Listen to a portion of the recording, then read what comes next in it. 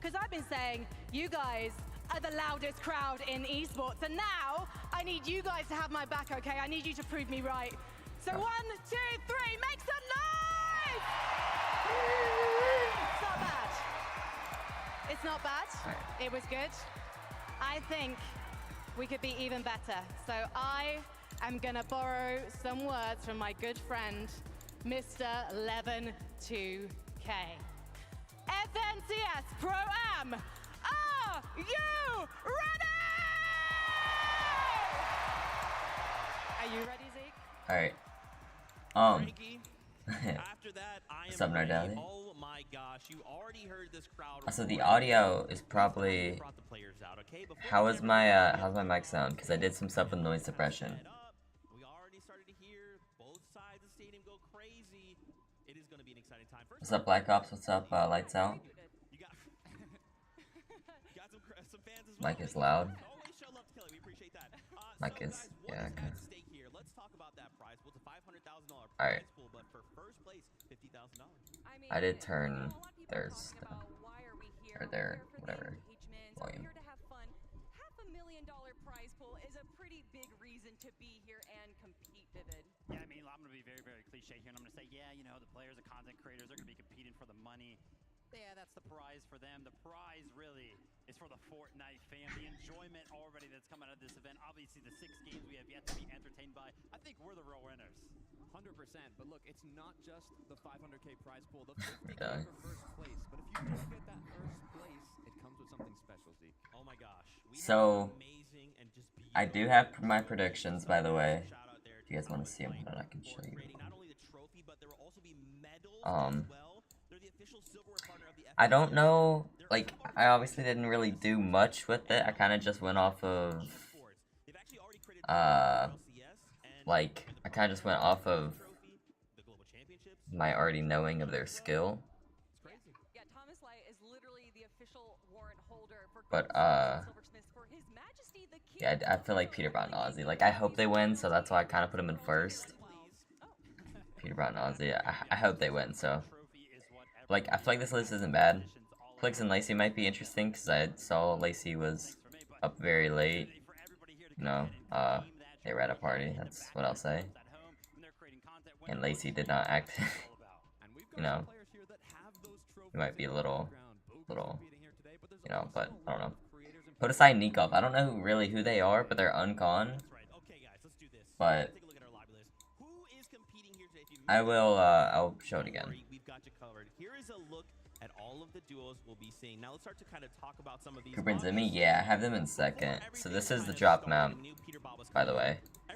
So this is who could it be? You know, who's gonna walk this away is the drop with map. this legend of the scene. Turns out it's I guess Ozzy I can Antics. When you pair them together, yeah, crowd, you guys can go crazy. That's fine. When you pair them together, this is a terrifying duo. I mean, literally the two faces. I'll show that again, Competitive Fortnite. but Peter just Bot's for the now. best player in the world, arguably Major 2 reigning champ, global champ as well, and then Ozzy Antics, who does every single viewing party for every single event ever, and the two of them together. Although I will say, when we announced this pairing, Ozzy very excited. Although Vivid, I saw a little bit of fear, a little bit concern in his eye, because being able to keep up with Peterbot is a feat. Nardelli, it's Nick and Queasy, literally the two most opposite people. Queasy, I don't even.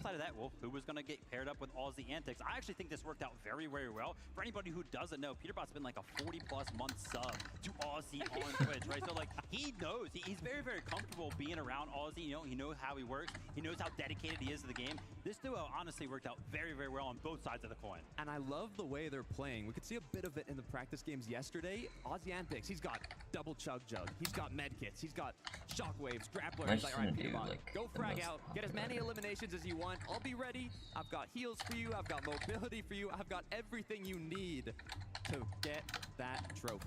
You know, we keep calling Ozzy Antics a loot llama, but we saw the practice games yesterday. He eliminated Mr. Savage, so there is definitely some WK whoa, potential whoa. there. Oh man, I'm excited, of course, for the And duo. Mr. Their Savage. objective here at the Prem is very clear. What's up, Petey? When it comes to our like playstyle, I'm just gonna key a little bit in the beginning, try and get us some free elimination points, and then we'll start playing passive towards like 5 or 6 minutes into the game. I just gotta stay alive. That's my plan. Yeah. Hope they win. Yeah, so, just gotta stay alive. That's it, Ozzy, right? I mean, I love that you guys kind of brought up the practice game yesterday. Having a situation where we watched Peterbot kind of take a fight, was eliminated, rebooted, lands in front of Ozzy, and Ozzy's just like, hey, here's the stuff. Keep going. I'm gonna keep farming. Like, I can't wait to see how they perform today. I mean, something we talk about in the FNCS is players knowing their roles and being able to play to the T, and that is exactly what Ozzy and Peter are coming into this competition. They have such a good synergy. I really feel like they are, you know, the team to beat. You know, honestly, we keep talking about how all these practice games went yesterday, and it was like, yeah, Los Angeles was kind of farming for Peterbot, but at the end of it, you know, no leaks or anything like that. They're actually going to switch up how it's going to work. They might actually, you know, work together just a little bit more than we were expecting. So it'll be interesting to see how they kind of practice and implement that new strategy. Yeah, and we're talking about support. Aussie Antics, look, I'm going to give one leak. He eliminated Mr. Savage yesterday in the practice game, so he can still hold his ground. Okay, well, guess what? I mean, Ozzy's been grinding. Standing by with the duo right now, so let's get their thoughts on how they're feeling. Yes, and before we ask them about their game, I need to ask, why is the FNCS Pro-Am going to be won by Reason and Faxity today? I don't really know, to be honest. I'm just going to go out there and win. Yeah, you're going to win, so no one's getting in your way today. Yeah, no, definitely not. That's probably the most obvious answer and the question I shouldn't have asked because we all knew it. Now, Ozzy, I'm coming to you. What was it Mr. like Savage when and you got Lachlan. paired up with Peterbot when the news sank in? I mean, it's exciting. Obviously, everyone wanted to get Peterbot. It put a bit more pressure on. I started practicing instantly. I was kind of going to gauge how serious I was going to take the event, of which teammate I got. Once you get Pete, you got to lock in. So. And how seriously are you taking the event? I mean, pretty seriously. I mean, no one's expecting me to be the firepower on the team, but if you got to keep up with Peterbot, you got to at least be like practicing. So I put a lot of time in. I'm feeling pretty good. Peter, have you been surprised by the firepower that Ozzy is bringing? A little bit. I thought he would be a little bit worse, but he's definitely gotten better. Is that because of you? No, it's not even because of me. I think he just, like, grinded on his own, but I think he's getting better for me.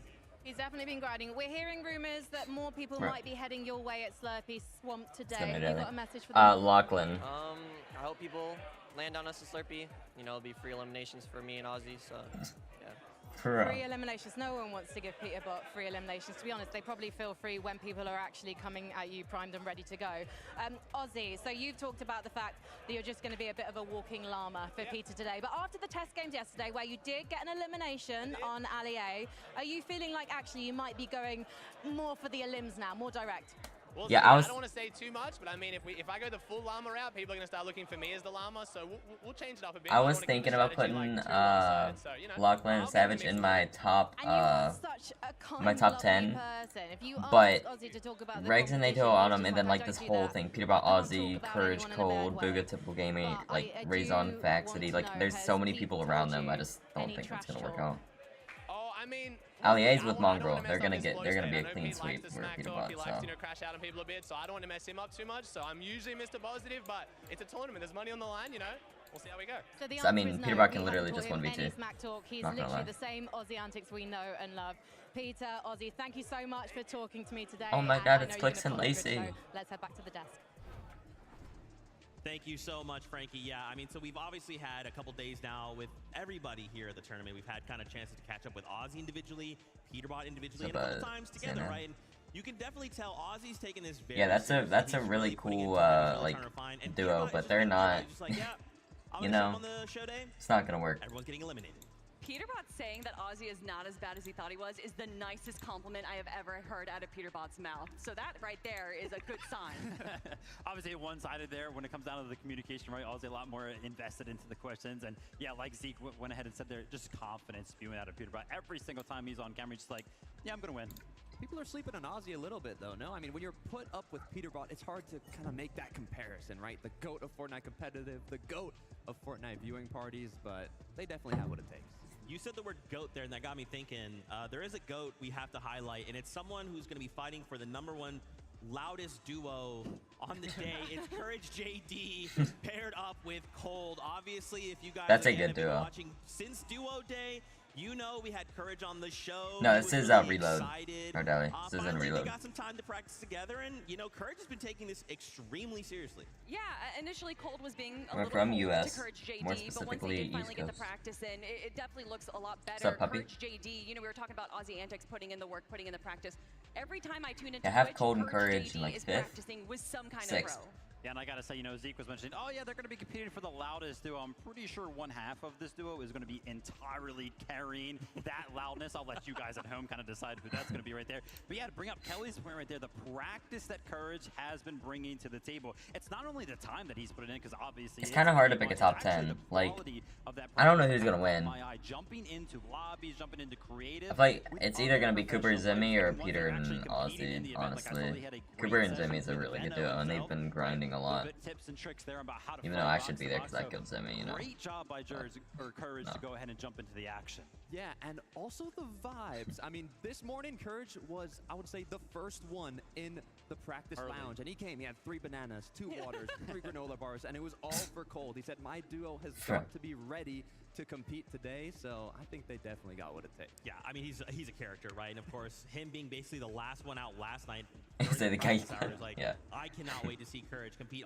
He did have some quotes in that piece that we showed earlier. I believe he said he was going to eliminate Cypher PK, Nick A30, and then some of the pros. Maybe, So, maybe. Oh, okay, yeah. And of course, during the duo day, he Peter and was the Ozzy, yeah. self-proclaimed I 24/7 hope they win. Pro-Am champion. So we'll see how that goes today. Yeah, I mean, honestly, there's a lot of possibility to Takada. I do think that Courage JD may have made a few enemies, though.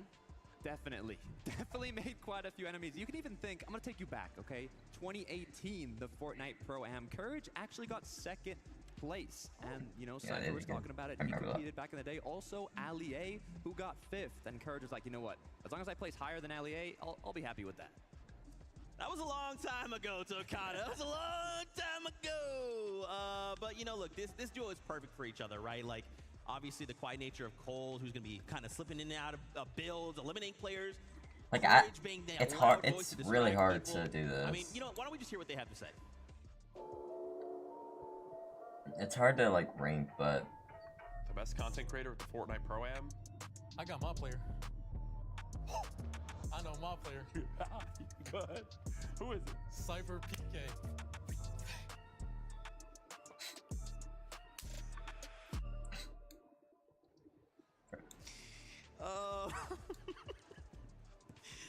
If that's not an indication we've been having a lot of fun this weekend, I don't know what is. Very excited. Yeah, to but see with how my these guys predictions, compete. You know, obviously, Kanata and Ronaldo, I didn't think they were gonna do great, but like you can see they have Stilltown on con, which is kind of crazy. Difficult individual to stop once he gets going. I mean, Major 2 reigning champ. He every time we see these like stats of who has the most damage, it's between him and Peterbon who's fighting. Nick and for Queasy, I first. didn't think they'd do good Absolutely either, but they incredible have striker. the a threat to the rest of the lobby. bottom left. Like there's literally no one over there. Look where Queasy and Nick are. Like there's literally no one over there. Like I guess I can't just do that, but it's crazy. So I kind of just went with, I mean, this here is all, I mean, Typical Gamer is probably one of the best content creators because he actually plays FNCS. I mean, Podesai Nikov, uncon there. I had him in 4th, don't even know who it is. But they're gonna do a great job. I'm curious to see where they're at yeah. right now. Frankie is standing by with the duo. Let's get their thoughts on the Pro-Am. Well, Cold was 14 years old when he won his first FNCS Major Finals. Courage 14? is 31, and he's hoping he's going to get his first title today. He's carrying You brought bananas. The bananas, what's this all about? Yeah, it's important to have fruits, keep your blood sugar high. I'm going to have 2 bananas per game, which will equate to 12 bananas by the end of this. And I think if I get 1 elimination per banana, we'll be in a good spot. Who are you going to eliminate, though? Who's the easiest? I mean, how long do we got? Cypher PK, we were fighting earlier, easy eliminations. Peterbot hasn't even warmed up, not worried about him anymore. Typical gamer might almost be 50, so his reaction time isn't cutting it. And I got Cold as a duo, so what am I worried about? You do have Cold as a duo. The weird thing is, I would have thought it'd be him with the back injury after the test games we played yesterday because he was carrying you quite a lot. Cold, how are you feeling about your partner? He's been grinding more than anyone in this entire building. He has. I can tell he really wants it. It's not true. Like, he wants to do well in this, so I'm going to do my best to give him what he wants. She maybe not Aussie. Probably Zemie, honestly. As a duo, because I mean, you had Oh my god, it's the Lachlan major and two Ollie. finals not that long ago. What's up, Foxy? To practice for this, Yeah. not much practice coming from me, to be honest, but I got courage for that, so. Well, you did have a little bit of trouble. You're dropping south of booming base, and unfortunately for you guys, malheureusement, the French are going there too. What's the tactic for dealing with them today? Because they gave you a lot of trouble yesterday.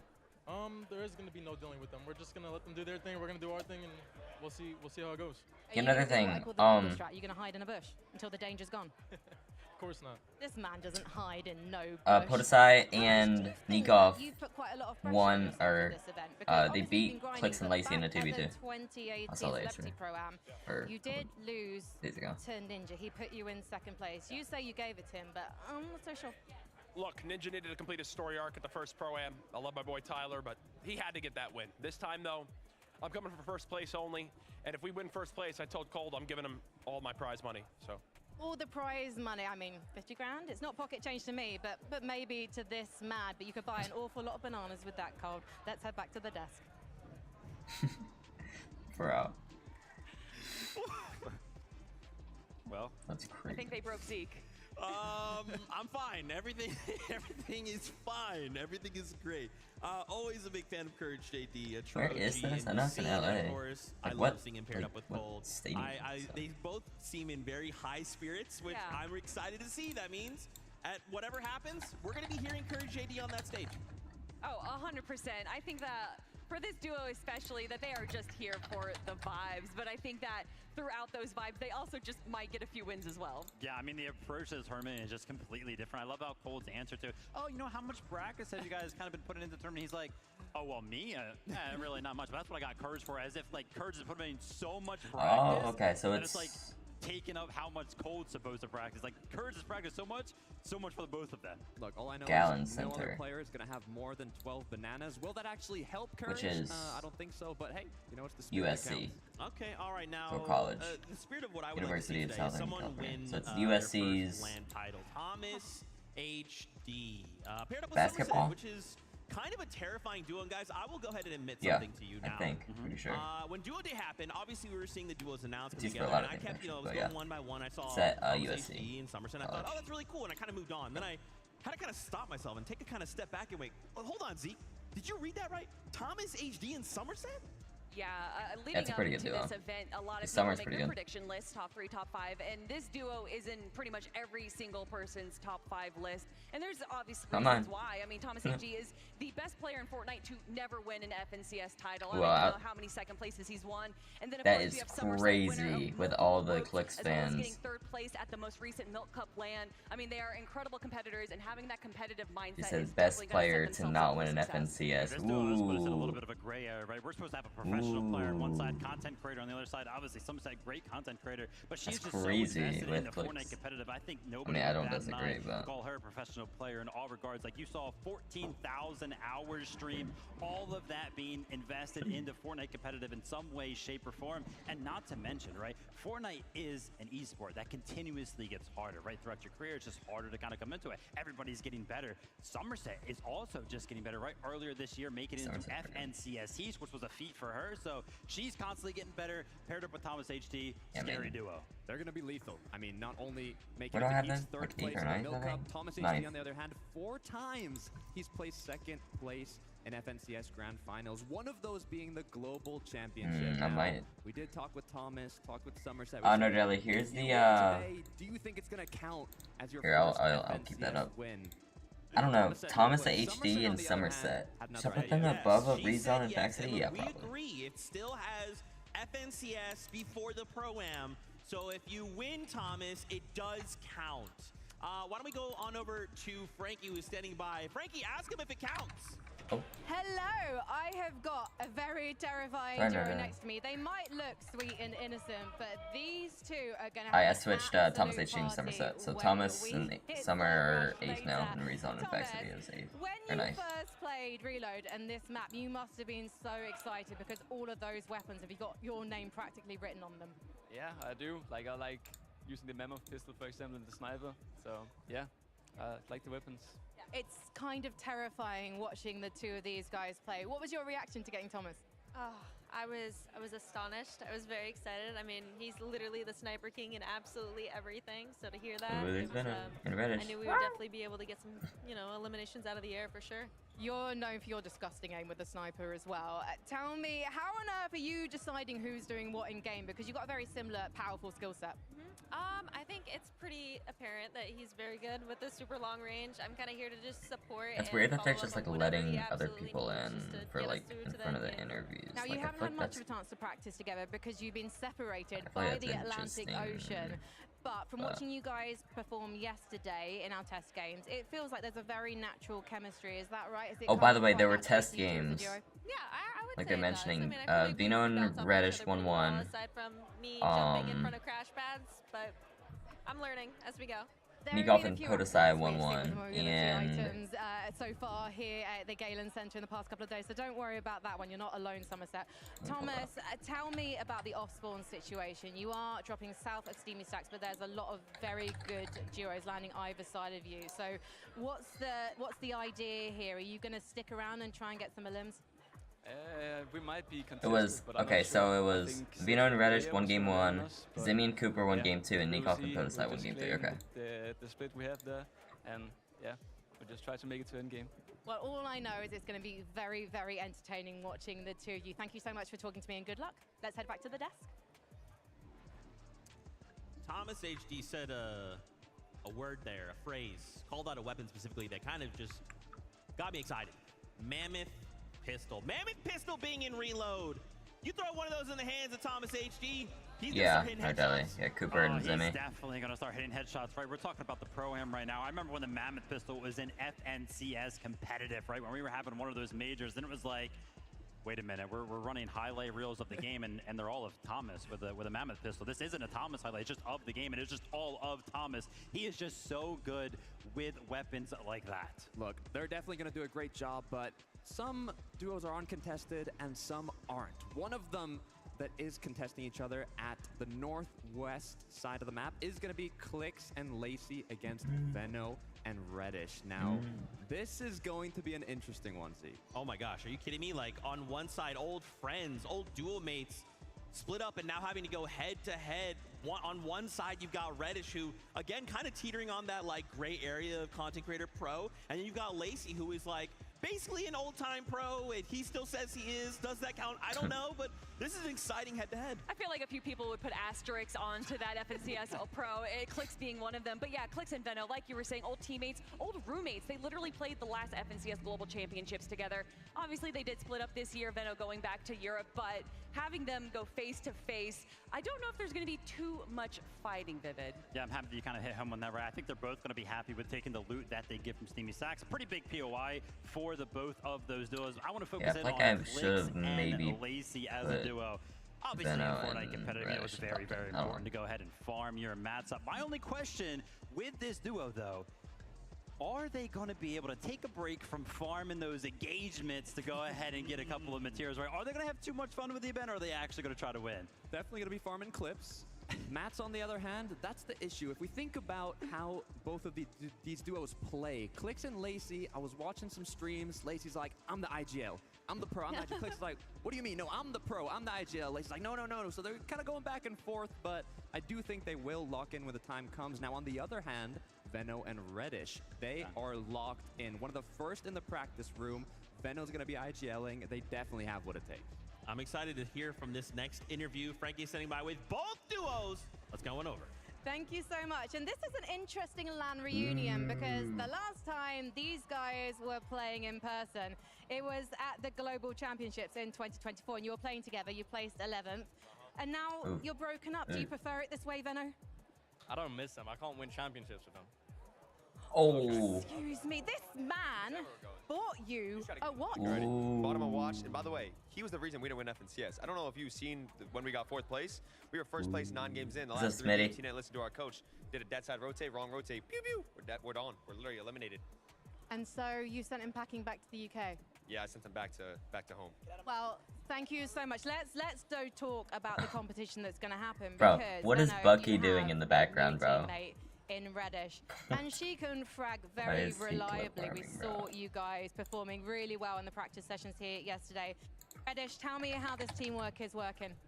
He literally has 4K viewers right now. We are just, I guess, clip farming. Peter bought in a couple of games yesterday. I think we're ready, and I'm there to support him.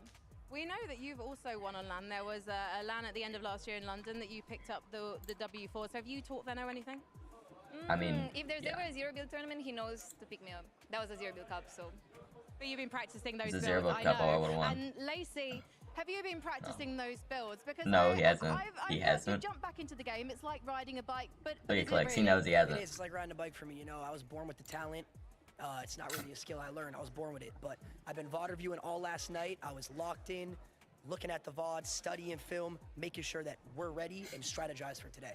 And he is a former pro player, Click, so surely he's going to be leading you in game. Yeah, I mean, he's, you know, a former pro player. How much earnings do you have? $5,000. 5,000. I mean, you know, I have almost like what, 700. She has how? You have 40,000? I got like 40K. Also, I want to say, why's your voice so raspy, Lacey? You said what? Why's your voice so raspy? My voice raspy because last night we were VOD reviewing and I was screaming the comms. We were practicing comms last night. Yeah. Oh yeah. Shockwave and height. He was doing all that. Yeah. Well, I wanted to ask you guys about the showdown. People who don't know context, there was a party and Lacey had a lot of stuff. See, it's weird because they said they were VOD reviewing. Now, Lacey was definitely having a lot of fun. I don't think it was in Fortnite though. Yep. Can confirm. There you go. Will that turn out well today? Will it not? I mean, he was looking awake, looking happy. I think they could do it. You know, listen, when the lights come on, the cameras turn on, this is still Lacey, right? This is still Clicks.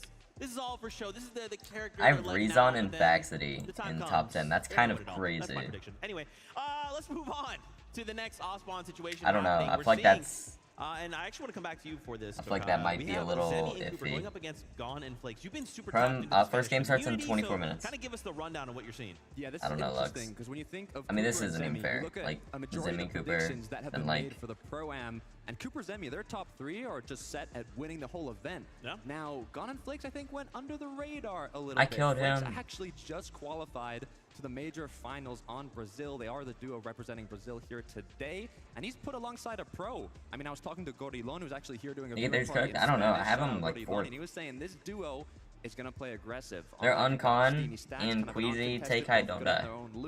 But there's also been a surprise contestation on this side of the map. A lot of contestation going on over there, and I was actually talking to Cooper. Oh, the language? Yeah, it might be. And I was like, yo, what's up, Cooper? How you doing, man? How you feeling? He was like, I'm feeling I killed him. I should be there. And he wasn't talking about his own play. He was pointing over at Zemie. He was like, dude, this guy, he's better than me in most of the end games that we just played through. All the cups, all the practice we're getting in. Sometimes he's dropping more eliminations than I am. So the confidence kind of going into this competition, very, very high for the duo. Yeah, and Cooper, you know, going all the way back to the 2023 Global Championships, a lot of people, Flex for guys whatever reason, discredited that win. A lot of people saying that the 6 games there, you know, that was the easiest win for the FNCS. And then he has come back time and time again, making it to the grand finals, making it to the top 5 to say, it wasn't a fluke, I deserve this win, and he's here to come back once again for another FNCS title. I love it. I love it. And I love that you pointed out as well, Zemie, because I heard that same thing, right? And when we're talking with Zemie, it's like, you know, what do you think? What would lead to your success? Another person to say the Mammoth pistol. And at that point, I kind of heard Cypher PK under, you know, quietly say, yeah, don't let him get that. Don't let him get that. So I'm excited to see, man. I do agree. Could this be the duo that wins it all? 100%. Both of them are incredibly strong competitors. Cooper is incredibly intelligent, but also has great fragging ability as well. So the two of them together, I think, has a lot of potential. They are going to be contested, potentially triple contested by Faxity, but who knows if you can trust what Faxity says where he's going to be landing, Vivid. Yeah, it'll be crazy to see if they actually do end up fighting us one. But again, you know, Cooper Zemie entering that gray area, both of them kind of pros in their own regards. Okay, you know what time it is. We've got an interview lined up with both the duos once again. Yes, I'm so excited to have Cooper and Zemie and Flakes and Gone. We'll come to the Brazilian guys first, because yesterday I was having a chat with you and you were like, we're pastors, we're brothers. And it feels like this competition might have even brought you closer together. Yeah, hello, that's not gonna work. And here we have Moxie and Cypher. Low-key, Cypher might be better than Moxie, and it's not supposed to be that way. We are friends. Like we talk like a year. We're talking like for a year. We play a lot of tournaments together before the Pro-Am. we play a lot of duo. I don't think I will play trios, but Bro, I just gotta we play get this duos stuff together, out. trying Let's to call go. for Cash Cup duos, and Maybe you can join my trio, man. we have chemistry. Bye, Swetan. I will put you on my team. Bye, bye, Susu. Bye, Yeah, we give Su, it out bye, already. Jonas.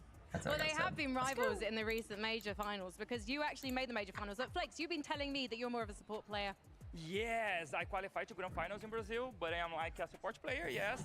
I take heals for my Also had a team, grand Matt, finals. like Hold on. a walking llama, and I help them to perform well. This is what I do. Well, let's head over to your rivals at Dirty Docs because you guys are going to be having off-spawn battles today. Zemie, you've been grinding the game, it turns out. 260 hours in Chapter 6, more than Flakes. That makes me feel like you're very, very keen to take this home for you. That's what I'm here for. I mean, as soon as I found out Cooper is my teammate, we started practicing every single day pretty much. Every single tournament there's been upcoming to this tournament, we've played it. We're very confident, and I couldn't ask for a better teammate. Cooper is incredible at the game, and he's also down to put in the hours and practice, and it's been good so far. You are playing with the global champion. Cooper, come here. Let me know, what's it been like training with Zemie? How does he compare with the likes of your former teammates? It's been really good. I think he picks up things really quickly as he competes at a high level with zero builds. So it's been a lot easy to adapt to, and overall he's been a great teammate, and I'm stoked for today. White, this has been a little bit too nice, okay? We need to turn up the heat, and we need to find out who is going to be the dons of the Dirty Docs today. So, Zemie, why are you taking it today? Listen, we're gonna take it because again, I think we have slightly more practice than you guys. You guys are a great team, but we've had more practice, man, and I think it just comes down to the preparation. Best of luck, though. So he's had the practice, but you guys, what have you got?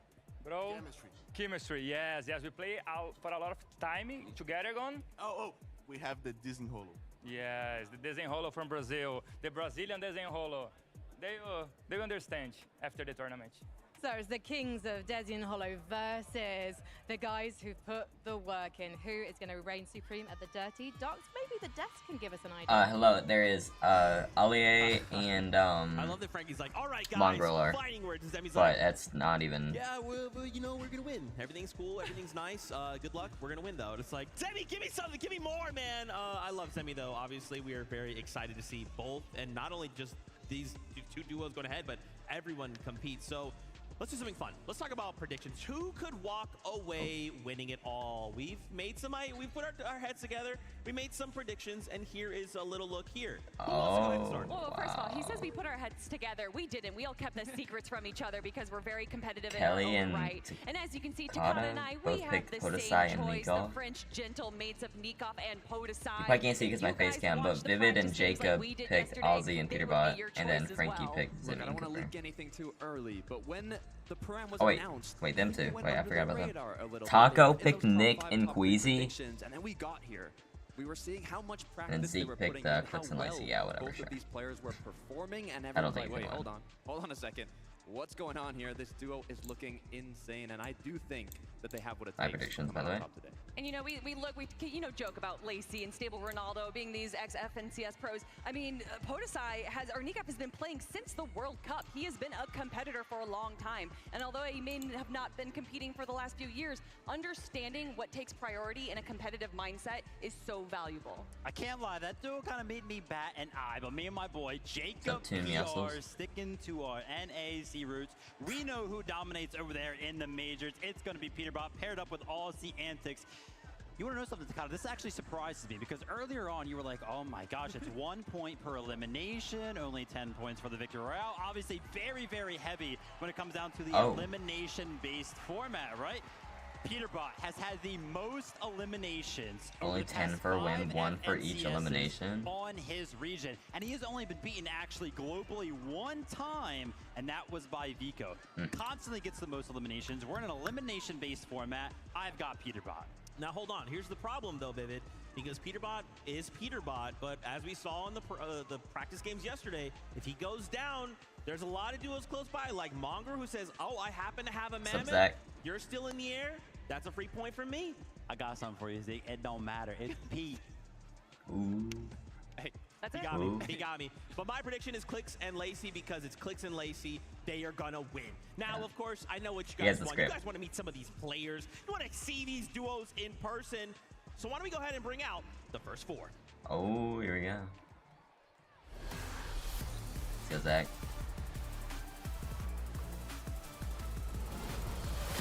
Make some for Zemie and Cooper. Two titans from competitive and content are here to duke it out and reload, looking to take that top spot. Let's hear it for Reddish and Venno. Friendly faces, but not so friendly. This isn't and with an quite unmatched competitive drive, they're ready to take what I was expecting. Usually walkouts aren't like this, but it's not really a walkout, but you get the point. It's Big Faxity and Reason. Even though these guys Big Faxity is crazy. There's no way he just said that. Mixing great content with brute force. Bro, that's gotta get loud for Kanata and stable Ronaldo. This energetic powerhouse is ready to get the party started. What's up, Zach? That's quick.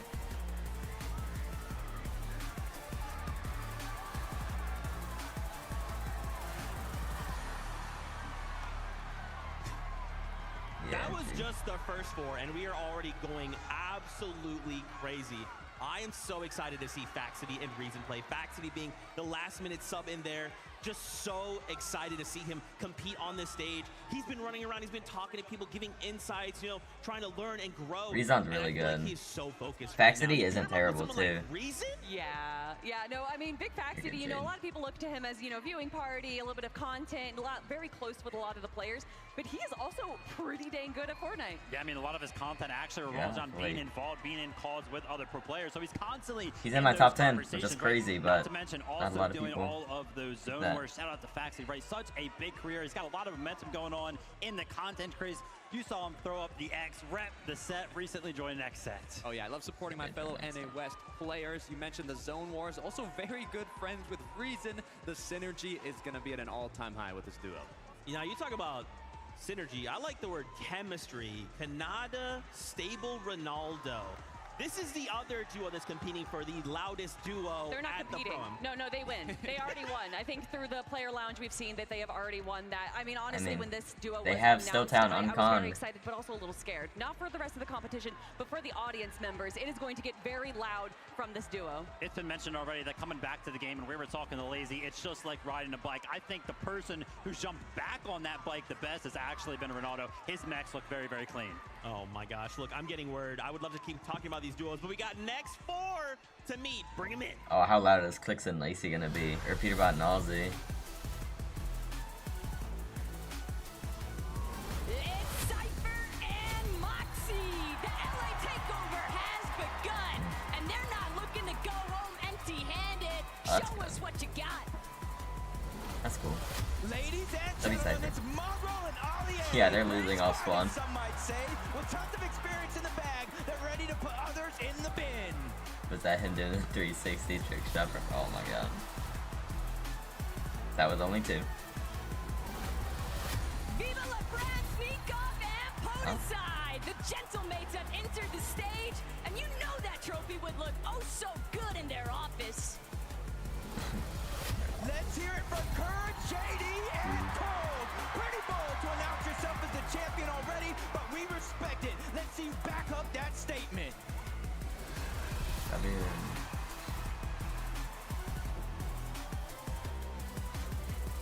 yo, Lux. I want to see something. What are they doing? Oh man, and a like quick shout out there to our like, friends over at Make-A-Wish. We had some very special friends come out and kind of get to feel the crowd, feel the vibe in those few moments.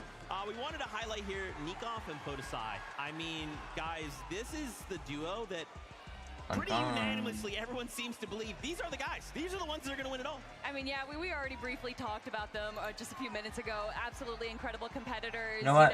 Ex-FNCS Pro joined by a current FNCS Pro is quite the dynamic duo.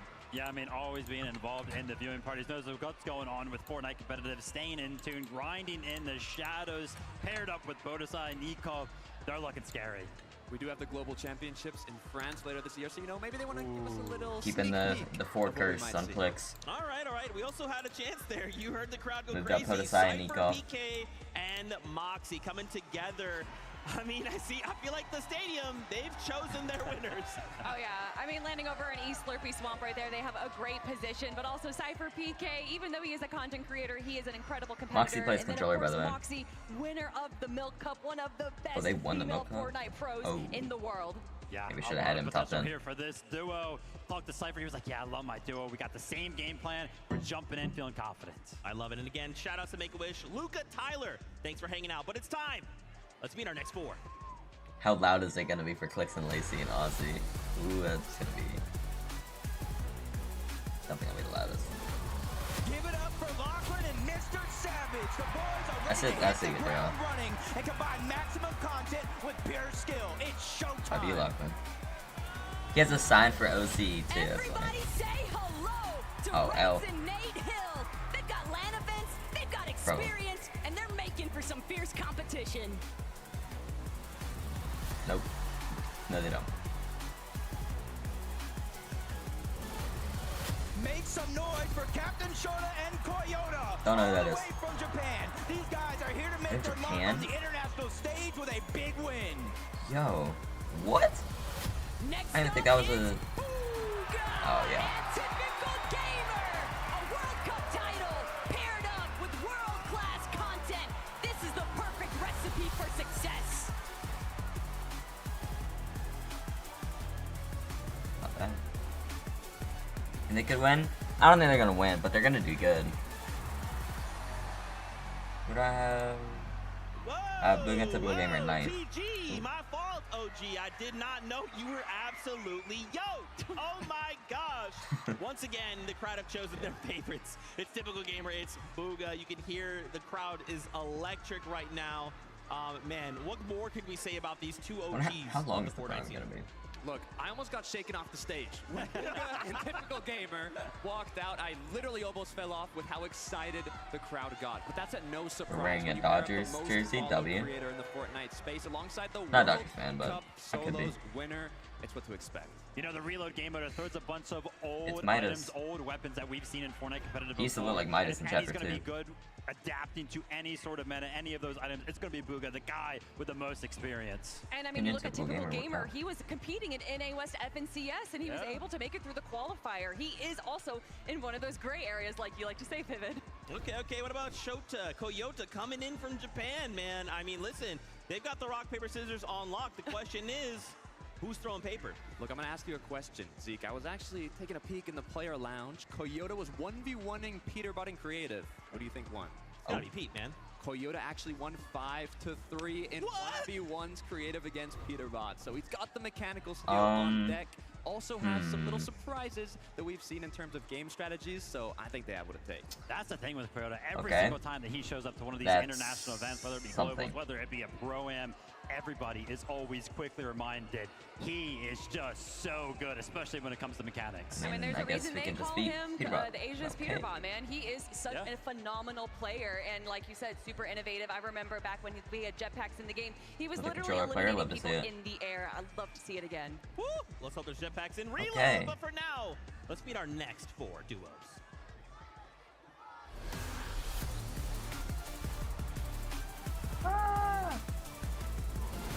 Their names are Alex and Loser Fruit. Ooh, yeah, that's a There's good no duo. losers in sight. It's time to represent Power and Oceania. They'll be Australians. Give it up for Daya and Seti, both land winners with a bunch of experience, ready to give it their Both land all winners, in the really? FNCS Pro-Am tonight. Good luck. I don't know who. Yeah. Locked and loaded, Thomas and Somerset. This lobby better watch out, because with these two around, first is the only thing on their mind. It's Aussie Antics and Peterbot. We're in for some action with these guys Let's go. today. Can they live up to the expectations from the community? Time to find out.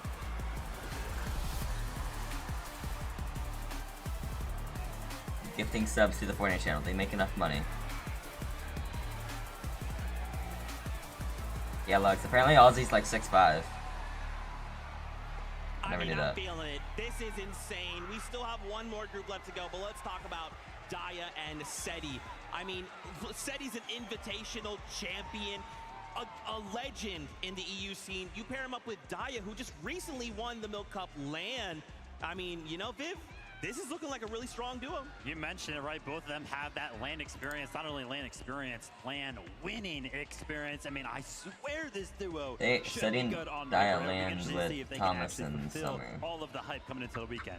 Yeah, when you think of EU competitive and a new season starts, the pros, the players, Jade. the duo, the players that they look at first is Cammy and Seti. They're always ahead of the game in terms of meta, in terms of how to play this season out. So I would not be surprised if they're also going to be ahead of the meta going into today. They are going to be contested at Logjam by Thomas and Somerset, but honestly, if there is a duo that could probably come up with a strategy real quick with how to deal with that duo, it is going to be Daya and Seti.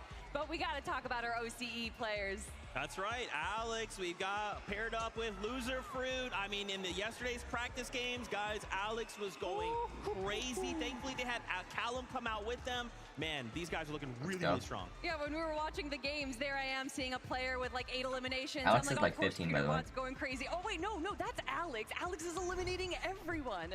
Another one of those instances where we're reminded by one of these international players kind of joining us here on the stage that they are just so good mechanically. I was talking to Alex just before we started, and he was like, yo, Vivid, like, hype me up. I'm like, dude, what are you talking about? I don't need to. You were dropping crazy elimination yesterday. Just do that again. Everybody will be hyped for you. 100%. 4-time FNCS champ on This fruit might be the worst OCE. You were content mentioning creator, though. Kelly. He had the highest amount of eliminations in any of the practice matches yesterday. I have a very small insight from Loser Fruit as well. We had a very deep conversation. Said, Loser Fruit, what do you want out of the weekend? She said, I want one thing. One elimination onto Lachlan. That's it. With that being said, one final wave of duos.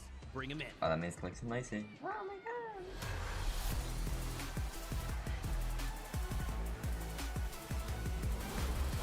Get loud for Queasy and Nick at 30. These guys will never back down and look to have an amazing day. I can guarantee to see them on high ground. Flakes and God have entered the Randoms. building, everybody. Things are really That might have heating been up, and Brazil the, is coming in hot like, for today's competition. quietest. Last one's gonna be Clicks. It has to be, right? Yeah, last duo being introduced as Clicks and Lazy. Of course it is. Let's see if this duo can live up to the pressure of the competition. It's your Content Kings, Clicks and Lacey. They are already first in everyone's hearts, but now it's time to place first on the big stage. Let's go. Alright, now time for Peterbot and Ozzy to win every game.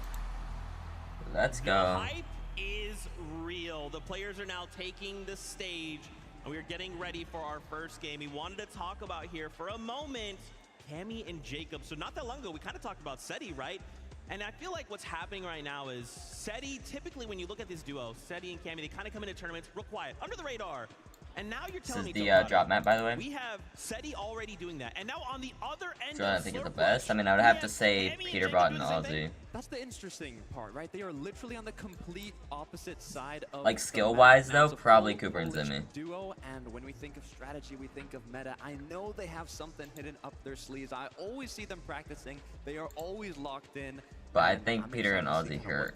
Here's my A predictions. couple of our duos competing today. Obviously, they're flying under the radar. It's no surprise that Cammy and Jacob are one of those duos, but I think they're comfortable being like that, right? Cammy and Seti kind of like to do that when they're playing those FNCS majors, so no surprise that we're not really hearing a lot about this duo right now. You're talking about teams flying under the radar. A team not flying under the radar is Nick A30 and Queasy. I mean, what a combo. You can already hear the cheering again. Nick A30 is such an incredible personality for Fortnite, joined by Queasy, one of the best IGLs to Kata. What's interesting about Nick A30 Take is I don't die. Fortnite, he was actually studying to become a doctor. So now paired up with the GOAT IGL, he is going to have all the resources needed to keep him alive and play that support role. Well, obviously, Queasy, one of the GOATs when it comes to the IGL category.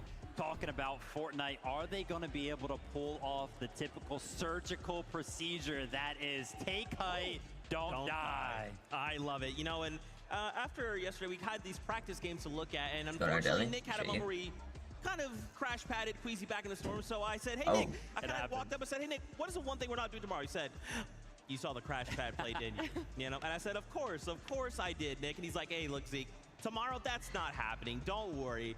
And of course, the fact that we saw them on height. Yeah. I love that you're kind of saying that kind of that's surgical precision. I gotta keep them in fourth because of the clicks curse. Are we watching FNCS? I did have it's gonna be them in third. We're gonna see Queasy. We're gonna see Nick. Didn't think put us higher. Apparently, like really good. Be able to control it, right? I had him in fourth anyway, but I just switched him. That's the difficult part, right? It did get taken from them in last moments, but it was because of a questionable crash plaid play. So, you know, they had moments to practice. It was good. It was a practice game. Today is the real deal. The one concern I have for this duo isn't about being contested, isn't about being able to play well, is how is Nick A30 going to deal with Queasy's language? We know that all the people competing here are going to be streaming their perspective, so we know, and also there's going to be some listen-ins as well. We got a lot of possible chaoticness for the family-friendly player. Yeah, absolutely, and you're going to kind of talk about, you know, chaos, right? That's what Reload's all about. If we're taking a look at some of the items that we might expect some of our competitors to go ahead and pick up today, mobility being one of the most important. Savage and Locklin might be one of my favorite. There's actually so much mobility in a Reload, right? We got the shot. I like Mr. Savage. I used to watch Locklin a lot. Those are going to cause some chaos. We got the grapplers. You can make so many. It'd be cool if they'd win, but they're not going to win. Fall damage. You know, jump on There's no way they high win. ground with that pretty easily. The crash pads. Honestly, they send you so far. When we're talking about a smaller map, it feels like they send you halfway across the map. And also thinking about strategies. I hope they do good. Mobility, but also, look, not. I don't want to leak it for the players, right? But seeing the practice games, if you're uncontested, we saw some. Locklin used to have let them battle it used to have the experience with mats, got all the loot, got everything. Used to have the experience the later parts of the match, and hey, with Fresh in chapter 1. Take all that loot. So I'm curious to see if we see that come to play. I mean, yeah, that was a strategy that we saw in Major 2, right? With the new reboot purchasing that you can do. That is definitely a competitive level strategy. And that's what we need right now. A lot of these players prepping, getting ready. It has been all about the scrimming and the VOD reviewing for these duos. Who has been able to put in the most practice? How have they synergized as duos? Because this is it. This is the Pro-Am, right? We haven't had one in 5 years. No idea, a lot is on the line right now. Vibes, I mean, at an all-time high, right? Obviously, there is definitely some more competitive. I mean, maybe I could pull like a Zemie. Just like a lot of fun, kind of zero build, whatever he plays, all zero build, and he got invited. Right? So I mean, at some point, in, like, and then content creators, right? Who, when you bring them if together, I do end up like blowing up like him, then maybe. Family coming together once again. I mean, again, having old OGs coming together and be like, yeah, I still rock Fortnite. Yeah, you want a 1v1? Oh, I just dumped you? That's crazy. Yeah, I heard you guys talking, saying that there's already people before the show even started being like, we need another one next year, and the games hadn't even started yet. Yeah, it's crazy stuff. As we were kind of going down the line right there and showing some of our duos get locked in, start to, you know, talk some strategy with each other. I saw Thomas HT and Somerset kind of pop in, and that made me, you know, remember a conversation that I had with Somerset just earlier on today, and I think it's very, very important. Apparently they all just sit in a pregame lobby for like this long. Every single duo. I was like, maybe not. You know, how you feeling? She was like, surprisingly, I'm not nervous at all. I think that's like really, really big because, you know, from her perspective, it's like, oh yeah, you know, she's used to being nervous when it comes to competitive events. She's finally kind of hit her stride where the nerves are finally going away and she's going to be able to lock into the competition. Yeah, confidence is key, especially when eliminations, I mean, we talked about it, 10 elims is the equivalent of a victory royale. So if you're able to just farm a good amount of elims at the start of the match, you have a very good shot of getting first place. Now, I don't know if Courage should have an icon, but I think typical gamer should. Changes, but maybe we've had a little bit of drop spot baits, right? I know Mongo Ali said they were landing on Peter. It'd be very easy to make an icon skin up because it's kind of, you know, it would be kind of easy. Reason Facts Vidi said they're landing on Cooper Zemie and Gone and Flakes. That's like three of the most powerful duos in the same POI. I don't know if it's really going to happen. I mean, why does Flakes look like Epic Whale? Video of Ali A watching Peterbot build. I don't know if they're going to be dropping, and if they are, they're going to be doing it very carefully. But like you guys are saying, it's all about seen that when Peterbot was free building? There's like 18 people like going out. We also have a lot of co-streamers up in the audience right now. There's people representing so many different regions. This is what Fortnite is all about. Yeah, 100%. Very, very excited to kind of jump into the action. Gosh, Zeke, you know, I got a question for you, Zeke. You know, obviously you kind of punched in your ticket, Clicks and Lacey yesterday. You know, Lacey, after his extensive VOD review session last night. How you feeling about your pick? I wasn't aware of the VOD review session personally, but listen, this is still Clicks, this is still Lacey, you know. Clicks is looking really good, right? Again, we had kind of 3 practice games yesterday we got to watch. We got to kind of clue in, see how things are kind of going. Clicks, to him, it looks like I'm just watching Major 2, right? It looks like I'm just watching the same clicks I just got done watching. And of course, with Lacey, like, yeah, this guy loves content, of course. Mongo, he knows he just accepts his defeat. He knows what this means to clicks. So when the time comes, yeah. he will lock in. Oh, the other side of that has the ongoing joke of the 4th place curse from Clicks. Oh. Unfortunately, getting 4th And place again it. with Veno back last year, and then this year getting 3rd place in Major 1. Major 2, he gets 2nd place. We were already talking about if Thomas HD wins, would this officially be his first FNCS title? Well, what about that question for Clicks? Yeah, I mean, a lot of people are kind of, I've seen it on socials a lot. Clicks is actually in his prime right now, and definitely those placements, they're kind of backing it up. We're talking about storylines when it comes down to primes and everything like that. Why don't we go ahead and focus in on Mr. Savage and Lachlan, right? Mr. Savage was retired from Fortnite Competitive earlier this year, and it did not take long before he kind of rejoined us for Major 2, joined another trio, got right back into the action, so I think he's locked in right there. The thing that I love about Mr. Savage is that, you know, I remember competing against Guy, and he always had his supporter creator code. It was always like 200 IQ, because everybody always kind of coined him as the smartest player. Of course, now we could see it right a couple minutes ago, right? He changed his code now to code Mr. Savage, but still has those smarts. Has the IQ from retired to qualifying grand finals, but now competing here at the Pro-Am, and you're talking about, you know, does it count to FNCS win? Well, if it does, you know, if Mr. Savage Lachlan wins, Peter Bot Aussie Antics, that means Aussie Antics and FNCS win. Half the content creators play on controller. I just realized that. That's kind of weird. I mean, there's a couple. How can you not like be entertained, right? And again, the fact that this is reload, you know, obviously in FNCS we watch, someone goes down, it's like, well, see you next game. Now someone goes. You guys don't know, Fact City wasn't supposed to be Rezon's duo, but I think it was supposed to be Amar, but Amar couldn't like fly out in time, so it's Fact City now. There's so many cool things, and of course with the loophole that is reload, there's so much chaos that can happen from even opening a single chest. I think it's important to kind of talk about, you're going to kind of get reloaded, right? Obviously, you're going to be flying in the sky. You're pretty exposed, and we kind of see how that kind of works out in competitions before, whenever there's like launch pads in the lobby, in the loophole. But there was a change not too long ago to kind of avoid some of that, right? Make sure you can kind of glide massive. down, I forgot the ninja land, have a little bit more immunity. Revive of the low tier fame prevent is some back. of those Or names is coming out of the today. sky. I can tell you right now, from the practice games yesterday, with these professional players in the lobby, it feels like it almost changed nothing. Yeah, it really did not. I mean, the aim of these players is on a whole other level, and what I'm thinking is, in a lot of the performance evaluations, There's got to be something going off with the lobby matchmaking. I don't think we'd be talking for this long if there wasn't. Trying to get a good What's up, Romelo? in those end games, you are going to get a lot of opportunities for elimination. There's probably something wrong with the lobby, because I think the game would have started by now.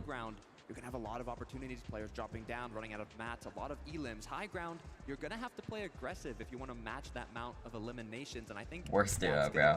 Like, why would they even do that, bro? Why would they put Queasy? Another deciding factor is how these players are going to be okay, and we're clip farming. In the end game. Obviously, with this being reload, we know that it has a high potential of going to a heal off, and we've seen a few players such as Peter Bot and Aussie having 4 chug jugs in their loadout at one point, which is a great way to prepare. It's not the best way to get eliminations though, and you do need to have a bit of a combination of mobility and weapons and everything, but I think players that are preparing for that win condition is what's going to set I use the normal crosshairs. Would be no surprise if at least 1, 2, 3, maybe even 4, maybe 5, maybe all 6 actually go down to that heal up, right? We got so many items that can kind of support that. Chug jugs, med kits, we've got those slurp juices in, but it's so funny because yesterday when we were watching those practice games, I was like, wow, we've even got the terrain, POIs like Slurpee that have those barrels available. Cooper so smart, making sure that he went ahead and utilized those for his heal off win condition. Gosh, they're just so smart sometimes. And that's why it's important. Yeah, there's something going on with the lobby. This new map. I mean, not only do you have chug jugs, med kits, splashes, but like you were mentioning, if you know where all these slurp barrels are, if you know where you need to go quickly into zone to keep yourself alive in the heal off, I'm sure we're gonna have a lot of them. I mean, bringing us back 3 years ago, invitational final game, Camiseti versus Queasy Vino, not knowing what you can do at a drop spot can really change the story of a game. Why would you bring that up, Kelly? It's not like this is going to be a super close competition by the end of the day. That would be insane if it was, but it's that time. We're ready to jump aboard that battle bus for the first game out of the FNCS Pro-Am. So casters, over to you. is definitely time. You guys are talking so much about those practice games, Taco, and they are out the window because the nerves have to have settled now. The battle bus is going to launch, the players are going to drop in, and everything that you practice, some are going to be put to the test. But so many of these creators, Drop Matt, by the way, pros, they're last just so time. familiar with what it's like to have all eyes on them. And so with that, I think the expectation kind of settles more into the fact there of, I just don't want to be last. Yeah, that's one of the biggest things is, you know, everybody gets a little bit of that prize pool. It gets increasingly more, $50,000 for that first place, but it's almost like exactly what you said. No one wants to get last. Everybody wants to hoist that trophy. And it kind of leads to my prediction of Peterbot and Aussie antics, right? Huge fan of Aussie. Everybody's got in the world probably a fan of Peterbot, but it was actually at last year's Global Championship. I asked him, what's next? How are you going to do it? He doesn't necessarily care to just win. He wants to dominate. He wants to be the best player in the game. The last time really hope he doesn't. I know, like my biggest like what if kind of I feel like is Rezon and Faxity, but Faxity's not terrible. He only goes against pro players. Like he does zone wars with pro players. That's like it. Rezon's good. That's really about it for what ifs. Rezon and Faxity, I feel like they can do decent. It might only be 6 games, Jacob, but I'm expecting some pretty... I didn't really put too much like I didn't like study or anything. I kind of just went off of instinct and just like, you know, it's kind of just what I think. I mean, I didn't know Podesai and Nico were pretty good. I didn't know they'd beat Clicks and Lacey in the 2v2 though, but okay, it's kind of whatever. Alright, Jade. Cryptics, why would you ask that question? And no. I don't know why that would matter. And most of them is in the top 5, so it's all about consistency and eliminations. And I think there's a few teams already talking to them. They have some tricks underneath their sleeve. I'm ready to see them. Look, everybody wants to be optimistic and anticipate that bro, they're going to be able to find the elimination. Has Nate Hill even touched the game in like 3 years? But one of my favorite like he hadn't even done anything. Actually came from Faxity earlier this morning because he said if by games 5-6 it looks like it's not happening, guess who I'm crashing out on? It's going to be Peterbot. If I'm not winning, he's not winning it either. And that kind of mentality, I wouldn't be surprised to see take place amongst multiple duos here today because it's all about the pride sometimes, Jacob. No, it definitely is. And, you know, coming in and watching some of the practice games, you know, right out of the gates, Peterbot and Aussie landing at their Slurpee Swamps. But then I saw Faxity Reason. I saw Alex as a solo while Loser Fruit was uncontested. I heard drop. I saw Booga and TG actually get aggressive and take the top of the Slurpee building. So, honestly, I feel like it's anybody's games, and these zones are going to be so pivotal because by zones 5, zone 6, just one zone before the rebuild. Oh, there we go. That's when it's going to get interesting. But you guys heard the battle bus, and it is going to be ready for game number 1. Let's go.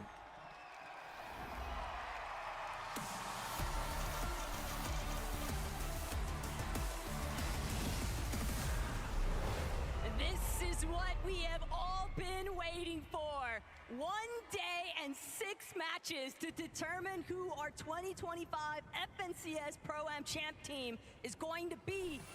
And initially off the jump, Peterbot, Aussie, they've got control of Slurpee, but they've got company. Let's go. Why are we wasting our grappler, Peter? We're selling. Aussie, yeah. But now it's just a bunch of SMGs. Get a mammoth. Aussie already found the mammoth. He's gonna go ahead and deliver that one first. Oh, Ali and Mako were supposed to contest them. They're not even near them. But they're just gonna shield up, get a lot of these chests. In reload, it's about 100% chest spawn, so you got a lot of opportunity to get the loot that you need. Why are we not popping minis? Keep an eye on where Allier and Mongrel are actually going to be headed. Clayks, Lacey, a little bit of pressure coming out from Venno and Reddish. And typically, you could expect that some of these POIs, you can just split them. Typical gamer just killed Courage. Part, but I don't think that a 50-50 clean split is the intention. I mean, it does respawn, so it's kind of, you know. But Lacey is not locked in, bro. Alex just killed Cypher. Now Cypher PK is going down, so a lot of these players already just going right at it to try to get those early elimination points so they don't have to worry about a deficit later on. And it's always rough to be one of the first players eliminated because then you're just an open season target for the rest of the lobby. Alex, if he'd had that oh, okay, so they are kind of con there. That's what happened. Out of that mammoth one more time, but Slurpee Swamp getting a little bit encroached upon, and this is Aussie and Peterbot's territory, but more so Uh-oh. Peter Bots. Everybody kind of switching things up. It does look like Seti is just away from where we thought he was going to drop initially and put himself in a one. Wait, Peterbot's 30. Peterbot's third partying. Savage just gets mammoth, and I believe it was Peterbot's jumping. on top, and already he's moving in for the straight elimination. Down goes Savage as Peterbot is instantly getting busy here in game 1. Yo, this isn't fair. Where's Ozzy, bro? I didn't even need Ozzy.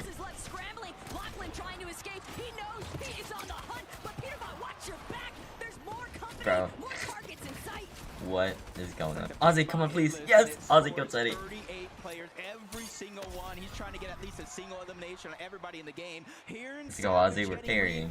And these are the big warnings that we were talking about. It's just like a flare in the sky. They know exactly where you're at. And Peterbot is just on the hunt for Mr. Savage yet again, who luckily finds at least a shockwave to create just a little bit more distance. But how far can you run when Peterbot is chasing you down like this? He still has a couple of shots, one more left inside of this mammoth, and then he'll be up close and personal. Thunder shotgun pulled at the ready. Savage clip, but he doesn't have enough HP to tango, and that's gonna be a knock.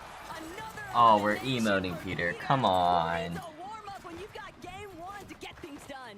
Yeah, I don't know if anybody knows, but Savage kind of just helped the lobby right there because you saw Peterbot only had one more mammoth pistol shot left. Crazy. So he's not going to be able to do that much Savage damage from far helped away the lobby. anymore unless he finds his loot llama in the fact of Ozzy Antics to see if you have any more of those that I can borrow. Oh, Cold and Courage are Thomas coming over HD, to in the Somerset, zemie. just moving north from their original drop spot, and you can see they have a pretty decent loadout.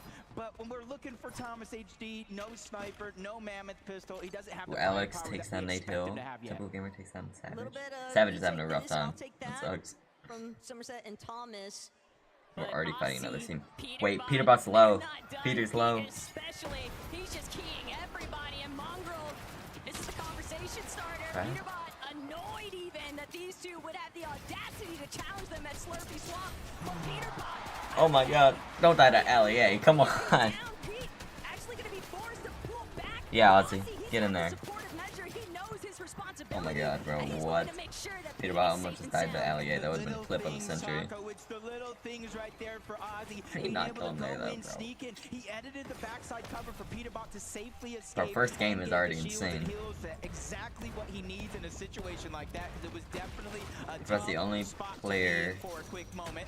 But relatively early, third zone, only one tick of damage. You could still Yeah, stay no. and stagger yourself back if you need be. But you see Aussie play back Ooh, up and then immediately Nico goes right back Kodasai. to We're the running farming. from Nate Hill. It'll be a test And of Red. endurance for those two making their way out of Slurpee Okay. Swamp. But Nikoff, Podesai, can't even classify them as a I dark don't- horse because these I don't are even some know who the very pro is in this high-tier team. competitors. Who's the pro in Podesai and But the Nico? way that they're kind of trying to position right now, Jacob, it looks like they don't want to get caught up in too much of that early I'm gonna assume the commotion. pro is They'd rather Podesai because he's prioritize wearing positioning. glasses. Yeah, I was talking to them in the player room before it started. They're just going to play their game. They're not concerned with Anyone know? everybody's drop Yeah. spots. They're not concerned with everybody's strategies. They're not even concerned with anybody sleeping on them. They say, hey, that's a blessing, because they're not going to see what's coming. And I think they're just focusing on prioritizing the rotation. Why this is he time over around. near That's why they're going 30? towards the north, but towards the eastern What happened to side of Cooper the and zone Timmy? is going to be gone, and Flakes. They've had a rough time. Wait. That surprise triple contestation. Faxity is supposed to be landing over here. Even with Baxity and Reason kind of calling out the fact, hey, we're just looking to take the dock side entirely out of Salty Docks, but Cooper made a great point.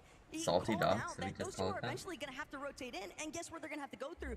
Both of these duos opposite ends, so the fight was inevitable from Salty, and it's kind of left everybody a little bit more scattered.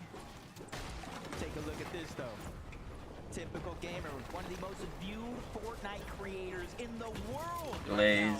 And he's carrying the World Cup champion Booga. Bro, 2 eliminations carrying to is 0. crazy. He has 7 crash pads, the legendary Slurp Juice. He has a very good loadout.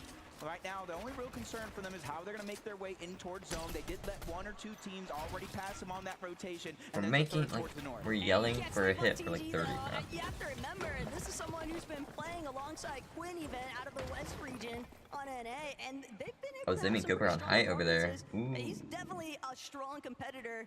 I'm excited to see how they continue to cook in this lobby, but Kanata, Ronaldo, they already got a little bit clipped, a little bit tagged up from Typical Gamer and Booga, so they are very much aware they might be getting pressed here soon. Ooh, good shot, Connor. Or Ronaldo's just along for the ride, bro. Ronaldo, kind of that clean up loadout, the Stinger. Kanata can land a good amount of damage with that Mammoth pistol. Whether either one of the shotgun or the SMG, he's going to be able to clean that one up easy. But they're just on the side of the mountain. A lot of teams already pressing forward in that rotation. They're just kind of biding their time. They're a team with 2 FNCS champions, by the way, on it, that know that patience is a virtue, and just being able to just slowly let other players make the mistakes that you can capitalize on. And hey, Alex kind of carrying over that performance from yesterday's practice lobbies. Already 3 eliminations. He's definitely keeping in mind just how impactful those individual elim points will actually amount to. And he's got gone in flakes in his sights. It's a replay. Doesn't even get a chance to respond. Threw up an attempt to defend himself, but Alex just way too quick on the trigger. And that's what we were talking about in those practice games, Alex. Oh, Nick and Queasy, Peter and Alti. Oh. That might not be a good fight for Peter, I'm not gonna lie. Because Nick is actually decent. Yeah. Why are we that far in the storm anyway? That was a good shot. Not a ton of damage by any means, Taco, but you can see they're trying to save and utilize their heals for as long as possible. The problem is that chug jug that Aussie's holding onto isn't for him. That is got Peterbot's name on it.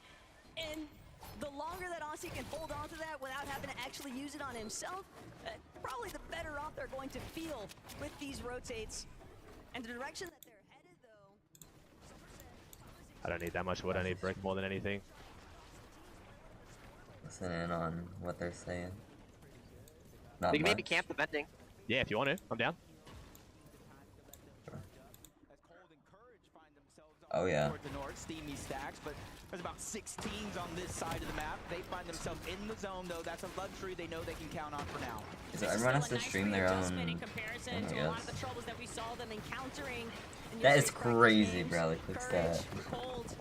They'd rather bide their time. They don't actually have to throw away their positioning anytime soon, but if Regs and Nahil get a little bit too close in their space, you can expect some sparks to fly.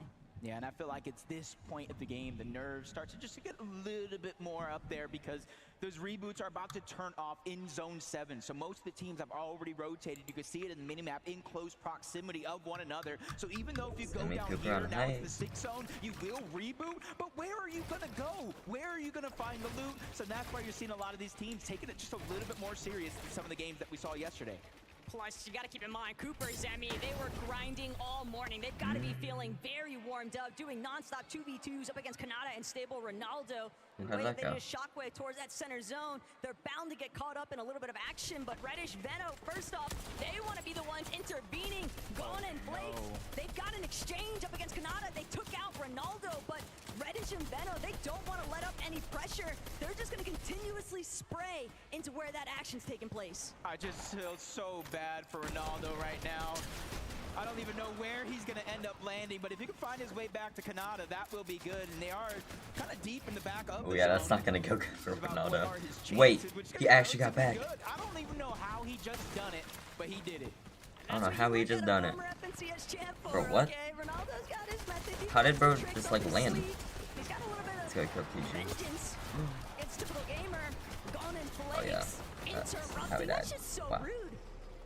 Tough spot to be in, too. He couldn't even fully stand up. There's a lot happening right here. Ooh, there's a lot. Cooper, Zemie, honestly, leading up into this Pro-Am, this has to be one of the most predicted teams in top 5, one of the most predicted teams to actually win the FNCS Pro-Am. But hold up, Cole getting busy. Kurt said they were going to take out Cypher PK. I'm not sure if he said he was going to do it himself or he was going to let Cole do it for him. Look, who else was getting their duo bananas? Who else was getting their duo water? Courage, that's who. And it's showing off here. Cole feeling primed and ready to go. Cypher being the first victim, and possibly many more to come. And Cypher also in a tough spot. With Moxie being a little bit of a solo here for a few seconds, if she can buy the time, they will. And you hear that sound. Reboots are going to be disabled from here on out. Bro, only one team has died this entire time. That's crazy.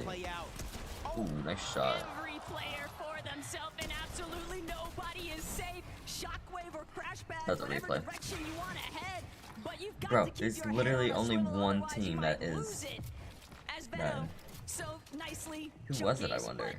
Veno and Reddish, They've still got their work cut out for them. They know there's a lot of neighbors that they don't necessarily want to be knocking on the doors of just yet. You're trying to draw as little of attention as possible.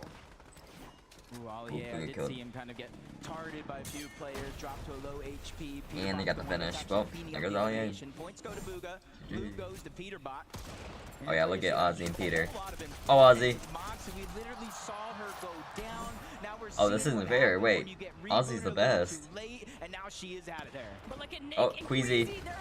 Take height, don't die. Bro, Ozzy beamed that guy. Bro, they're gonna win by like 150 points. I don't even think it's even possible, but they're gonna win by like 50 points. If Ozzy can play that good, like he just beamed that guy out of the air like that. Wow. Competition, but for the rest of this game, Mongro's gonna have to play it out as a solo, and I think Peterbot sees the weakness. He's getting the green light, but shots come in, they spray the cover. Oh, that's Mongro, he's only solo. Oh, Oh, Nick and Queasy.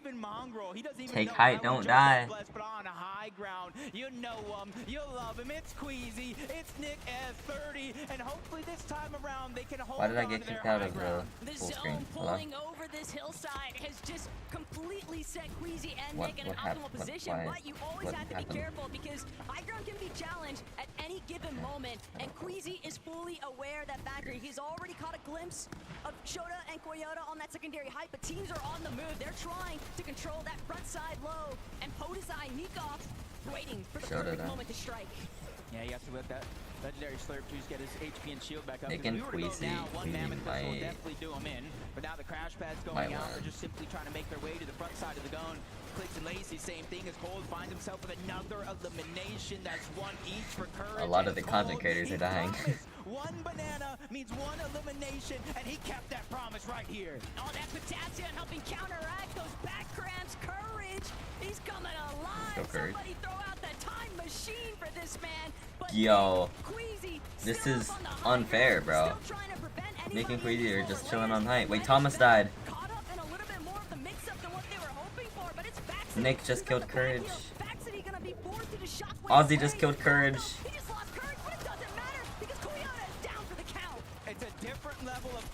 Peter just killed Nato. No, Ozzy. No.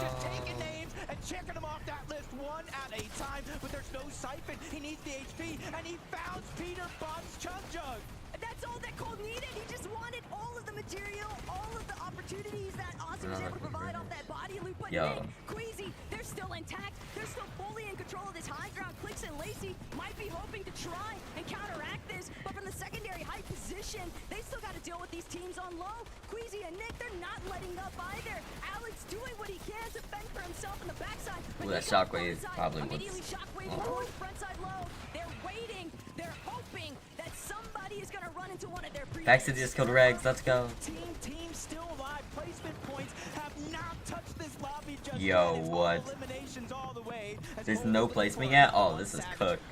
This Savage is 1 HP, literally. Savage died. Zemie. Please kill Mongo to Storm. Peter, please edit the wall!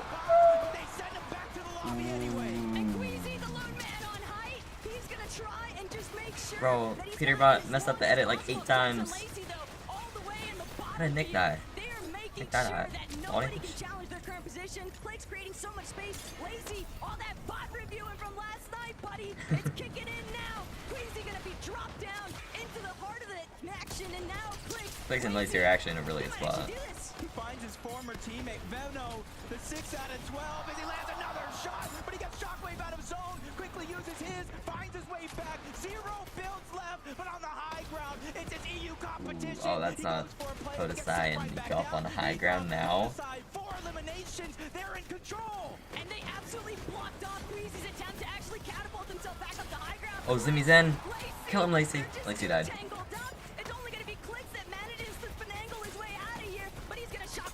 Oh, not the play. Wait. Oh no, never mind. Yeah, Clicks did that.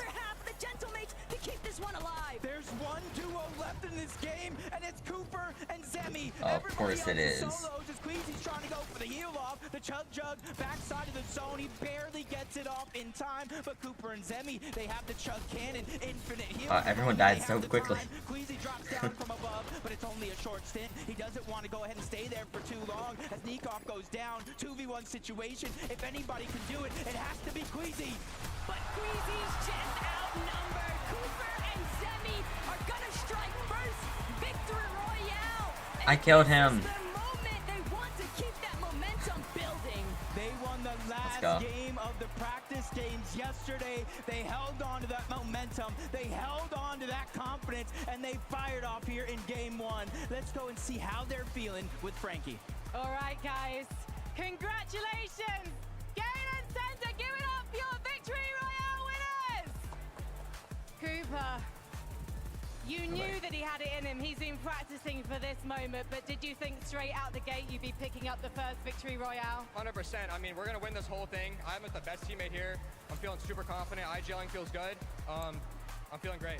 All eyes were on Queasy and the high ground, but you guys were just staking things out on the low ground. Talk me through that end game. Yeah, I mean, end game we looked at high ground. We saw they're very established. Cooper called it to go low ground. I was on him the whole time. He was calling it, and I was just trying to get kills, give him everything he needs, and it worked out.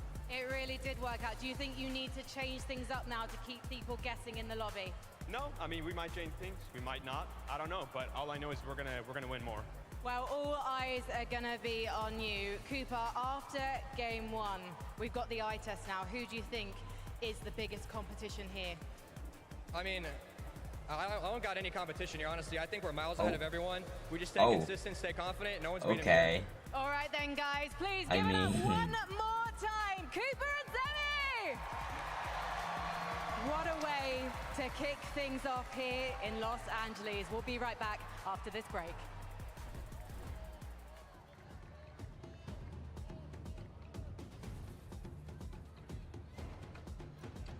Well. Why are we wearing a banana costume? That was...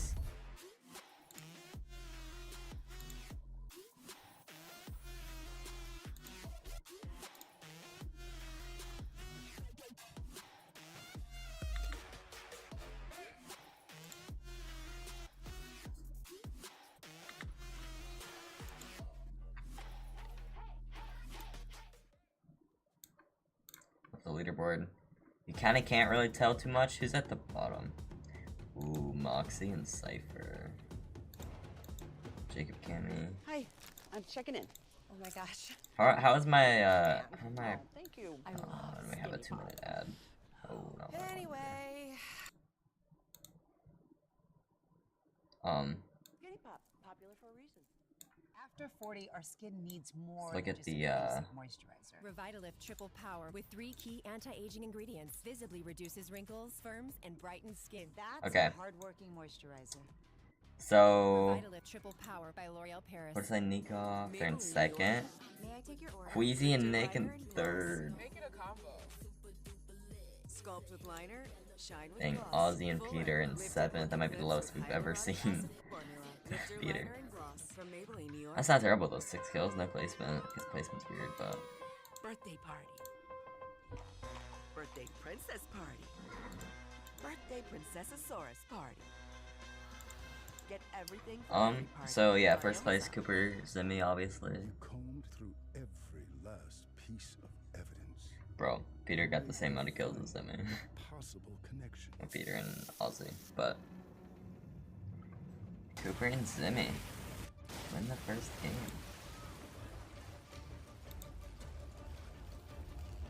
I mean, Nick 30 and Queasy might do better because it's just all take high, don't die. So I mean, these are my predictions are okay.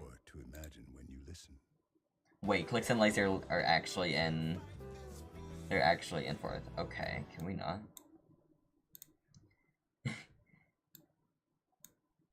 So Lazy and Clicks are actually. That's funny. How about where's Summer and Thomas in 15th? Where's Faxity? 12th? I mean, my predictions are okay right now. You know, it's way too early to tell, but...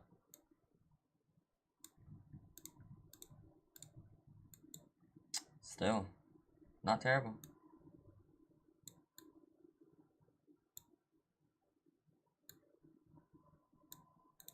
So the drop map seemed a little whack. Like, it didn't seem like everybody was actually going to their place.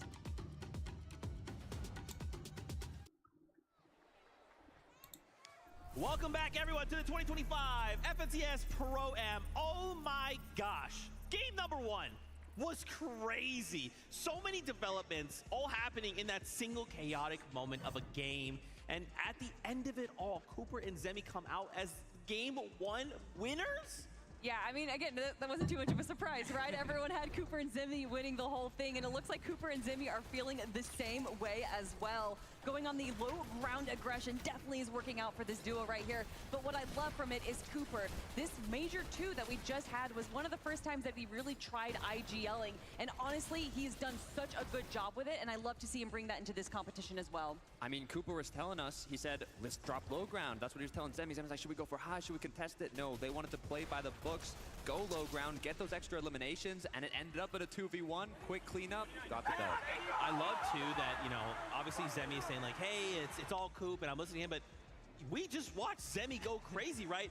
The mark of a good duo is, like, if your IGL kind of says, hey, this is what we kind of need to do, he's immediately there to just make sure everything is happening the way it needs to, and they're sitting there in that #1 spot right now after just game #1. Dude, Zemie, what I love about him, even if he's like asking questions like, hey, what should we be doing? What you don't have to question is his aiming. Wherever they are, whatever layer, if there's a 1v1 that's taking place, Zemie's not missing.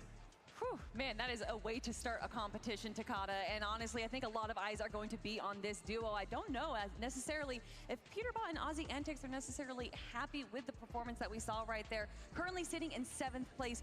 And if there's one thing I know about Peterbot is that when he thinks that there's a player that's doing better than him, he tends to target that player.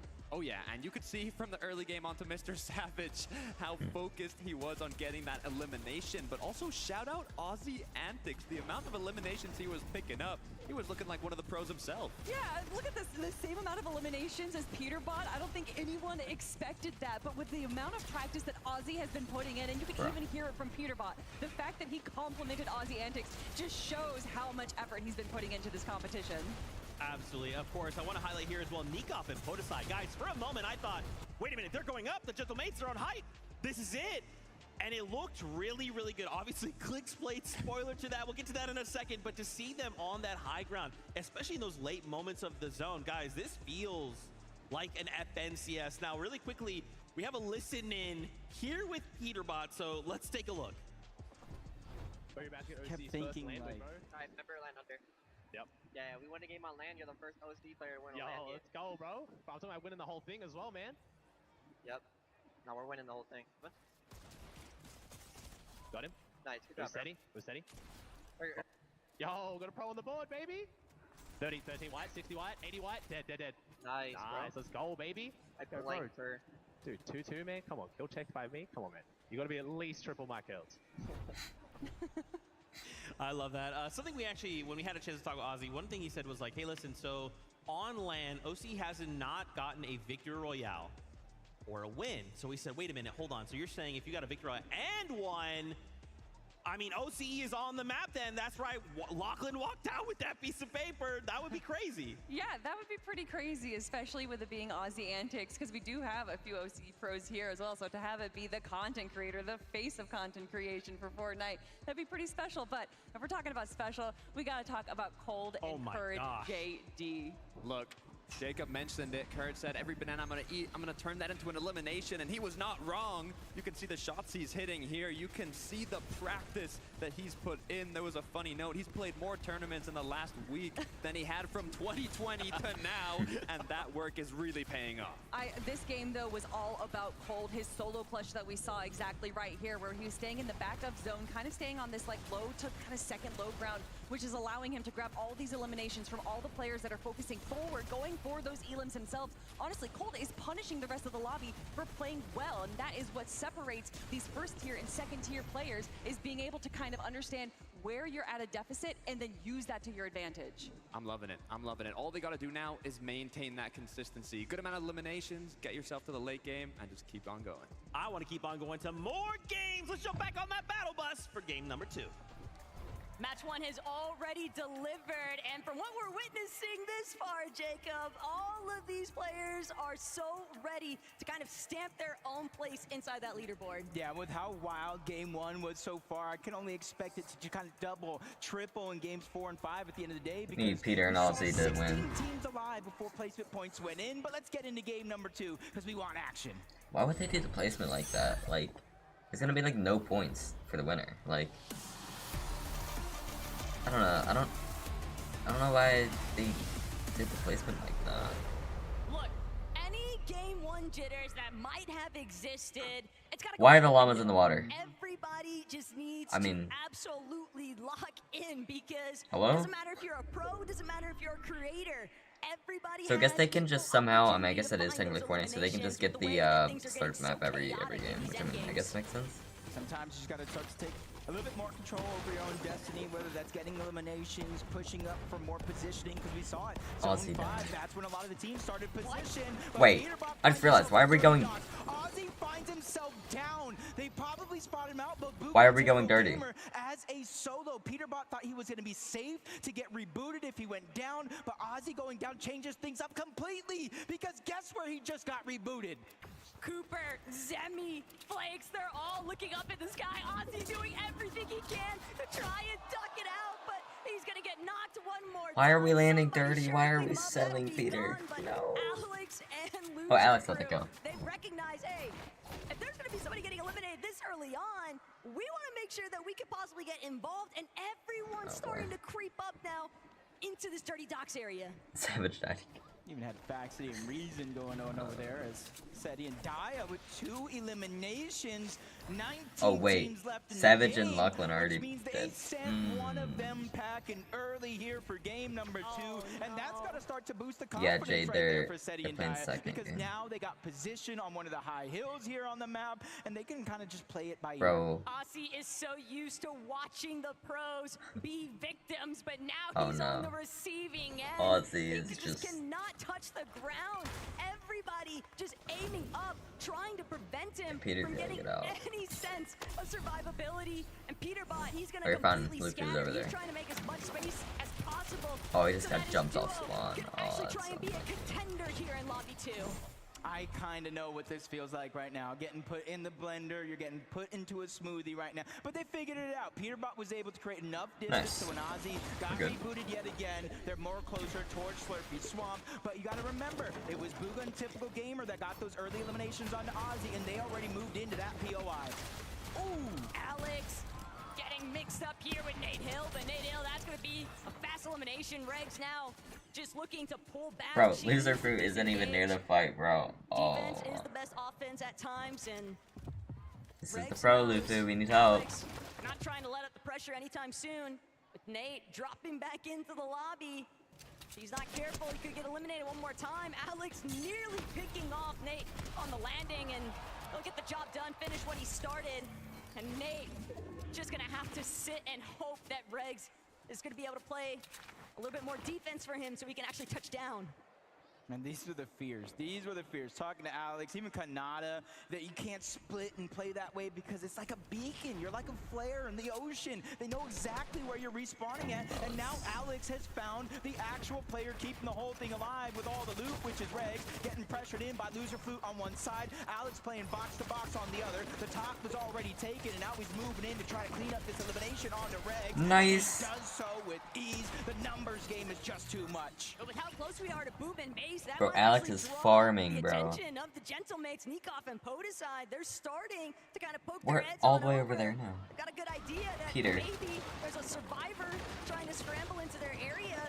Peterbot and Aussie, though, they left Slurpee Swamp wide What's up, open. Charlotte? And other teams have tried to move in, Oh but my Mongrel god, bro. doesn't I mean, stand that a was chance. crazy. Peterbot letting him know what's good for what feels like the millionth time since yesterday's games. And What? Peterbot, 2 eliminations already. He is just reminding everybody why you do not challenge him. I feel like that's just a symbol of Fortnite. Out with the old mongrel, in with the new Peterbot. Because Peterbot's got to be like the new toy right there. 5 FNCSs. He sees mongrel once again. I mean, a little bit of aim, missed Peter, opportunities there please. from Peterbot. Something that you don't see very often, but at least it lets us know that he is human. But it's just crazy to think about the fact that Aussie and Peterbot could land at Dirty Docks, and yet no other duo was able to take full advantage of moving into an optimal position at Slurpee Swamp to even try and cut them off. Sure, you've got Buga and Typical Gamer a little ways ahead of them, but even that is a fight that Peterbot is more than open to taking on head first. Yeah, confidence at an all-time high here. And we saw this elimination on the Mongrel. We let him know what's up right afterwards. Ozzy just kind of playing that safe game. Something that Ozzy's just playing his role pretty well, and he's not just getting that big head, that ego, and being invited to a competition like this. He said, hey, I'm just going to do what I need to do for my teammate, and we'll see what happens. Koyota and Captain Shota, they're just going to keep things moving. They don't want to get stuck between multiple teams. They're trying to prioritize just making it into that initial edge of zone. But Koyota, I think the weakest team is probably Mongrel and Alien. what he is capable of. That's probably honestly they're just gonna the look to hedge weakest their bets team. on taking this fight with Allier and Mongrel. Allier a little bit too split from his duo. He doesn't stand a chance. Koyota, just a menace to be reckoned with. That'll be his first elimination, and I'm sure that he's bound to continue looking up into the sky for more. So some of those things you don't see coming with the crash pads and the shockwaves. You think you're safe, but no team is nearby, and a blink of an eye, Allier gets jumped on, put back on respawn, and that's the same pain Mongrel's been feeling. So for this game number 2, Allier and Mongrel have been having such a tough time as Koyota farms another elimination onto Allier. Even if they're not getting the siphon mats, the minis that comes with getting the elimination, it's the points that really matter. We all knew that follow-up was inevitable from Koyota and Shota, but even more importantly still, we've got a little bit of a listen-in with a couple of our fan favorites, Peterbot and Aussie. Wait, Mongrel. On you? Yeah, yep. Yeah, I'm gonna go kill Allier. Yeah, yep, nice. That Yeah, Fiona? yep, I'm just getting the sled trap and then I'll help you, okay? Nice, very good. Farm out Good here, stuff, good follow stuff. Mongrel. Yep, yeah. Nice, very good stuff, man. So now we know what the starting point was Yeah. like between those two teams. Peterbot just called I mean, target. we thought Aussie Boom and Base was gonna be on con, but apparently everyone's here. Just a couple of seconds sooner Okay. on getting that elimination onto Mongrel, that would have been another team down and out of the game, but their strategy is not working so well because it's actually Zemie who steals away the elimination, Alex getting all of that loot. As they're trying to base up over here just south of Boom and Base, you see a couple of teams outside of the zone, a couple more inside of the zone, and you're seeing it's Podesite and Nikov, the ones that actually land off in this position, that are trying to take most use of it. But we just saw Alex with 6 eliminations, 6 points already, Jacob. Yeah, that's a And lot. yet there's only been one duo fully eliminated from this lobby. Seeing the struggles that happen if you go down too Blink early. mag And this is SMG. where I start to talk about a little bit of that danger zone. 5th zone going into 6. You're still able to reboot, but where you're going to go, you go too deep into the zone, you could get chunked out even with the barrels. It's Cammy, Jacob trying to play it very, very carefully. They know the whole western side of that zone is going to open up. They know it's relatively low damage, so they're going to hedge their bets in that direction. But with all that early commotion at Dirty Docks, glad to see Faxity and Reason are still kicking in this one. They're looking like they might be able to get a nice flank opportunity onto a couple of our teams that are pushed a little bit further inside this Look at that quick zone. stat. I mean, yeah, we're top 10. Big brother trying to be careful. Big Doesn't want to brother. overstep his welcome.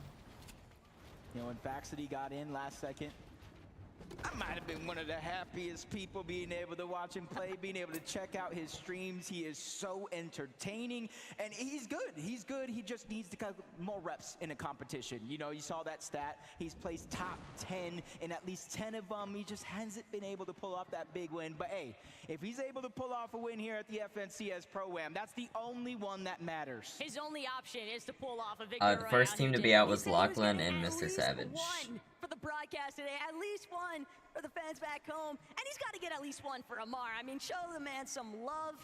Everything happens for a reason, though. And we'll have to check back in with Faxity to see what's taking place. Cooper, Zemie, wanting to get a little bit aggressive onto Daya and Seti. They're going to have to sit and wait. Seen at least 3 teams over towards Slurpee. One of them's going to get jumped on by Peterbot. That's Jacob, who does go down. Oh, It's there's actually one. Ozzy who gets the elimination. Third one of the game, and they get that legendary Slurp juice. It's going to heal up that shield and HP over time if they need it. I feel like one of the main reasons Ozzy and Peter are gonna win is because Ozzy will literally just drop Peter the best guns. Team is just outside of Slurpee Slump with them. It's gonna be Flakes. I mean, it's not like Ozzy's terrible too. I mean, careful because Peterbot and Ozzy but just are like, warming up and getting more and more dangerous as time like goes yesterday, on. Ozzy boxed up and literally dropped his entire loadout and just took whatever. He had double red eye, and then Peter jumped on team and won't be Grim as far as his HP can take him, though. And he'll buy a little bit more time here, but Gone and Flakes, they're not looking to let things settle. The rest of the lobby also taking notice of this team that's under duress, and Jacob will be forced to duck underneath that bridge, try to reunite with Cammy. Gone and Flakes gonna tarp their way through. They've got enough hard mats to make it happen. Who's winning right now? Cooper and You Zemie. don't want to burn all of your material too early on. They won game 1. They have the most Flakes points. gone, but let's go ahead Actually, and take a listen in. that was after Thomas, game 1, HD, and but Somerset, now how they're I don't playing know. through this end game. Because Alex has a lot of kills. 1.5, 55. I think we're just gonna have to be a little aggressive. Wait, there's a on guy it. that was the guy from before. Yeah, there's a team box. I like that. I like that. Everybody knows Thomas HD, probably the IGL from the team, but Somerset just letting her opinion be known. We might have to play a little bit aggressive, giving up that information. And if I'm Thomas HD and my teammate says, look, we got to start getting aggressive to close the gap, I would be with it, especially if I got a mammoth. Thomas was just so nonchalant about that elimination, too. It's like he had no other expectations but for it to go his way as Alex finds yet another knock, potentially having been stolen away from him, though. But no, it is credited Nate Hill. Will one more time be added to the tally count here for Alex and Loserfruit. Oceano showing up big right now, and Loserfruit herself, she said, all I want is to place higher than Locky. And with the way that Alex is firing off on all cylinders right now, he might be able to make it happen. A power grudge match, and Bro, honestly, Alex with those like, 7 eliminations. what do we as that one do? gets taken away by Cold and possibly Faxity as well. Yeah, Alex is. I think this might be the yeah, most he's popping eliminations off right now. we've actually been able to see. I know it's only been 1.5 games so far, but with reboots turned off, that's where the pressure is really going to be felt. Nate Hill, Reg separated a little bit too far. It's only like, there's like no placement. It's 10 points per win, and like placement doesn't start until like top 5. It's crazy. And it's 1 point for every kill. So like Alex is like doing really good. Kills is like the only thing that matters. Yeah, Loserfruit's just there. And he's, Courage, a little bit she's pressed just here there. for the loadout. But he's Not at really least a got lot happening. 150 in that chug jug. They can still work with this. They would definitely like a refresh because every elimination point, we're going to need to see some of these teams start going big like other individuals already have. Why are we carrying 2 shotguns? He does have that exotic SMG. Every time he reloads, he does get that 0-point dash effect a little bit. Doesn't last a long time, but hey, in an end game this chaotic, it's the little difference makers that really count. As Jacob and Cammy just trying to go ahead and cement their position. They know it's not a far rotation to zone, but how dangerous Moxie's this everyone lobby is. straight up in the air. That's probably Things not could great. turn sideways. Instead of going through, Moxie, Cypher going up and over, and Sable, Ronaldo, Kanata are trying to get denied entry. Everybody just preventing Ronaldo and Kanata from moving even 1 inch closer. They're going to be forced to actually pull back, try and drop as much wall coverage as possible. But it's Peterbot and Otzi that are refusing to let Kanata and Ronaldo get any closer. They want full control of this low ground position, and they've got it. They've made Kanata and Ronaldo use so much of their builds. Ronaldo doesn't really have a whole lot left to work with. They're going to need to find an elimination for a refresh. Yep, and this is a good opportunity here. Of course, they want a shockwave to the front, but at least they're able to get a little bit of point of view where their competition is at. As soon as they make their way there, box Oh my god, up, Queasy and Nick on height again. They're on height last game, bro. Take height, don't dive. Going for that Nick, high ground 8 zone. There's still a couple more, so hopefully it works out this time. But it's the Queasy Classic. Get height, don't die. He said Nick was moving earlier while they were doing their warm-ups this morning. And Nick, he knows sole responsibility. Just apply pressure to whatever angle that Queasy doesn't have full tabs on. They just want to prevent anybody from moving up with them. Got to be careful for those shockwaves. Any team down below could shockwave up. try to hit a little bit of surprise attack. Ozzy went down not too long ago, which leaves Peterbot by Oh himself. no. And I said the same Ozzy thing died about Cole. again, It's bro. a different No. feeling when you're Peterbot as a solo. He doesn't have to play to help Ozzy. He doesn't have to play to help That's He true. can just play as a solo without a worry, but it comes crashing down. Yo. Nick at 30 has gone and played look up and send them packing. And Queasy doesn't have any mobility. He's going to be forced to actually commit to those Oh. lower layers. Oh. Once he can find a refresh, but the punishment is steep.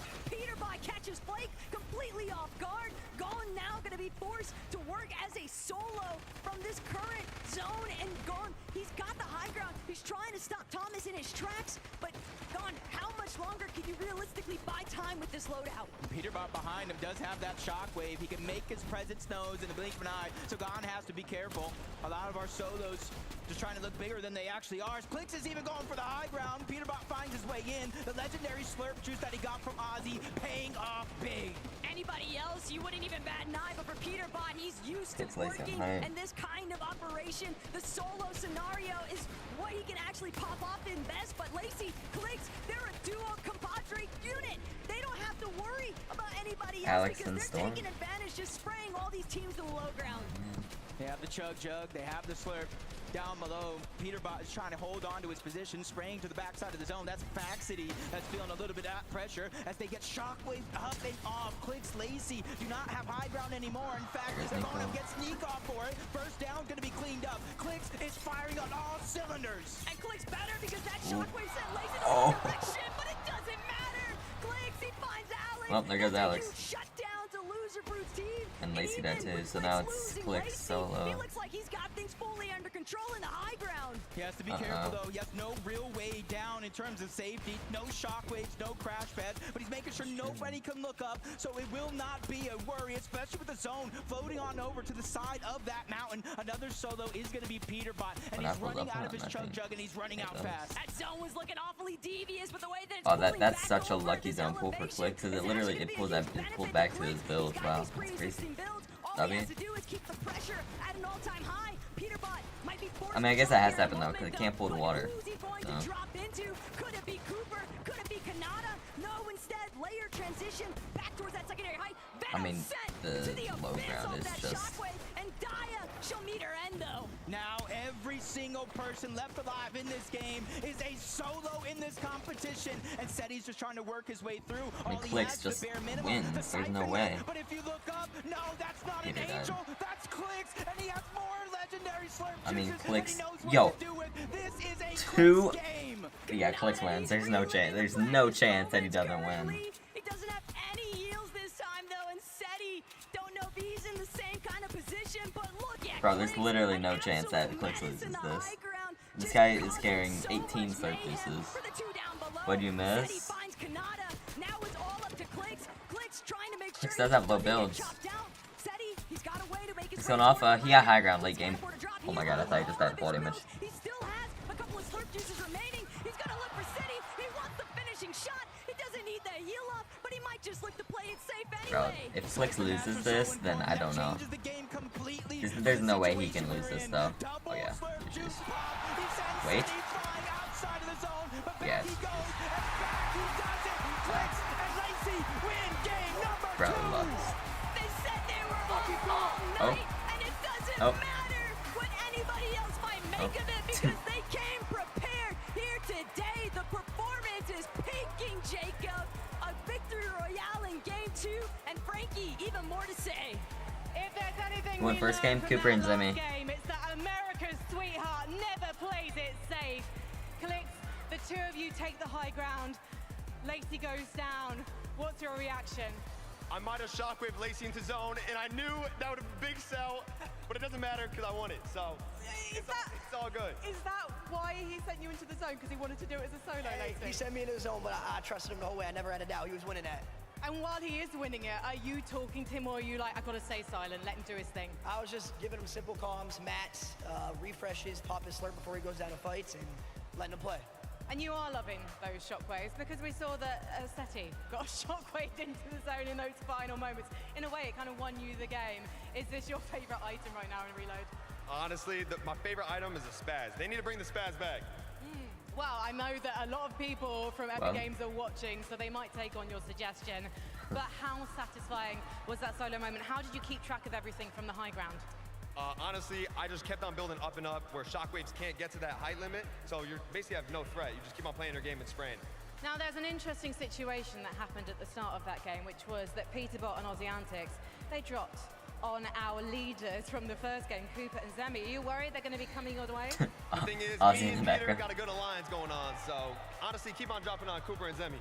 Excuse me, we want a fair fight. Hopefully we're going to have one. Before we head to the break, though, please, Galen Center, show your appreciation for Clicks and Lacey. We'll be right back.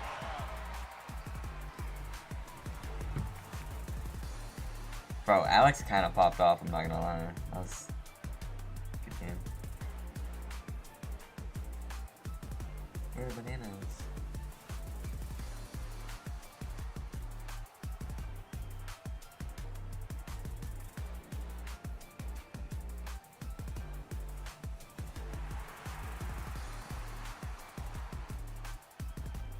Oh, and we're showing the replay. Alright.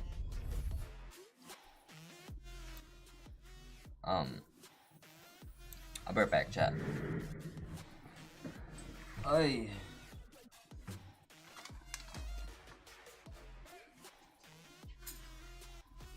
Hey, it's Dad. Why did you order tattoo cream?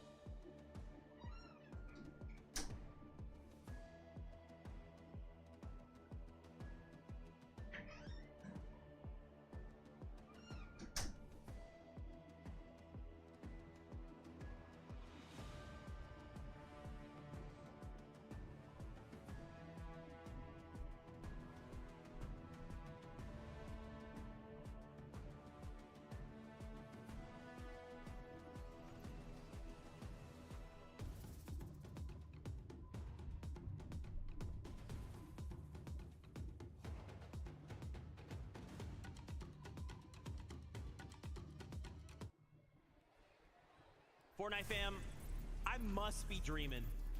Clicks, Lacey, victory royale, game number 2, and the craziest 1v1 I feel like I've seen in so long.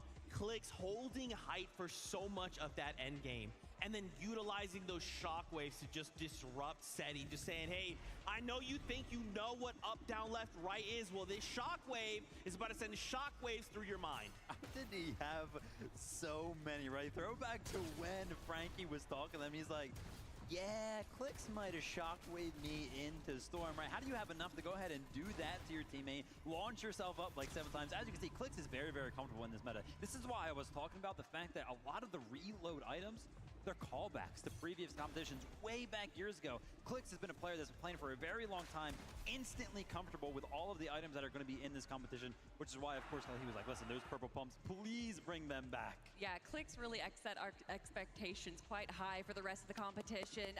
And, you know, like you were saying, he was doing such a good job on the solo high ground and getting an elimination onto Podesai and then getting an elimination onto Alex. By being a solo player, that's when we typically see these pros kind of tend to take a step back, slow down a little bit.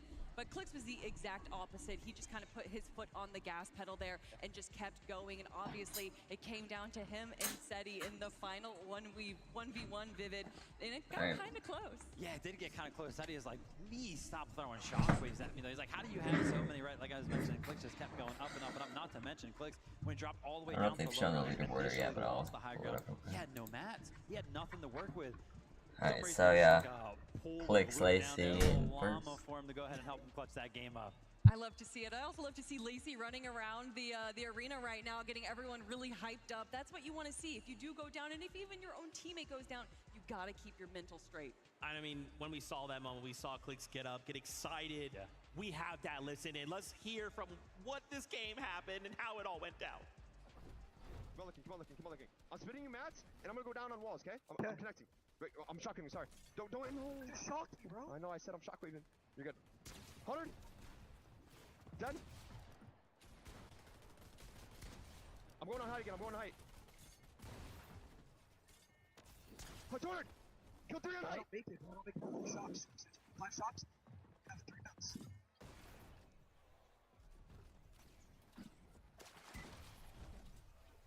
Let's go! Let's go! To be fair, Zeke, Clicks did come that he was shockwaving. You know, we all know how chaotic Fortnite games can get. Technically, he did comment. We'll just let it slide, because you know what, he got a victory royale. So at the end of the day, it's all good. And now there's currently holding that #1 spot, 27 points. It is looking so Aussie, good. Peter, and Right Fizz, behind them, okay, right? not Cooper terrible, and not Zemie, so they're bad. still holding strong as well. Whoa, whoa, whoa, but right behind them, tied up 24 points there. I see Seti and Daya sneaking into 3rd place right there. You know, I was swore that team was going to be good on paper. But yeah, Cooper and Zemie again, instantly getting contested towards the top of the leaderboard right there. That just shows how close these Fortnite competitions really are. Yeah, I mean, we talked about it after game #1, that once Peterbot gets eliminated by someone, once he gets down, he wants to go for that 1st place player. He wants to prove himself. And unfortunately, if you're going up against Cooper, it might be a little bit risky. And obviously, Aussie Antics being left alone there definitely spelled a little bit of a disaster. So I don't know if we're necessarily going to be seeing that strat again out of them. But Cooper, Zemie, 2 strong games in a row, Vivid. Yeah, I mean, super I'll be right back strong. again. This will be a lot shorter. The early contestation over at the Dirty Docks, things are already getting spicy over there. Peterbot and Aussie landing over that way. I was like, whoa, whoa, whoa, what happened? How is Booga taking out Aussie and this and that happening? Everything's going crazy already. Yeah, you know, and still game 2. Zeke, we have so much more. There might be a possibility that we see Peterbot pull out the teeny strat and just land in a new spot every single game. I would love that. And the only other thing I want to see out of these games that I've seen too much of is my boy Ali getting bullied, okay? Leave Ali alone. Let him play his game for once. But man, Nika Podesai as well, going sicko mode in these games. Reload is just so much fun. I'm loving this like extra layer of just chaos, right? Again, you just never, like, as you're swapping perspectives, you never know what a player's gonna have. Sometimes it's a loadout where you're seeing, oh, shotgun, AR. Sometimes you've got shocks. Sometimes you've got some crazy mythic or exotic. You know, you mentioned layer, and I really like the layer that they're playing here. They're kind of going for the 2nd high ground, and you can see even in those clips right there that they're paying attention to high ground. They're peeking behind. They're going for those chops because they understand that although eliminations are great on low ground, there's just so many question marks on if a player just pops in behind you and gets an elim, but high ground is a little less contested. Guys, I want more action. Let's get back up on that battle bus. Taco, Jacob PR, over to you. Games. We want more games. and I'm honestly keeping my ear to the street. The whole Fortnite community is saying this is fun. This is what it's all about, and I can agree. That leaderboard was looking crazy, though. Seti and Daya, you cannot sleep on their performance so far today. And Jacob, we're about to hit the halfway point. Because game 3, ready to ride.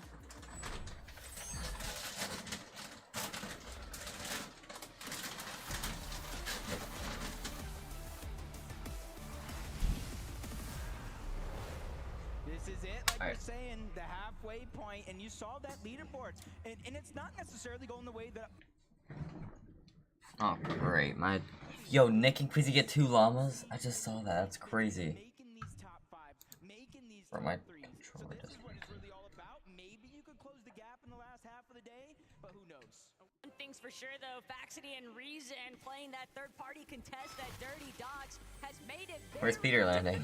for Flakes and Gone to find that level of consistency in comparison to Zemie and Cooper. They've just been silently sliding through those end games. We saw their game 1 pop-off, too. And other teams, they're going to have to step it up or they'll fall behind.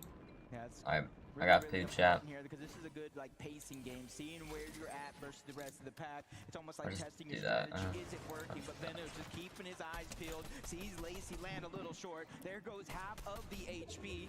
And I don't think Benno's going to go on this great chase. It's a little bit too risky, especially since he doesn't even necessarily know where Clicks himself has landed. So he doesn't want to get taken down a little early. I think if Benno had a shockwave there, he would have gone for it. He would have full sent it, but no mobility means you're going to have to come to a halt. Alex on the other end, he's got Cypher PK in his sights, and Cypher, shockwave to safety. Just in the nick of time, he'll be able to reunite with Moxie, and she'll play that supportive measure, that backup unit. And that's going to stop Alex in his tracks. He can't continue to press that issue. You know, watching the Milk Cup, Moxie was trying to make a last game run in that final game of the day. I think they had like 15 plus elimination before they eventually went down and were cut short. But that's the type of confidence I do want to see from these teams. Take control of your own game. Get aggressive when you can, especially if Alex and Loser Fruit are landing on you and trying to take the fight and catch you off guard. Scenes at Fort Crumpet, though, is just Queasy trying to take advantage of Seti and Daya spotted off on the bridge a little bit further north. And Queasy, he's always got a very familiar strategy, Jacob. Doesn't matter if it's FNCS, Major Finals, or if it's the Pro-Am. Queasy's going to be looking for height every single time. And so far, about the 8th zone in first 2 games, we have seen them kind of lead the pack in terms of consistently being up there on that high ground. It's just closing it out has been the struggles. Whether it's somebody shock-waving you off of the high ground or you doing it yourself, they need to figure out how to close out those mistakes and kind of minimize how many they're making. It's Koyota, Captain Shota, Log Jam lodging. They're just kind of looting up slowly. There is one player towards their south that they might have to be careful for, but this is a team that is coming in as a little bit of an underdog, so to say. Nobody really expects much from them, even though Coyote is always breaking the mold and showing us new tricks in competitions just like this. Oh, you can't say nobody, because Captain Shota, if you got a chance to talk to that guy like I did, he was just calling out, we are going to be winning. It's going to take a little bit of a pop-off now to play catch-up, but Alex... Wow. Mid-air by Nate Hill. Nate Hill's prime. Bro. Loser Fruit just boxes up, just waiting. It's just wait that full 10 seconds. She's just hoping that Alex is able to actually touch ground, though. Oh, my. I was saying Nate Hill got a good upgrade because he didn't have a shotgun before, but now Regs has the mythic mini gun in reload. That is going to shred if they can keep it towards the end game. Fresh off the respawn, it's Loser Fruit this time. Come on, Lufu. Please kill Nate Hill. They're able to take down Loser Fruit, but I hear the crash pad, and there is so much distance being made by Loser Fruit with that heads-up play. But Nate, he's got to be real careful. You don't want to get over-ambitious. You don't want to draw too much attention. Alex really looks hiding, waiting to see if he can get an angle and opening any kind of way to find this knock of revenge onto Nate Hill. But Nate immediately causing that elimination take place onto Loser Fruit now means that Alex will be forced to just continue hiding. He gets a little bit of the zone. It's just unfortunate where Nate Hill and Regs are currently positioned at. He can't really rotate to either the left or that right side. So he literally has to wait until they disengage off that position before he can do anything. Deep into Dirty Dogs. Faxity Reason, a late entrant not only to a competition like this, but a late contest on this side of the map, and it looks like they're leading the fight. Reason does have the breacher, so he can break through these builds relatively easy, but they're shock waving to try to find safety, and Reason is going in onto Gon. They realize this is a 2v1. It's now or never, but a big shot from Gon is going to slow things down. And Flakes, he's got to come play a little bit of supportive measure. He knows that Gon just got a huge crack onto Reason's shield, but Baxity, Reason, now split angle approach. Gon gonna crank all the way to the high ground, just crash pad to safety. He does have a chug jug, and with Flakes nearby, Flakes is gonna be the one to actually cut off that line of sight there for Reason and Baxity. But this fight at Dirty Docks, it's inevitable, Jacob, because there's only one way to actually make it towards the edge of zone. Baxity and Reason, we're going to have to approach one of the two other teams landing in that POI, and it just happens to be the Brazilians every time. Yeah, and it's just now turning unfortunate for both of them instead of just Baxity and Reason. The zone is pulling further and further to the east, so there's so many more teams that they're going to have to find a way to make their way through, including Peterbot and Ozzy, who just got their first elimination.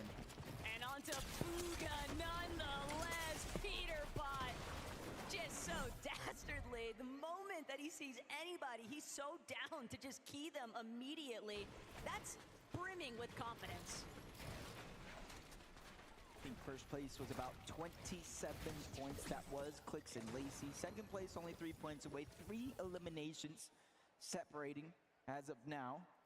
But you can see that two teams still over here. 1 damage per tick in the zone. There's a lot of chug barrels, a lot that you can go ahead and recuperate the HP, the bandages as well. So it's not too much of a worry that they're staying here, but look at all the resources that they're using. Reason is almost out of those small bullets. You see him just 5 shots left in the shotgun. Luckily, Baxity is there to finish off that elimination and give him the loot he so desperately needs. That was a great snipe by Baxity, making sure to cut off that escape angle. But at the same time, Jacob, they spent so much time. This was such a steep investment, fighting for so long at Dirty Docks, and they're not exactly better off for it. Loser Fruit gonna add to the count, though. 1 more elimination for Baxity and Reason to take advantage of. But they are still out in no man's land compared to where other teams are already positioning inside of the zone. And with the amount of time spent, they might as well just continue to play exclusively for eliminations. Yeah, especially since, you know, if you're in full control, you have all the loot, and you hear those players just getting rebooted over and over and over. You know that that solo player is staying by, and you can just continue to farm just like they're doing so far. Cold and Courage rotating through Slurpy Swamp. They have to be careful. Seti and Daya right above them. Mongrel on Ollie A just close to the zone, and there's still one more team as well.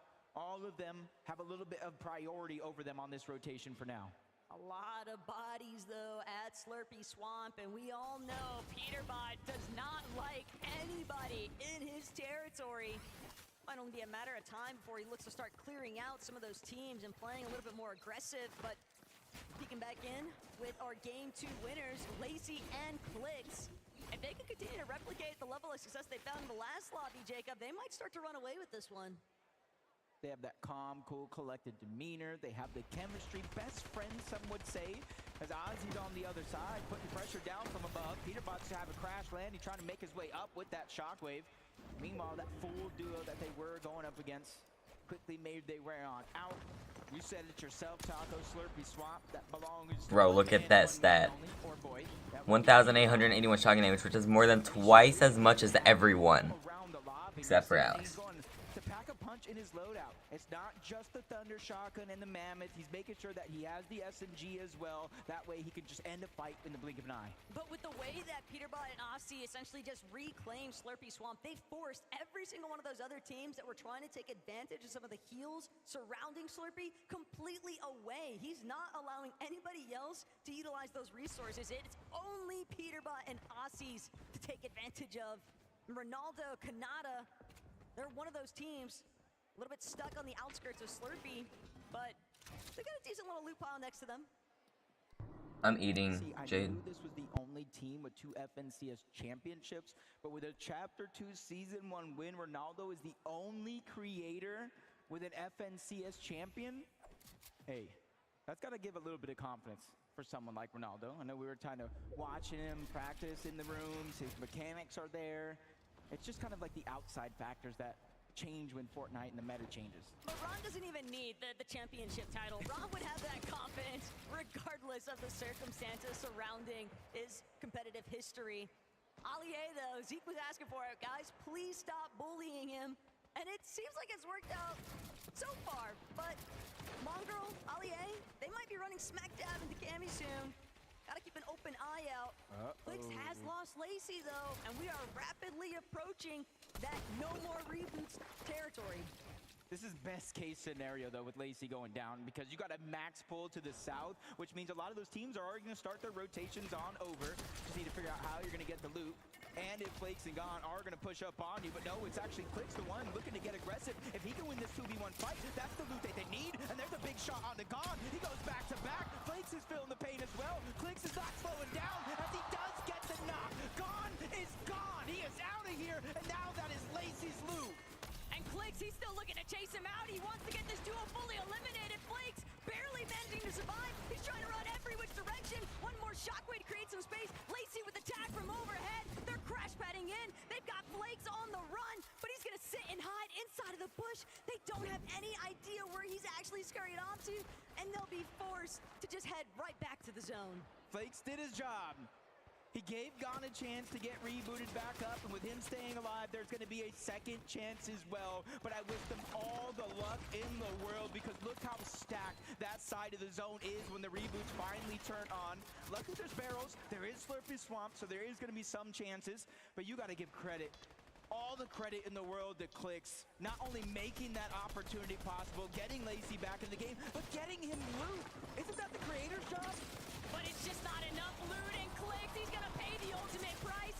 Well, GG's. Everybody holding into their position, and they're down and out for the count, Jacob. They'll go back to the battle bus for game 4.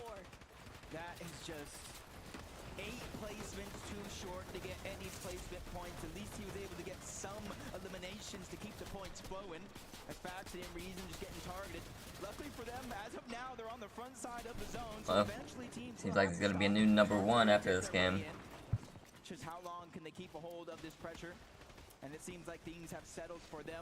So it's about assessing the situation. And you can see they're using everything that they have, every resource. Bandages first, then the chug if needed.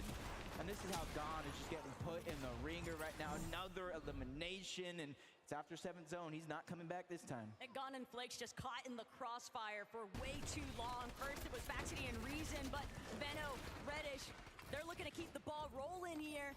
Reddish is gonna have to take a moment, replenish some of those shields that she lost.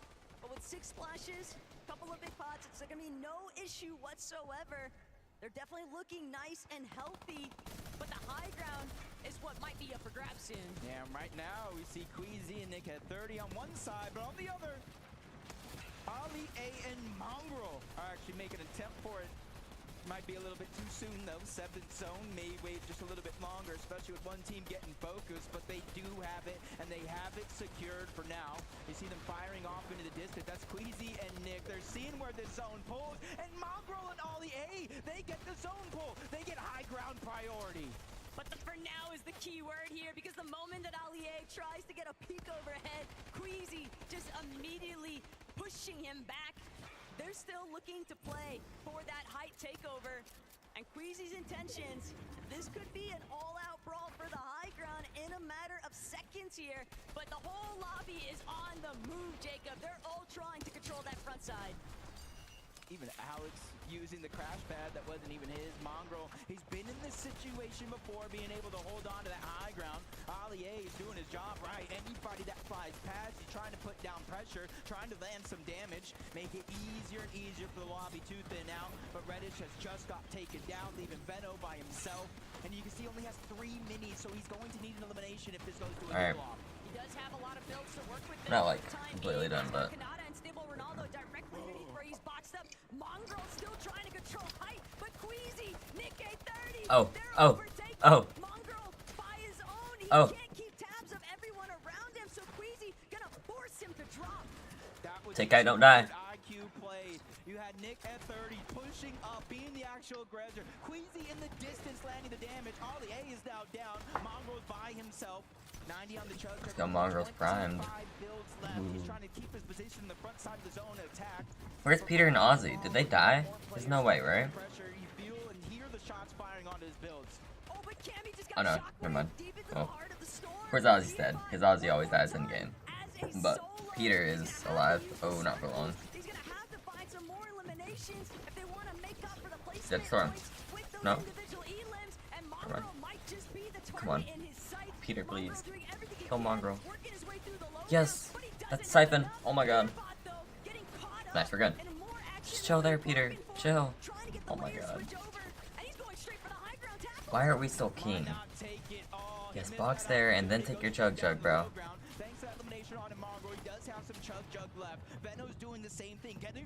Lord, bro. Lower and lower on his current position.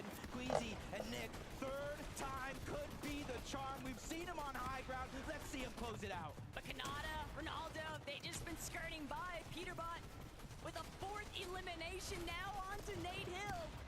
And it could be disastrous for Savage. He's trying to see if he can make his way forward, but Peterbot is going to be the one caught off guard. Rex from that sucks. behind, just Peter and Ozzy are not doing great. the lobby, no roar, but Rex paying the ultimate price. She's also been eliminated. Thomas bringing down Mr. Savage, and it's all by himself that he's got to keep this one alive. Oh no, Shockwave just a little bit too far in the zone. Only 10 on the chug, so that's essentially going to be a non-factor. Down below, one of the few duos left in this game, Ronaldo and Kanata. They are the ones on the hunt. They are the ones causing complete chaos down below, especially for any team that crosses path, and the gentle mates have just been separated. Wait, imagine Renato and Kanata win this game. Yo, that would be insane.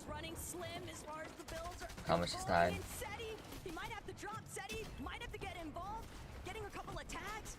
Kanata's shield's so incredibly low, but Seti, he's all by himself. He's just trying to stay out of the line of sight, and he can't. Yo, there's only 3 teams. So Seti, Queasy, and Nick. Oh. Top 3, at least he's staying consistent. Nick dropping down. Nick, don't die, Storm. Nick, please. Nick. Don't die, Storm. Yes, nice, Nick. Give no mats. No. Yeah.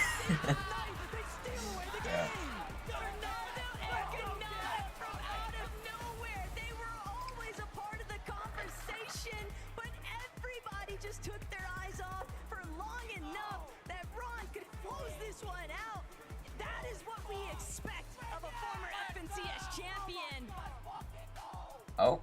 Hey boys, don't lose your voices before you've had a chance to talk to me. Pretty excited about that one. Everyone had their eyes on you going into this competition. And game number 3, you finally show up. How does it feel? I mean, this guy right here is the GOAT, man. This guy's the GOAT. This guy's solo clutch, and you know me, I'm a FNCS champion. I carried my squad back in 2019. You know, the genetics and everything. 2019, we just by the way. to do it. We waiting. When's next game? I mean, to be honest, that was probably the easiest game of Fortnite I've ever played in my entire life. All right, I'm not gonna even lie. We finally got a South Zone. Finally. If those who know, you know what I'm saying? We finally got a South Zone. The first 2 games, we're top left.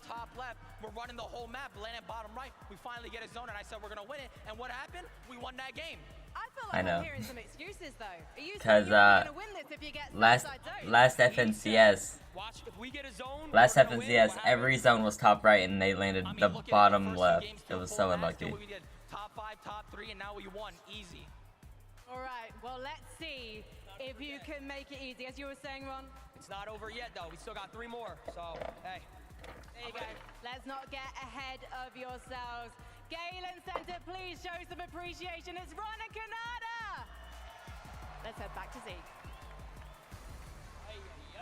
No way! The Pro-Am is delivering on the entertainment right now. Oh my gosh! I feel like I went on full screen I'm like just that so in background. love with this format. I'm so in love with Reload, and I'm in love with everything we're seeing right now. I cannot believe we got a win from Kanata and Stable Ronaldo!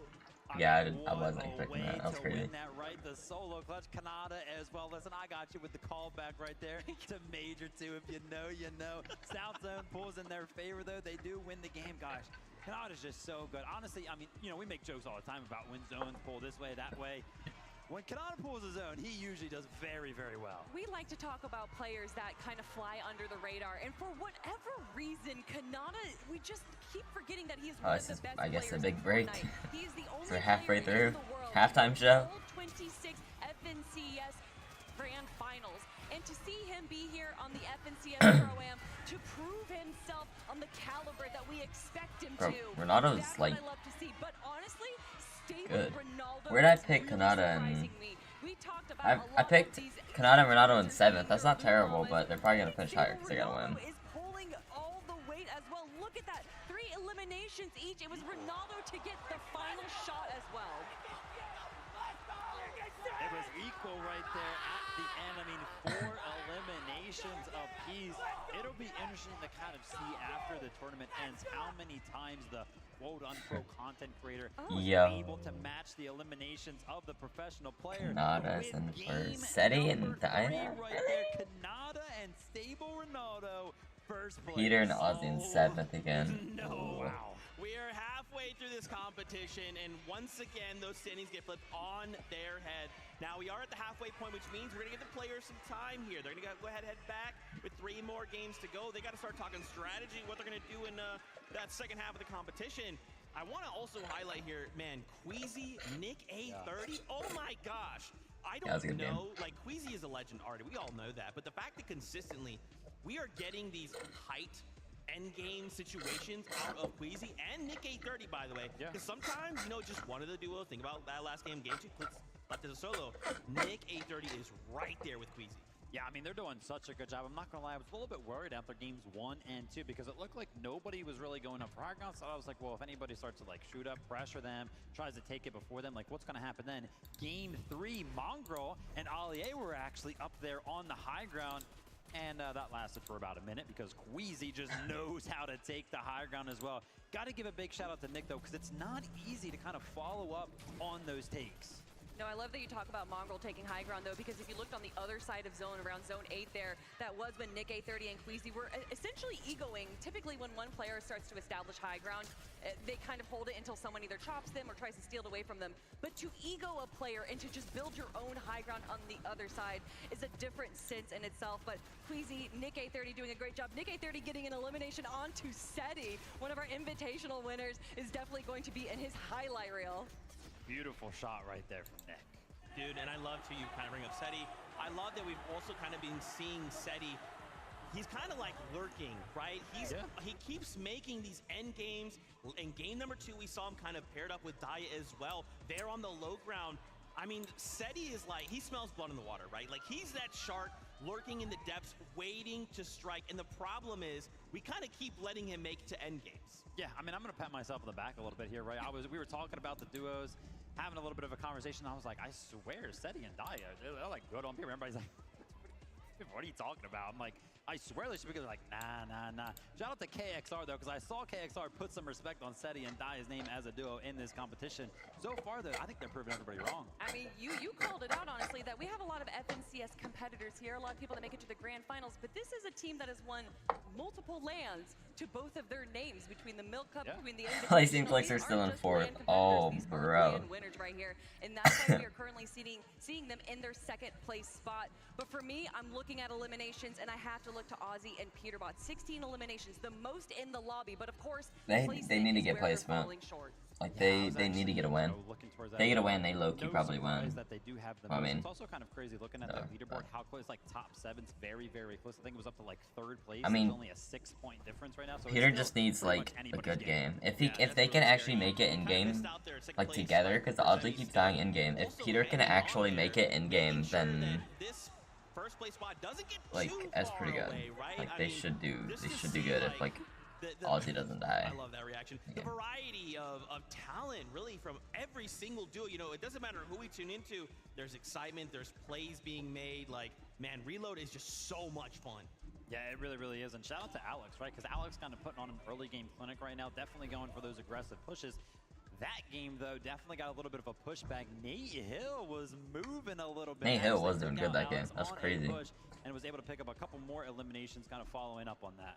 Yeah, we like to talk about kind of these micro adjustments that players make during the tournament, because although you can prepare for Reload, playing at home, playing ranked games, there's only so much that you can really prepare. I'll play a reload game. Why not, right? Not build. But it's like a 30-minute break, so actually play a game. That's in that. How many people are in Legends League right now? Not actually watching the stream. 34K? Why are there 4 people on my friends list that are playing it? That's what happened to my controller. My controller just completely did. I can't get out of this. Okay. Lindsay. Oh, Lindsay, Clicks is in 4th right now. Clicks and Lacey are in 4th. I'm actually playing the game, bro.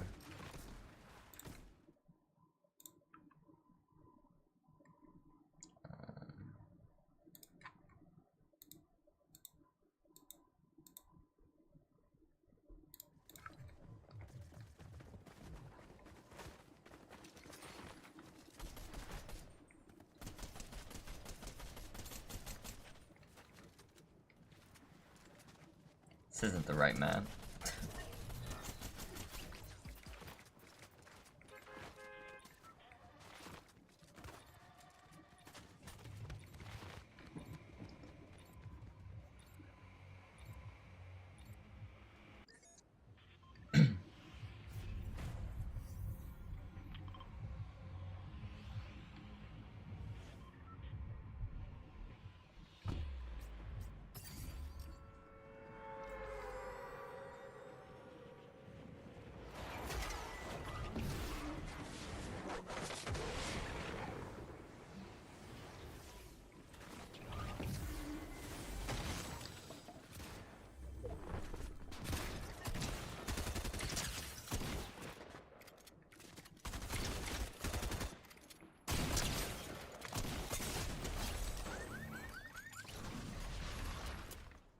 I didn't expect half the lobby landed here, but alright.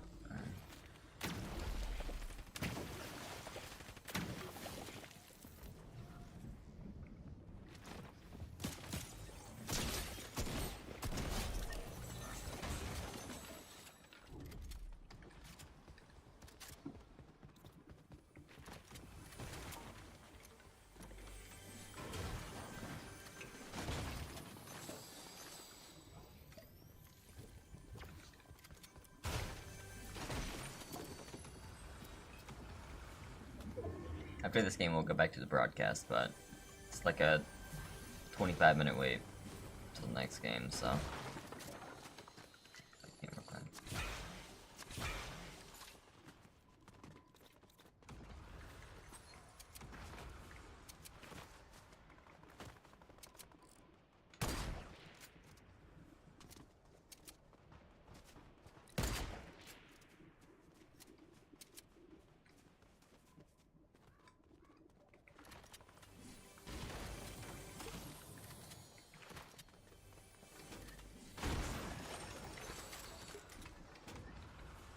Yeah, Jade, there's like a 20-minute wait, because it's like, half of it's like over. They're taking like a 30-minute break, so I'm gonna play a reload game. I mean, I haven't played, so it's like the first game in forever, but, and I haven't even played a reload game in a while too, so. But, it's quick. After this game, we'll go back to the broadcast. Go back to watching it, but this is the big break right now.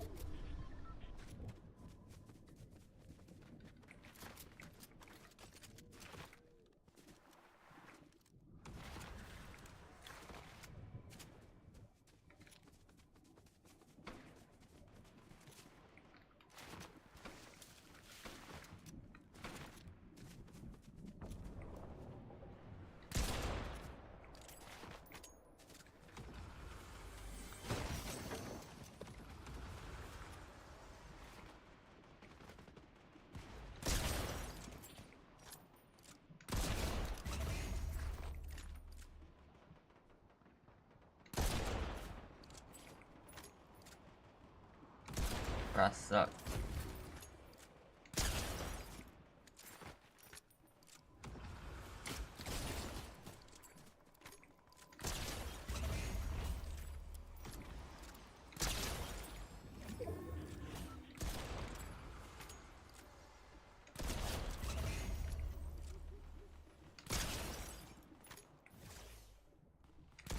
Bro, what am I playing? I'm just getting aim training with the mammoth, bro. Oh my god.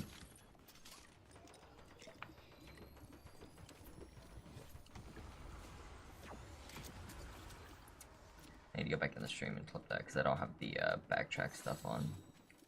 I can't really clip it. Oh, I'm out of ammo.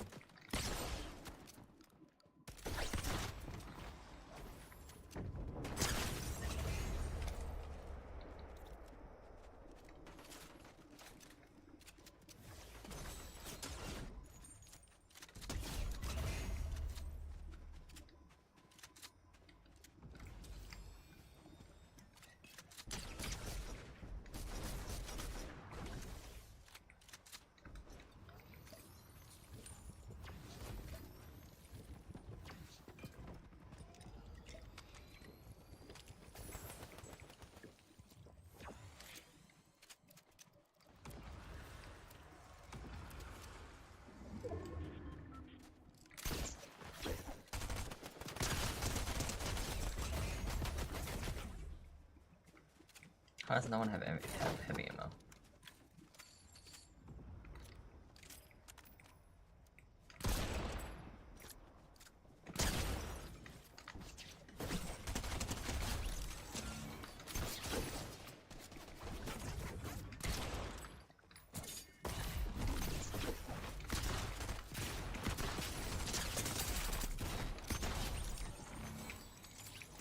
Please give me the chug jug. Thank you.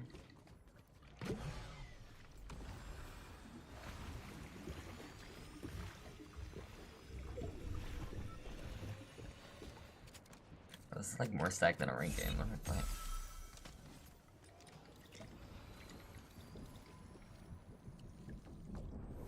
Yeah, land back on me with a gray AR because you just think you're the best. It's a good idea.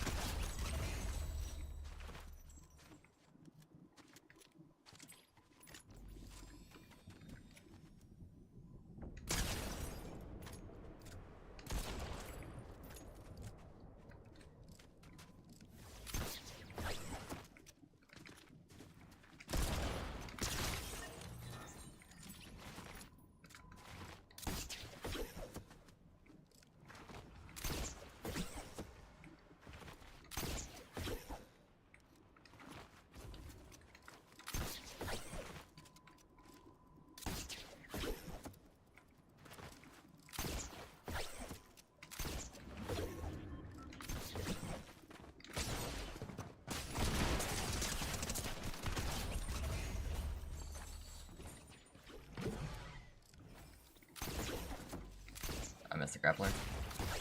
Yikes.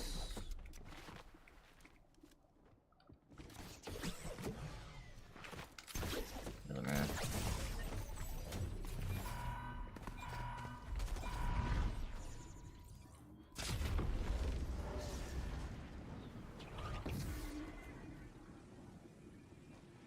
It's fine, there's a lot of loot over here.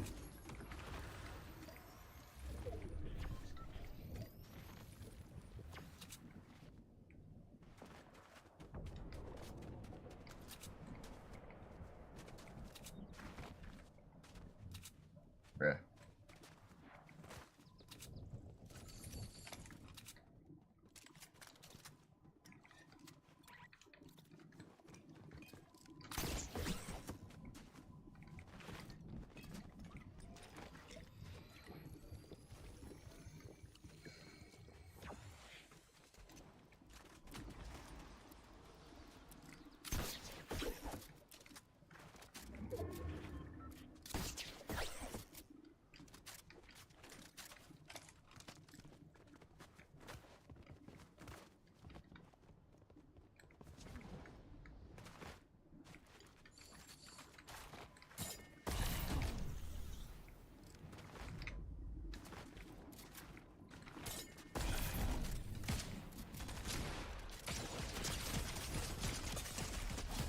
Bro, what was that?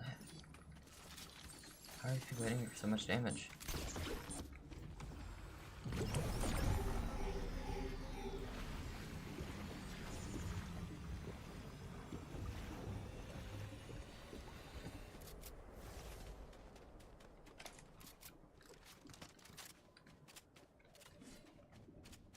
I don't know how I ended up pulling out the red eye there though, but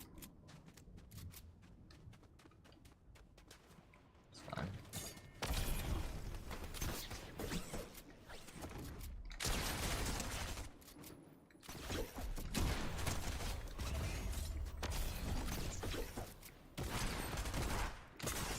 Wow, the combat's just the best shotgun ever. Guys, 21 kills? There's no way.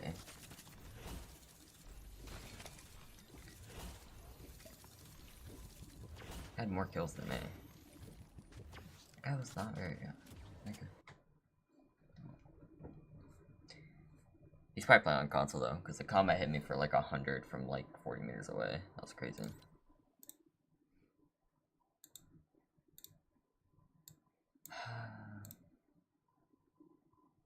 I don't know how these.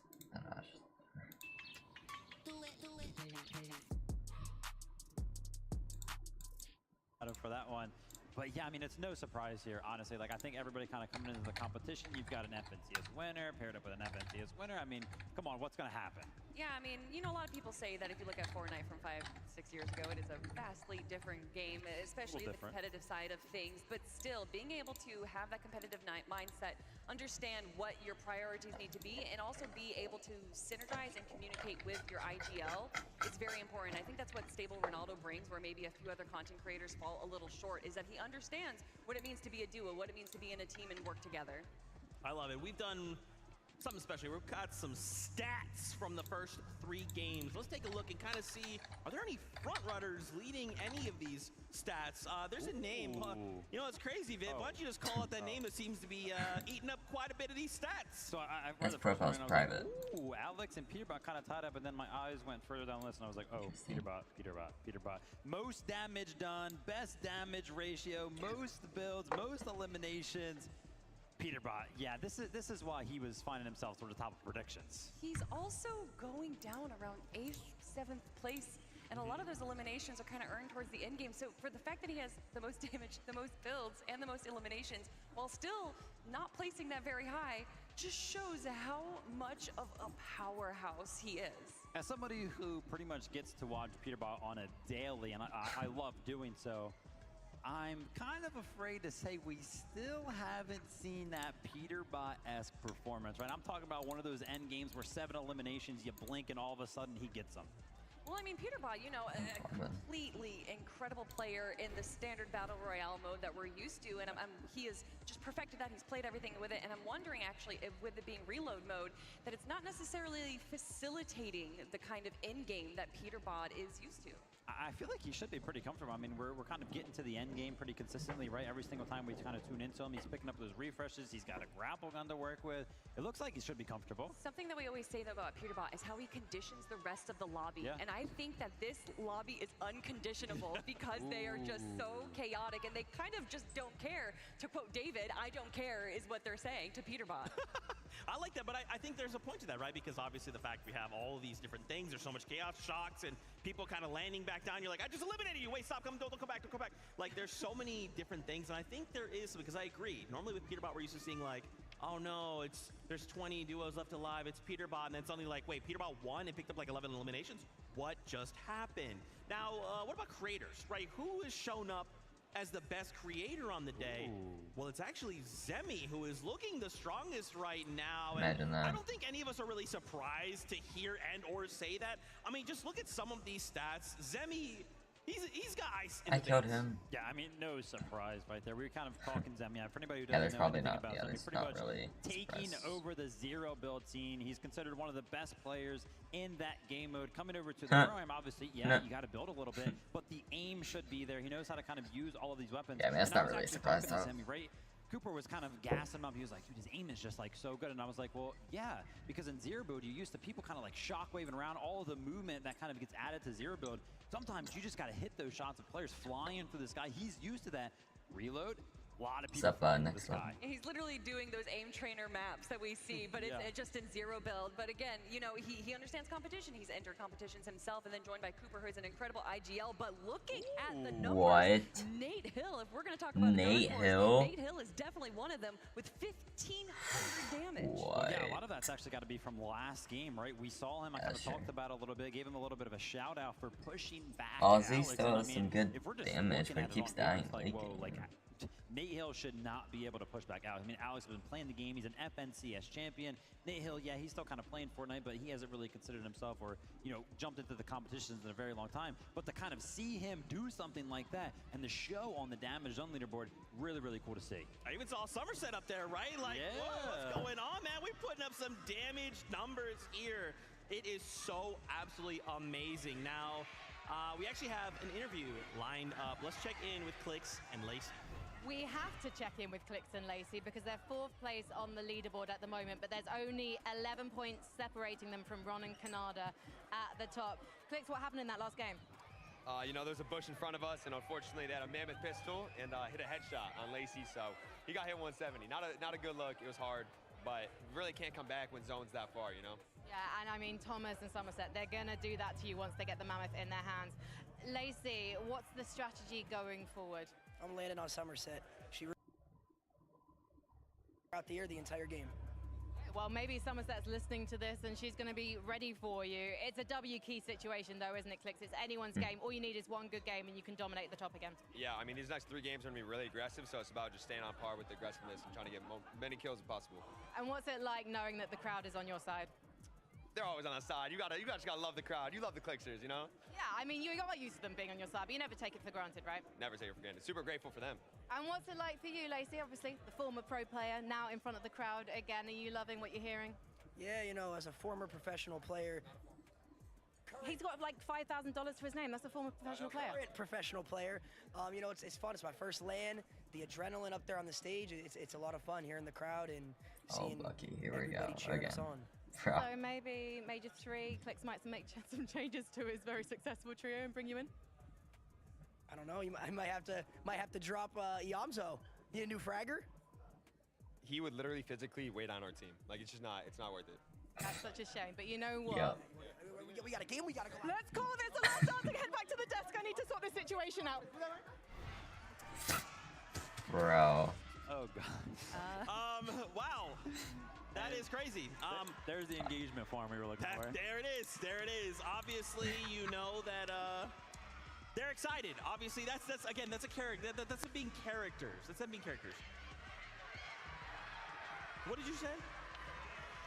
Uh-oh. Oh, Oh, it has to do with the VOD review. Okay. Well, okay. I'm gonna be honest. You know, you're talking about excitement, and we just saw Clicks and Lacey backstage. A lot of people are coming to the stage right now. I'm guessing that they might get a little bit more excited in the audience when we do see Clicks and Lacey come out. But I just love to hear from Golden Boy that Clicks really surprised him, and I think you know, a lot of people kind of just, for whatever reason, see Clicks as a content creator first and then a pro player second, but he has just brought so much to the table in Fortnite competitive over these last years. Absolutely. Let's take a look at some of the stats. I mean, you know me, I love stats. It makes things very, very simple.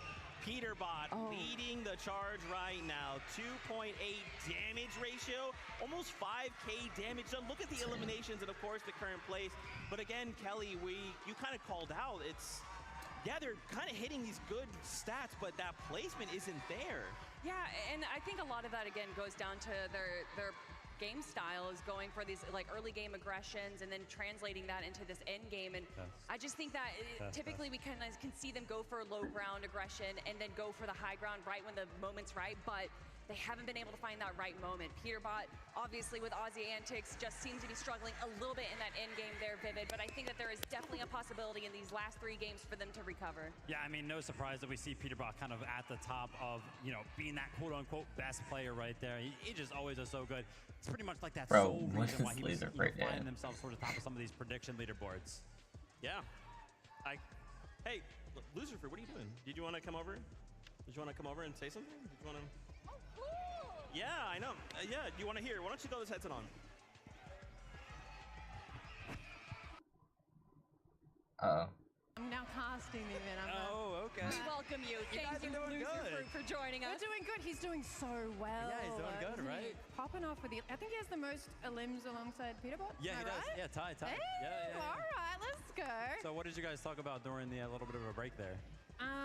About, you know, continuing to get the most limbs. Oh, you know, saying nice. like placement's cool, winning is cool, but like limbs are fun though. Is there a player that you're looking to eliminate in particular, though? Me personally? Yes. Somerset. She's wearing my Thomas says, yeah, so maybe I'll get a bit of revenge. Hopefully. Anyway, guys are doing great. Yeah, thank you. All right, thank you, Loser. Thank you so much. Oh my gosh, I can't believe Loserfruit just came up to the stage. Oh my gosh, can you guys tell we are having so much fun right now? Oh my goodness. Let's take a look at the standings one last time before we jump back into the game. What a day. David and now Loserfruit. We're so cool. Anyway, again, reminder at the top, Canada, Saber Ronaldo, after game number 3, again, shocked us all. Just a crazy game. And now I got to ask, Viv, what do we think is going to change for the next 3 games? I don't know. Is anything going to change, right? We've only seen one duo kind of willing to change up in the early game, Peterbot and Aussie, right? Switching up their drop spot. Maybe they're Moxie and like Cypher Again, in last place with 1 point. To kind of go for the most eliminations. I'd love to see Venno and Reddish kind of enter the conversation, right? 11th place. Haven't seen a lot from them. Yeah, we've seen Venno in the end game as a solo a few times, so being able to just kind of have Reddish there probably, you know, as an opportunity to be a support would really change up their end game there. But for me, what I think we're going to see in game 1, we saw a lot of shockwaves. We saw a lot of shockwaves in the end game, and then games 2 and 3, it was a little bit less. I think in these next few games, these end games, especially with the mobility items, are going to be shaking up that high ground a lot.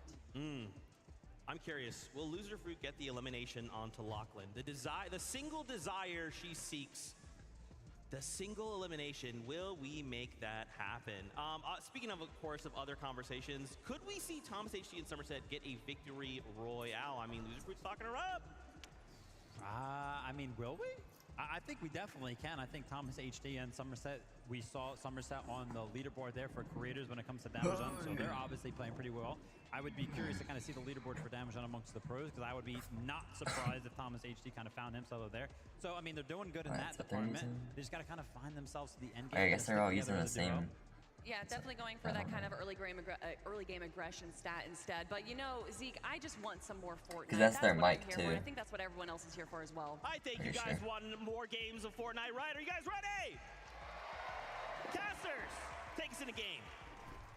Look, we've had enough of a break. The players have all had an opportunity now to revisit some of those first 3 lobby strategies, Jacob, and the revisions have got to come through heavy because some of these teams outside that top 10 leaderboard, you know they're going to be looking to overtake. Yeah, no, during that break, I got a chance to chat not only with some of those players, but with some of the spectators as well, and it's been an agreement. This has to be one of the most fun tournaments that we have seen in a long, long time. The action for the first 3 games were Well, I mean, the last program was like 5 years ago, so in a long time, yeah. I'd say so. Probably get more aggressive. It's definitely a sea of Dream and Merge and Xset out there. So Clicks, Lacey, they've got to continue trying to deliver some Victory Royale, see if they can hold on to that first place position. But we've got Game 4 on lock and ready to go. Let's see if Peter Bot lands on this game.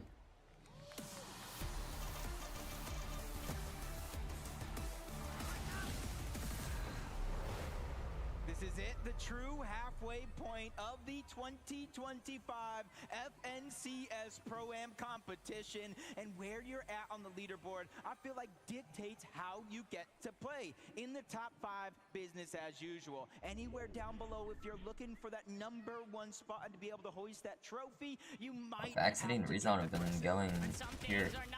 Oh. Opening up with a big elimination. Loser Fruit said, Oh, Zemie has a mammoth.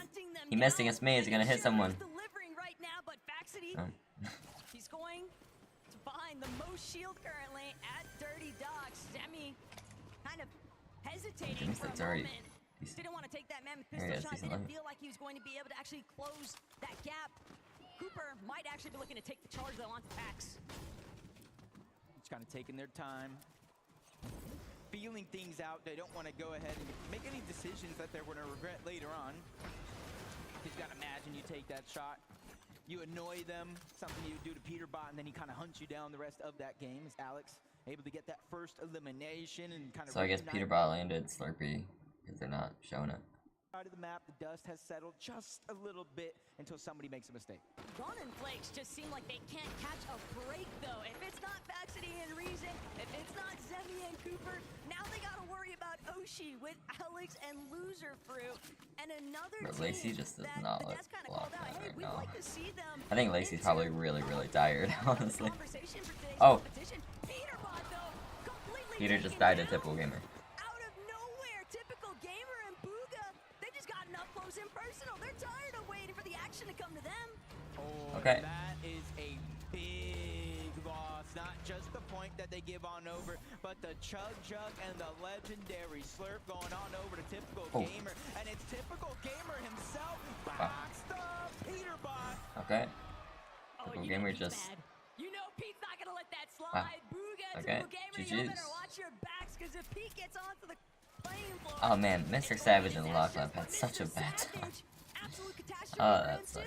Toyota, Captain Shota, they're opening up big swings here. One elimination onto Savage now means that the exposure is so detrimental here if Savage doesn't get a chance to actually touch base. Yeah, especially since he just rebooted right in front. They know Lachlan is going to be nearby. Focusing on that one. Alex does go down. Well. Great shot by Moxie. It is going to be a trade, but Alex getting taken down by the Storm. Cypher, PK being the hero, making sure that they get the revive. They don't want to waste any time sending Moxie onto the reboot, and they do get to keep their loot. A great heads-up play by Cypher, PK closing in on that. It's exactly what they needed.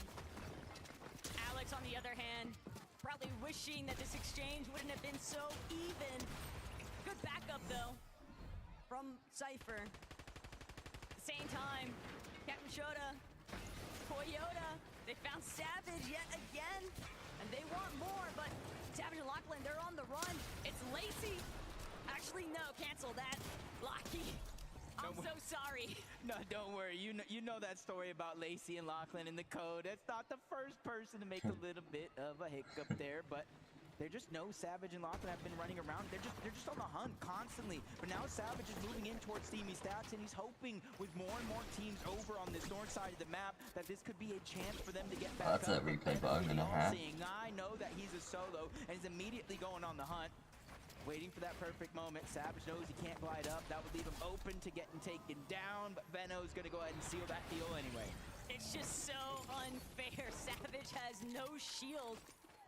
and Veno not gonna waste any time, but this could be the problem. Savage being out. Lachlan's gotta buy time now, but Somerset just aggressing so heavily, barely managing to stay up long enough Bro, for this Savage. is, I mean, Back in, but what did they do, bro? will he be able to do the same That was not the right drop spot for them, apparently.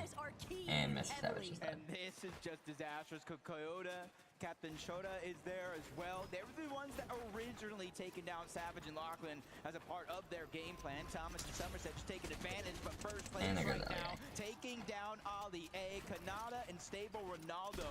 Getting busy here in the early game, and they have access to 2 different supply drops on the right side of the map if they want to venture towards the north.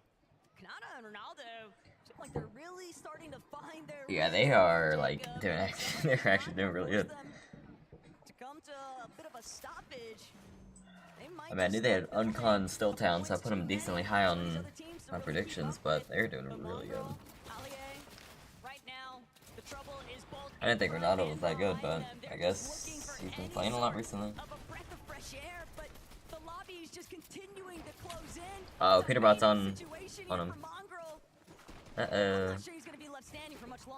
In the mini-map alone, there's about 5 teams, so it's not going to be easy for Ali A to get back up into this game. Especially since he's just going to get rebooted over and over again right above Mongo. Yeah, we get more and bigger. We're the only team who think the bus driver in every game, bro. That's the stat I would have, bro. How's it just like not a habit to think the bus driver? Hey, if anybody is going to be a second half player in this tournament, it's got to be him, right? Feel bad for Booga though. He just got robbed a little bit there by Pete. Did all the heavy lifting, landing that body shot with the mammoth pistol just for the single. You guys are really good though. To credit that elimination towards Peterbot. And Pete, 0 complaints. Probably happy that Booga was able to still set him up indirectly. Zemie Cooper kind of just taking a moment though. They've got space, they've got they have a lot of mats. Plenty of material, really solid loadouts, mobility, chug jugs, splashes. This is practically everything you could ask for. Yeah, they actually have really load up.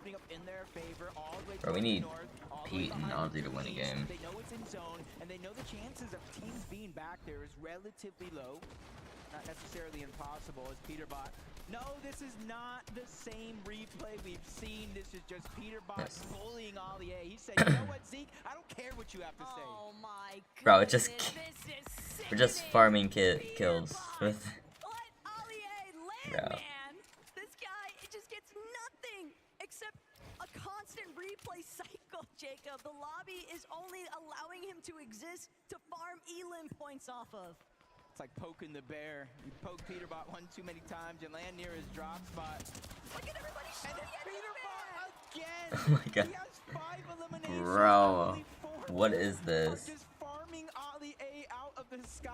I feel so bad, but it really just means that Mongrel down below, even though he doesn't want to have to push up, I feel like he almost has to do something to cause a distraction. This is not very wholesome for Ali A, man. This is brutal. I mean, Mongrel can't really do anything, and then Pete and Ozzy can't really do anything. Like, you can't really key Mongrel, because then you're on low grounds, the other team's just gonna come up behind you. I mean, there's not really anything they can do.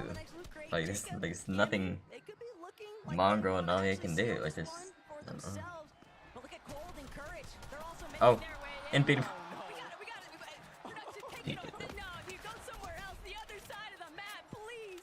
I can't keep watching this highlight reel. Ooh, look at that. Ali A being elimed off 19.6 mil. This is just insane. Peterbot without the mammoth either, just dealing tons of damage along with Ozzy, and they have their plan set forward. Then you got one team on one side of the map with Peterbot calm as can be. On the other side, deep in the zone, 1v1, Thomas versus Veno, a battle of the ages for EU. He's gonna shockwave into the box, cause chaos, but Veno's gonna see that one coming. Quickly Bill trying to defend himself. Thomas not falling off just yet, misses that opportunity by not firing the shot. That's gonna allow for Veno to stay alive just a little bit longer. Somerset. For what? 24 what? Damn. You have heals? Yeah, I got 6 splashes. That's and 3 bigs. You want a big? Big. Yeah. Bro, I want to see if they get another kill on. Right.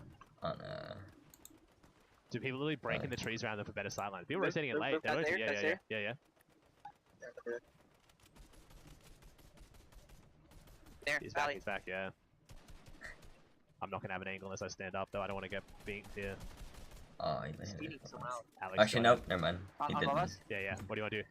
Sure, sure. Yeah, yep. Is going to be there on the outskirts, not necessarily getting contested Bro, yet. what, Jay? For Toyota, Captain Shota, they're going to be on top of the steamy stacks. They know they can use that to rotate forward, save the shockwaves, the grapples, and the crash pads for later, but they're just waiting to hunt this team down. Wait, I don't know if Thomas is aware of the fact that those two are even up on top of Steamy Stacks. Luckily, though, they're going to make their departure before they decide Ozzy to died. introduce themselves to Somerset and Thomas. Still, Bro, Pete cannot die. No. for Shota and Toyota. A couple of shots being sent their way, a few strays. Peterbot, no Aussie in sight, but Peterbot's applying so much pressure Bro, on Ozzy and gone, and keeps there's dying another so team much, just bro. ahead of the other side of those walls. But Peterbot is a solo. Aussie gonna manage to tag team, but it's Aussie and Ali A just fighting for their lives to try and land. Yikes. That's A-okay. Did land in the box. Uh oh. Twitch, can we not do this? Please. Twitch, hello? Yo. Oh, that's so far behind. And I get that.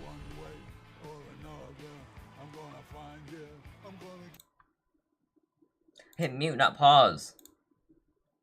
Bro.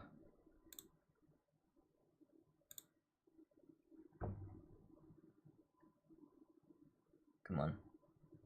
Why does it keep... Bro. It's bugging. Did the stream just end? Or what?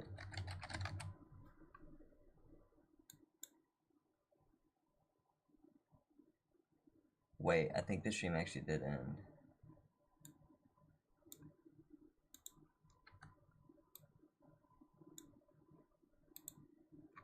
Wait.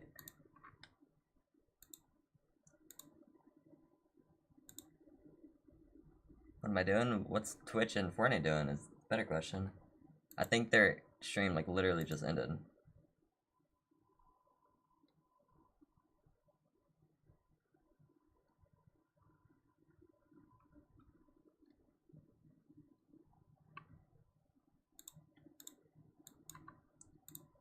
Their stream literally ended.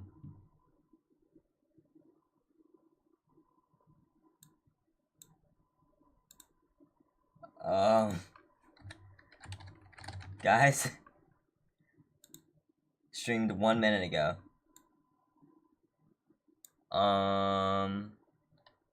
Someone said Ali had enough. Yeah. So that is unfortunate.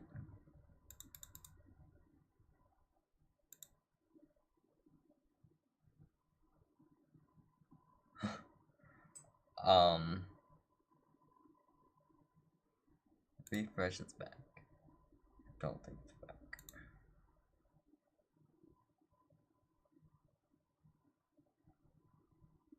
I guess I'll watch an Aussie stream.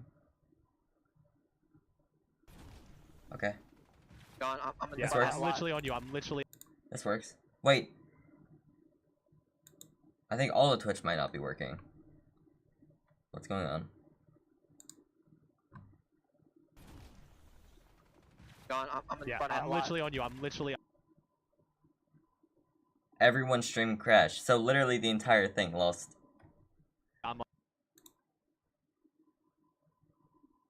Click's stream is gone. Lacey's stream is... This is why we don't do a pro-am every year, I guess.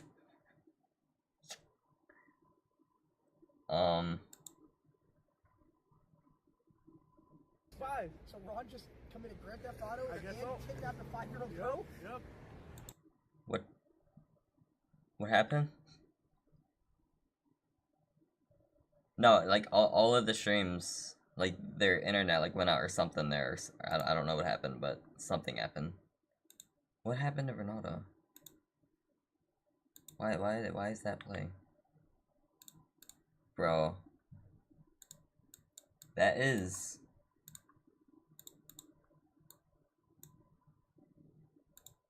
something.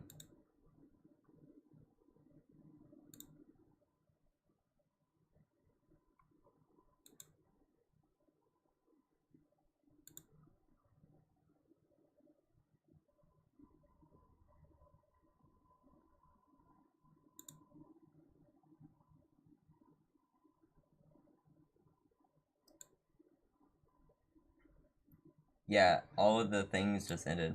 Just with the courage to stream on YouTube. Like, it's all... How, bro? Like a $1 billion company. I mean, I guess if it's like the internet, they can't really do anything about it, but like... I mean, it had to be, because literally everyone's stream ended. Wow. So now what? Now only the people that are there are gonna know what happened. I mean, I guess they all kind of just got kicked out. Maybe they're gonna redo Game 4. That'd probably be the best thing to do. Would just be to redo Game 4. Yeah, Gully, I don't know.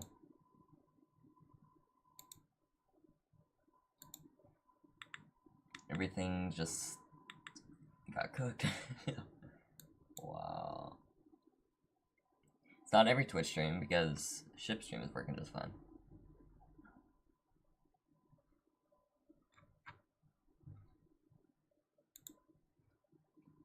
Okay,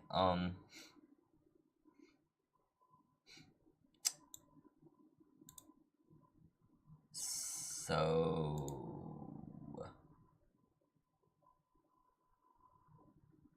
there has to be Game 4 restart.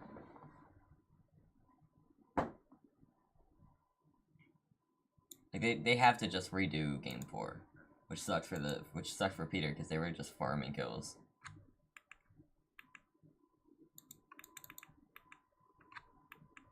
Imagine they lost. Imagine they like lost power and the whole stadium just went dark. Yo. So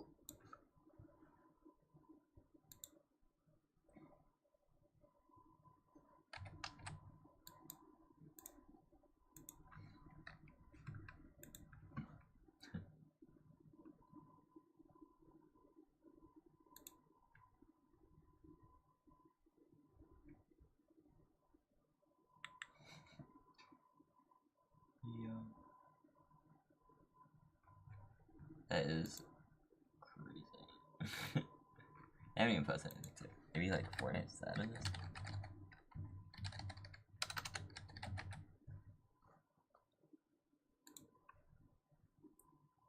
Yeah, there's nothing. Yo.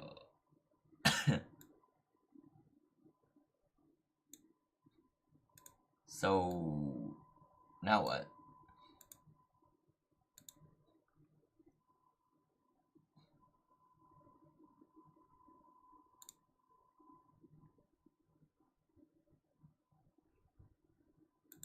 Wait.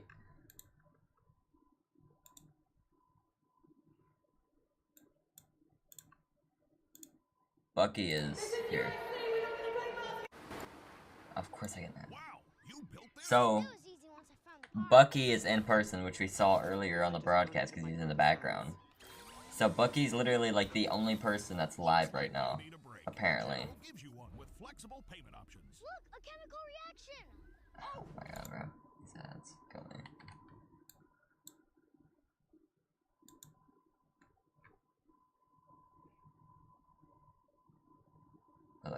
I wasn't like, that was all one sentence.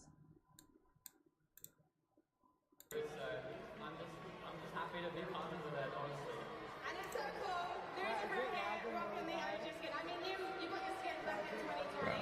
Getting to rock it on stage. Did you get the suit especially for the event? 100% I did. It was like 2 weeks turnaround. I Bucky. never thought I'd hit my max viewer count ever because of a Fortnite crash. Yeah, for real. He's at like. My max viewer count ever is on a Fortnite crash. I fell off. So I've been off. Yo, W chat there. Anyone who stopped by, appreciate y'all. I've been out stream the whole event. Oh, they're walking all the players off stream. Don't stress that guy out. So. Damn, they're taking everyone off stream. How do I go to settings? Settings. That'd be Frankie for carrying. Frankie's actually carrying, keeping everyone entertained. Never in my life seen a Fortnite event go down. Bucky is even like played in like these events. But I want to see. CS joining me on stage. Ezekiel, Mr. Prime. He's got the moves. Does anyone want to see what moves Zeke's got? We got the crown. What the hell We got the point. Bro. We've got the point. What are they doing? Okay. Okay. Can we get a dab? Do you want to see? Is this real? What am I watching? Dab behind my back. That was too disgusting. What is he doing? You know, Frankie, the action has been absolutely amazing. I'm just blown away by the players, the content creators. They're going. You can see all their screens. It's like network loss or whatever. 47,000 viewers. A new level of fun. It's too much fun, apparently. It's too much fun for the fuse box. Now, it's very close at the top. Everyone's just leaving, Who do you guys. think is taking it? This is really tough, you know. My Oh gut my is God, telling look who me it is. Cooper and Zemie are close. I wish I could zoom in more. I really wish I could zoom in more. They're not that far behind. Are you on? You're not on. When you predict something, No, I'm just on just like Verizon. Yeah. My prediction. that was your prediction. So now I'm starting to think, did Frankie read my script? I thought I left it out, and I thought no one read it, but maybe you did. Well, I mean, it's a very good script, and you know, the production were like, we'll just slip this to her. Thank you so much. Anything you want to say to the crowd before we let you go? Of course, guys, thank you so much. We appreciate your patience. Obviously, this is tough. Uh-oh. We're gonna power back into action. I've Uh-oh. never seen this happen in my life. Oh, we're good. Have you ever been to a Fortnite event that went down? Usually they have so much background stuff it can never go down. And they're saying the power's down. You know Look, what? While we're there's here, power. thank you so much for all your patience, guys. While we're here, Oh, we're getting close to crashing. our incredible commentators. They're up in the top corner over there, sitting, waiting to get ready to restart the action. Everybody, Streams are back up. Streams are back up. for Jacob Attacker! Is it back? It's back. It's back. We're good. All right, appreciate all y'all stopping by. You guys can go watch the streamers again. I'll go back to 600 viewers. I'll go back to By the way, 600 just so everyone viewers. knows, that was 100% of DDoS. That is waved off as a fuse flow. They 100% got DDoS, like powers up and everything. But don't say I exposed them. I just can't believe that Fortnite actually got DDoS. That's actually insane. They got DDoS. They took down the broadcast once, and then it went back up, and they took it down again. That was actually just impressive. Make some noise for the man who's currently on his phone talking to Twitch chat. It's Vivek! Why not me? Why Why don't they shout me? You are literally going to have to be louder. Why don't they shout me out? So can you all say Vivek after the count of 3? 1, 2, 3. Yeah! Well done, everyone. Bro, Frankie's actually a W for, like, Oh, thank you all 5 of you.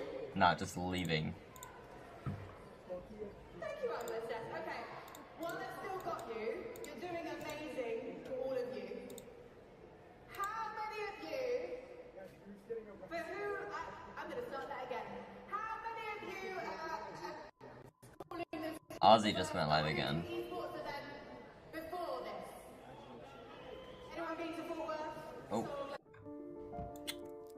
2 minute. Treat yourself to rich Ghirardelli chocolate. Alright, we got it. They got DDoS. It's coming back.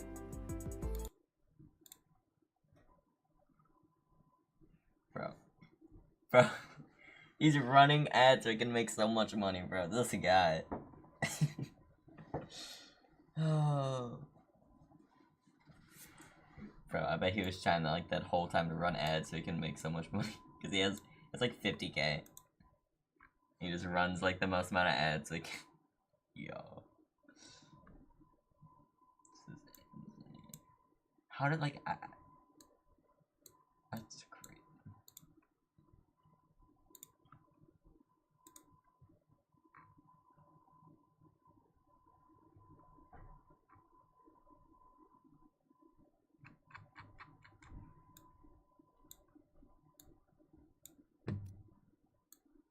So, this is something you don't see in Fortnite events.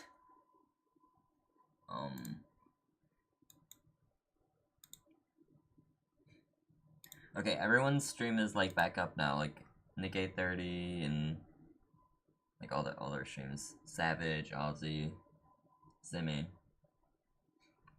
All their streams are getting back up. What's up, Elijah?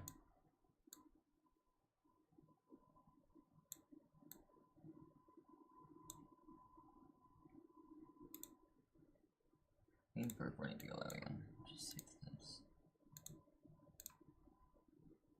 Wait.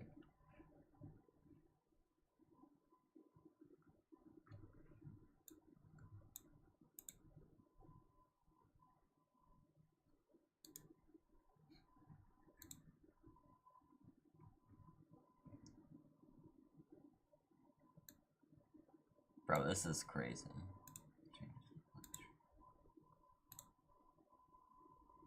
Uh-oh. Maybe it's not back.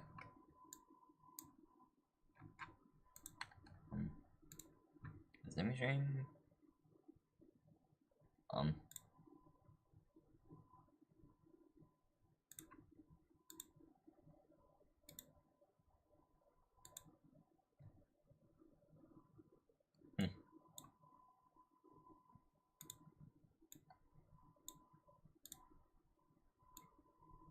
Yeah, Sarge it was. That's what Bucky was saying, because Bucky's literally. Happy birthday, Cypher, bro. We love you, bro. Cypher, bro, we love you. He loves you so much, bro. He's really enjoying it. Okay, fine. I'm gonna. Oh, is this another vlog? Hi, Teddy Bear. Okay. I'm so sorry, everyone. If you could just wait one moment while I sign and redeem. Thank you so much. Oh.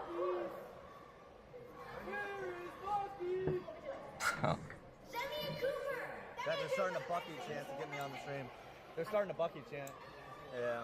All right, guys. Hopefully Yeah, we'll they're have getting an the Bucky update chant for you going. very soon. Thank you for your patience. I mean, what's this event without Bucky FPS, right? Real.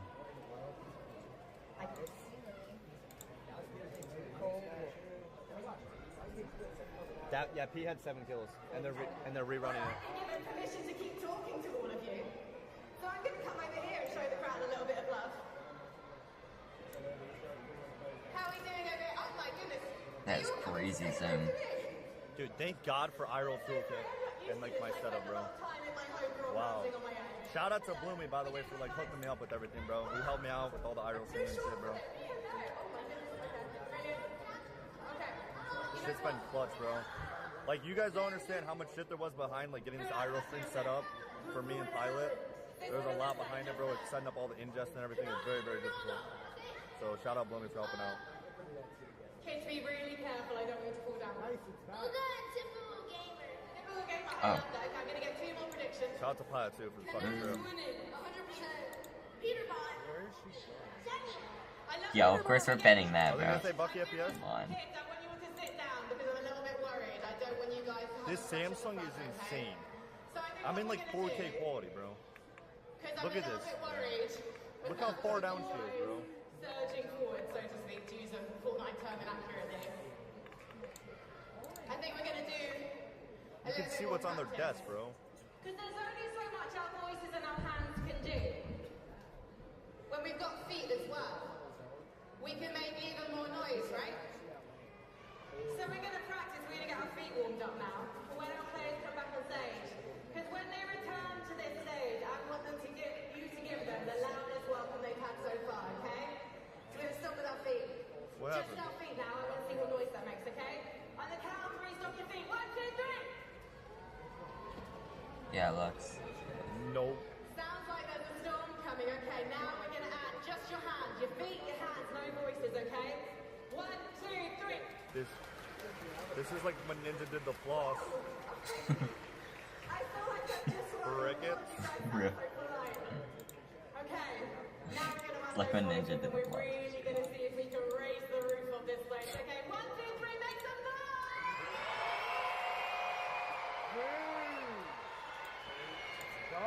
Chills, bro. Chills. You get chills too? Chills. Fortnite's back, by the way, but I'm in an ad, so. I'm incredibly impressed with you guys right now. You're doing amazing. She's trying, bro. I know. I'm just fucking with her, bro. I know how difficult this is. She has to sit here and entertain like 2,000 people in an arena with just a microphone. Dude, this is actually hard. Like, you're entertaining a bunch of 8-year-olds, bro. We want you guys to cheer I know. No, she's actually very. I'm not like she's very good at her job.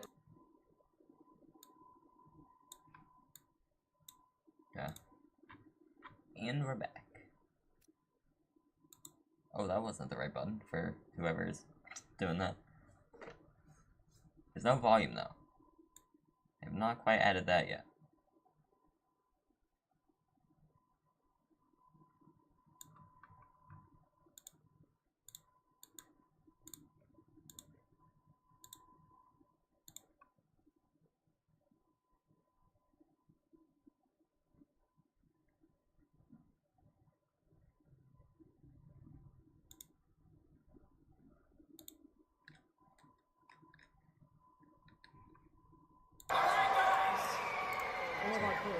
Am I technically the main broadcaster? Oh, it's Courage. Like low key, I'm the Fortnite broadcaster. wait. Yo, what's up, Yazid? Yo, W Courage coming out and entertaining people, bro. What a go. Who thinks Nick A30 can do more push-ups? Woo! Wait, Let's go! That's the A team! Do more push-ups. Boo! Nick A30, here might go! No!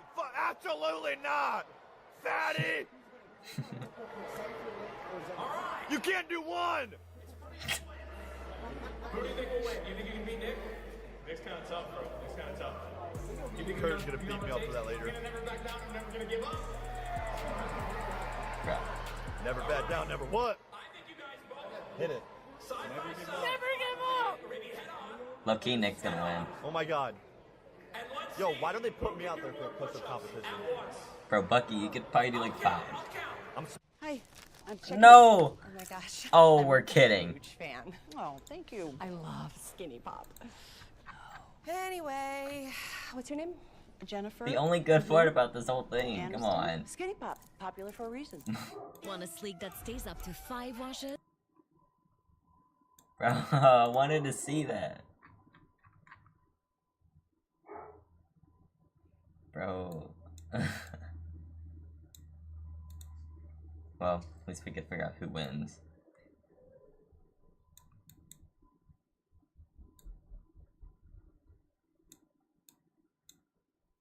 Ooh. Minute and 30 seconds left on the ads.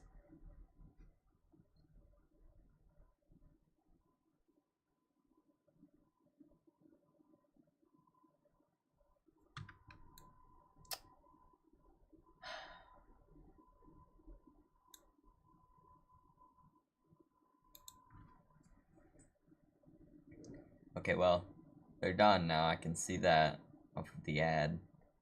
But I think Nick won. I'm pretty sure Nick won. Oh, we had sound for a minute on the broadcast.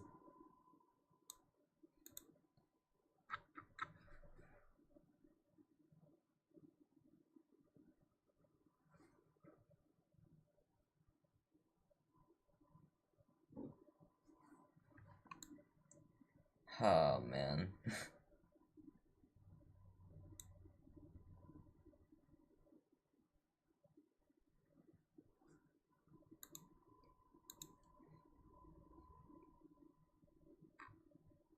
He's my dad, World of Colors.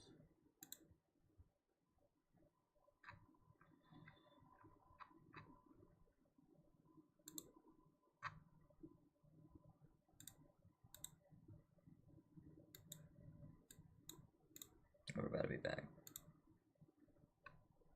It's time tonight. This is phenomenal. Dude, Cypher is massive. Chills. Uh-oh. Courage is not real, bro.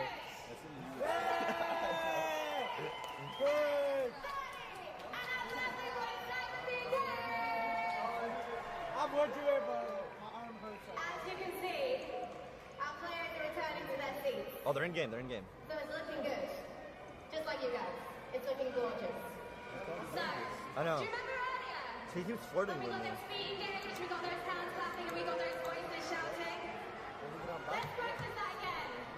And let the players hear you, okay? In 3, 2, 1. Like, Mazman's the only person live at Pro-Am. Yeah. How do I go from DQ'd from LAN to the LAN? I am the LAN. Chat, start calling me the LAN. Wait. Oh, stream's back. Oh.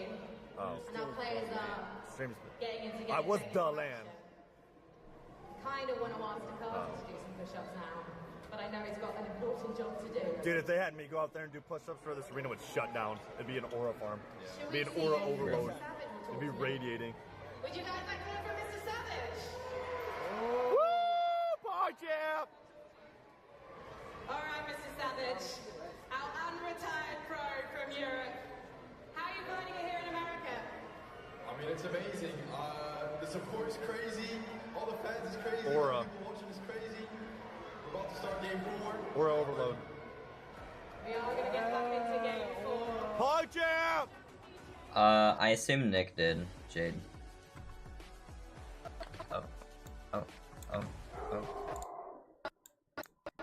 Oh, this is laggy. Uh-oh, Bucky. Nardelli, they got DDoSed. Fortnite, like, the whole thing got DDoSed, and only Bucky's the only person that's live. But I think that might not stay for long. Yeah.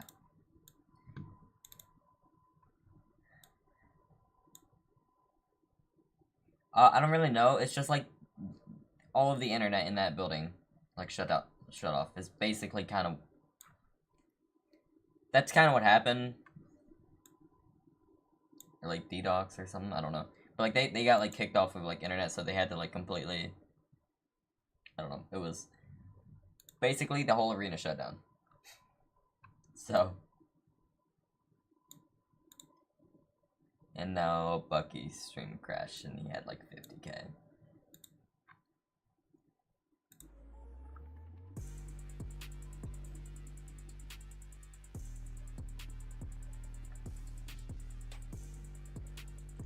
Well.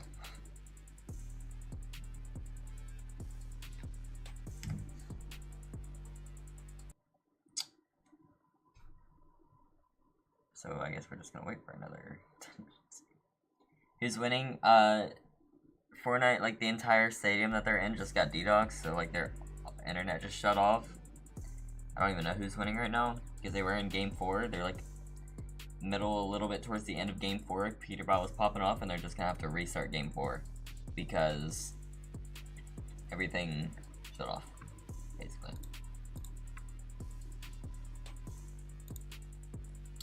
I can pull up the league for you. See who's winning. Kanata and Ronaldo are winning, which is crazy, but they did win a game. Good amount of kills. So right now, Kanata, Ronaldo are winning. Seti and Daya in second. Cooper, Zemie third. Lacey Clicks fourth. Kodasai and Nikov in fifth. Nick 30 and Queasy in sixth. Ozzy and Peter. Peter was doing so good that game too. They were farming Ollier like that entire game. They were doing really good. Summer and Thomas, Courage and Cold, and then Alex and Lufu. Those were top 10.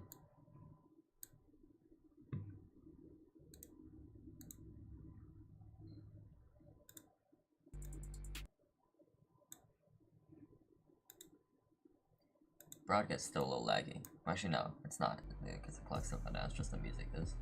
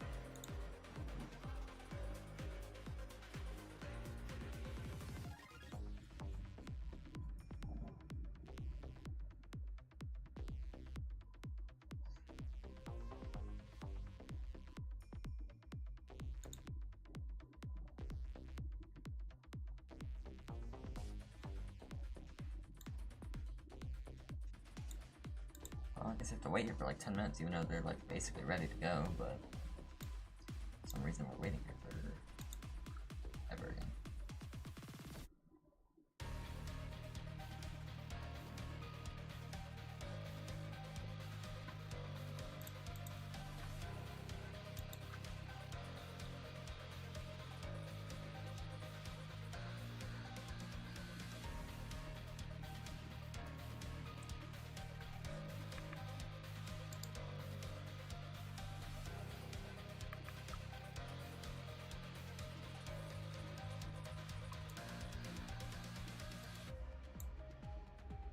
Bro, this is cooked. I'll show the leaderboard again. Fall sleeps in. Yeah, it's late for you, Jade. Kanata and Renato are in first. First place, 8 kills. Third place, 3, 5 kills. Fourth.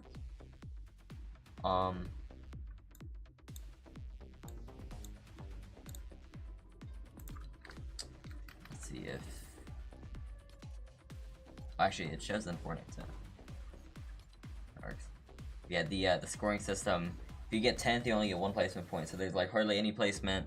It's 1 elim is 1 point, so it's pretty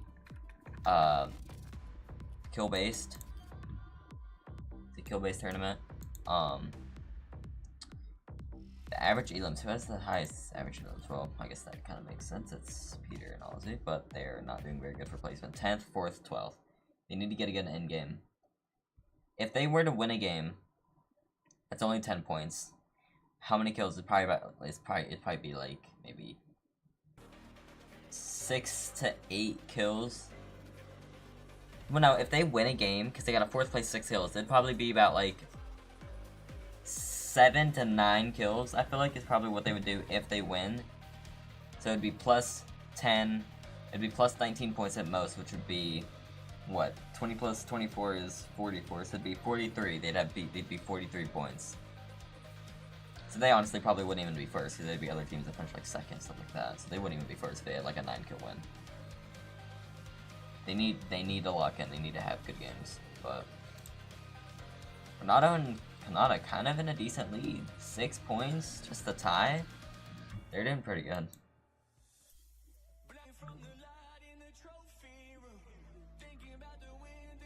Cypher and Moxie are in last. Jeez.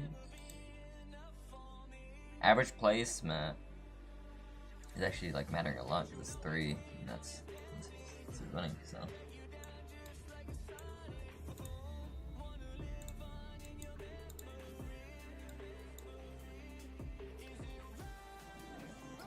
Bro, this is like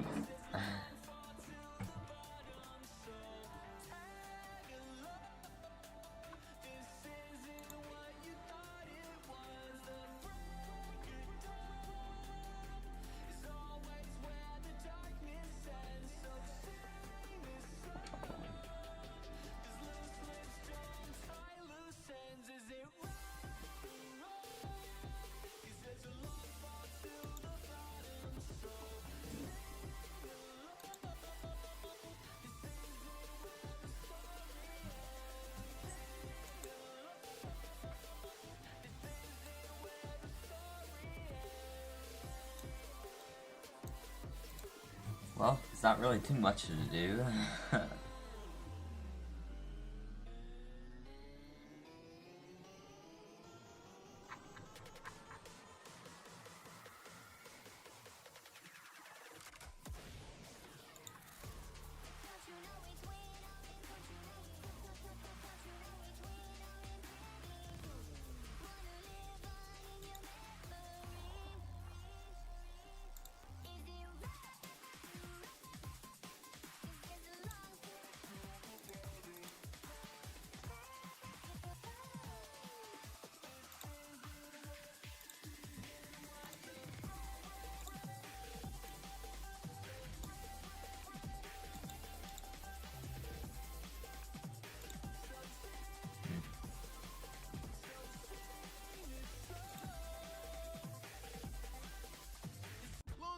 $6 fish and chicken basket is the best of the land and the sea.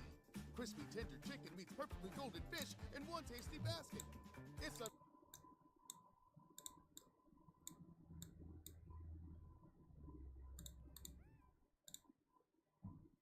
Start at 5 minutes. I'll do like a 1v1 real quick.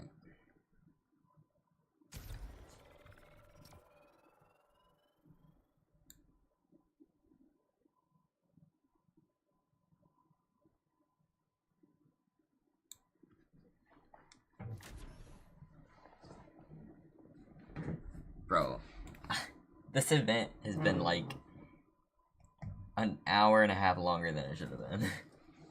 Not just from this, from like the delay at the start to like MB, they got like dedoxed.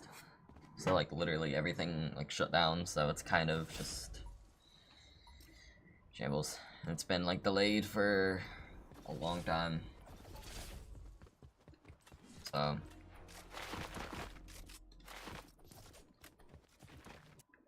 that's probably decent too. Jules grabbed their first round screen.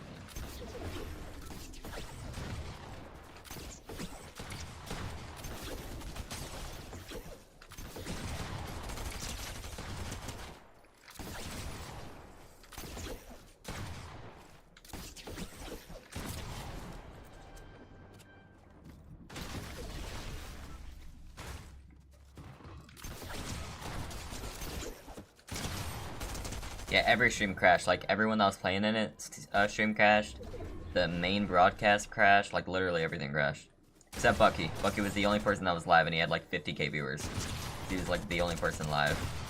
And he had it in his title, like he was the only person live.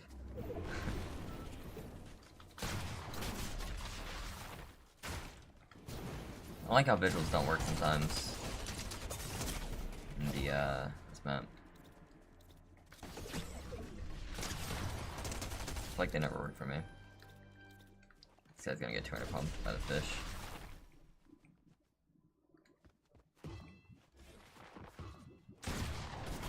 I missed.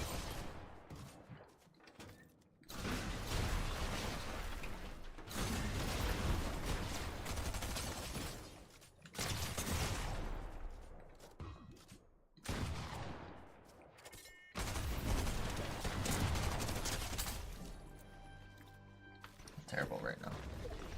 'Cause I haven't really played it all today. Considering I've been watching people play all day. Bro, I like just don't know where this guy is because I have no visuals. My phone didn't shoot.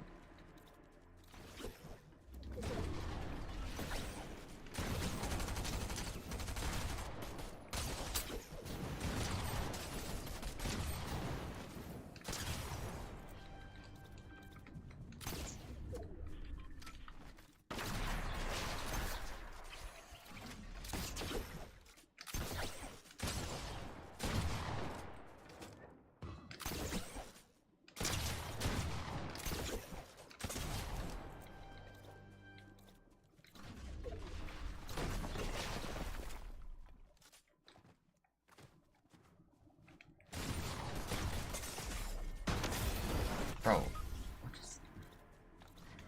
I wish the visuals actually worked in this map. This guy's playing so weird, it's a 1v1, bro.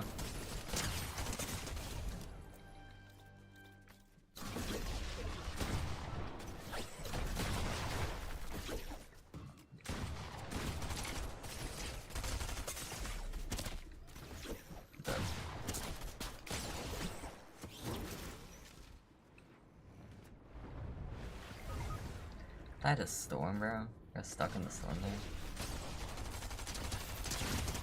You gotta, like, shoot me, by the way.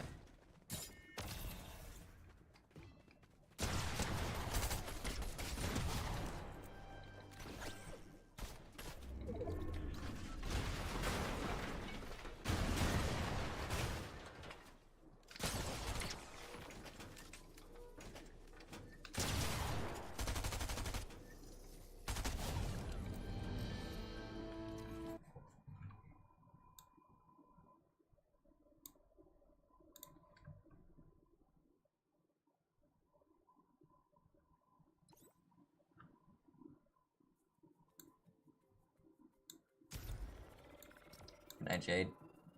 See you tomorrow, hopefully. I should be live.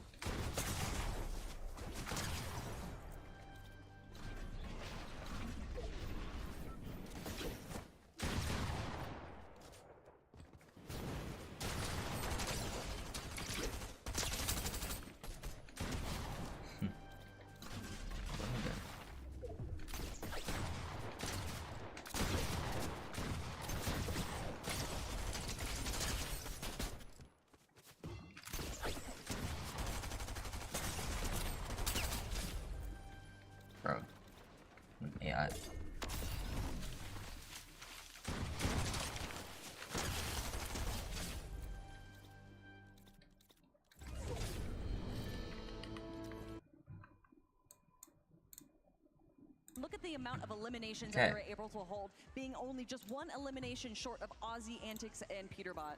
Yeah, we're always talking about zone pulls, but look, it's So we're Nana back. and Ron. They are both not only FNCS Major Finals participants, they are champions, both of them in the FNCS. So, you know, I'm not really surprised to see them at the top. The question is, they are very close to second, even third place. We were just speaking with Ron. He's feeling confident, but in that second place spot, it is Seti and Daya. That's right. Mentals are good. Games are ready. So we're jumping right back into the action. Casters, take it away. We all know that Allier had some shooters maybe on that USC campus, okay? What was taking place in Game 4 hopefully is not a reoccurring theme here, but Mongrel, Allier, they've got an opportunity now to try and run it back with a new strategy for Game 4, Jacob. Yeah, and I just kind of hope throughout that break, you know, they have that mental toughness. They stayed focused. They had their eye on the prize the entire time because there were some push-ups going down. I feel for Cypher's arms. I feel for Nick and Courage's arms. I don't know how they're going to hit a shot after that. Nah, Nick, it's another day at the office. That man is built for doing push-ups, okay? You don't start a push-up competition without feeling confident that you're going to bring it home. Respect though to Cypher. He tried his best. I feel like Courage might have been an intervening factor, but we got Game 4 ready to go. Let's run it back. Let's go. Try this again. Alright, it's like nothing ever happened.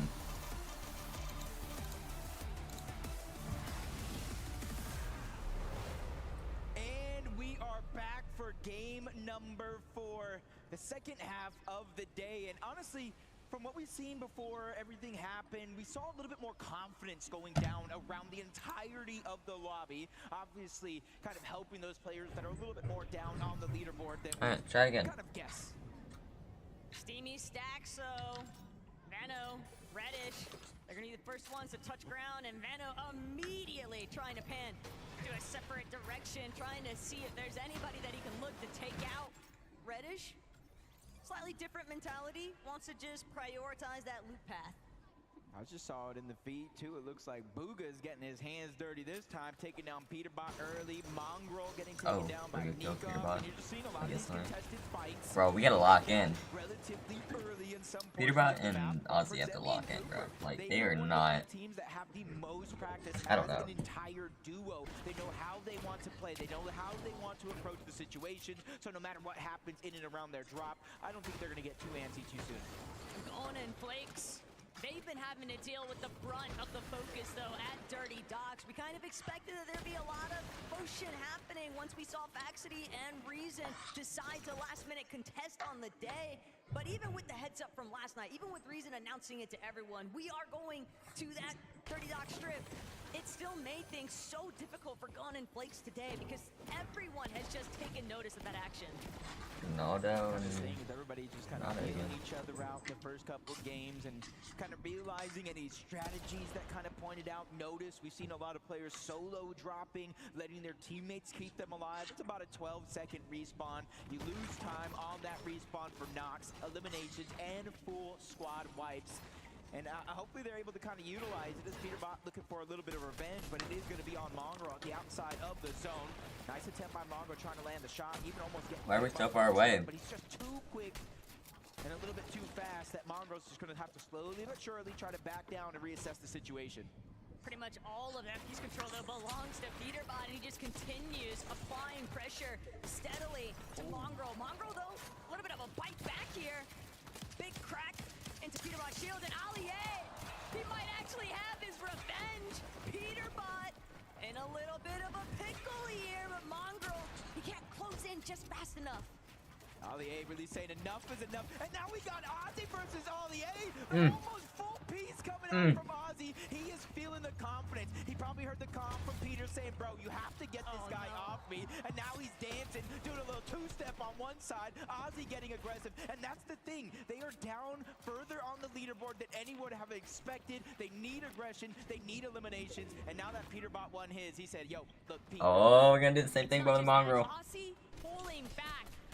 Peterbot likely telling Aussie, do not eliminate Allier. Mongrel's already been taken out. We can focus him instead. We know that he's weak. We know that he's low, but Peterbot, it might have been a distraction. A fake out, if you will. As Aussie continues to try and chase out Mongrel, Peterbot is still watching, lying in wait for Allier to expose himself. I'm just saying, this is the Ozzy I really wanted to see. It feels like he's feeling himself right now. Poor Shockwave breaks into the box, and he almost, oh, he does! Ozzy takes down Mongrel! Woo, this is what I Yo, need to see. Ozzy's the best. Ozzy just killed Mongrel, bro. Gassing Ozzy, I'm considering it a compliment when Peterbot says he's not as bad as I thought he would be. And hey, Ozzy backing that statement up. He is popping off. The fact is, Mongrel is going to have some serious difficulties. He is being the punching bag now of match 4. Allier might have just passed the torch along to his teammate. He's just been hiding down underneath. Peterbot misses the shot, but now he has a full boxed up underneath. This is all over. As long as Peterbot can land the shots necessary, Allier is not able to get out as he lands continuing shots after another. 3 straight back to back to back. Oh, he's like, bro, what do I do? He's a good sport for it. My heart hurts every time Allier gets eliminated at this point, Jacob. You gotta feel for them, but Mongrel's at least still alive. Aussie has opted to pull back. Slurpee still a little bit in zone, but this is the early game. There are still some recovery methods that could take place here. Don't want to count them out just yet, but it is going to be a very rough uphill battle for Allier and Mongrel to find their momentum.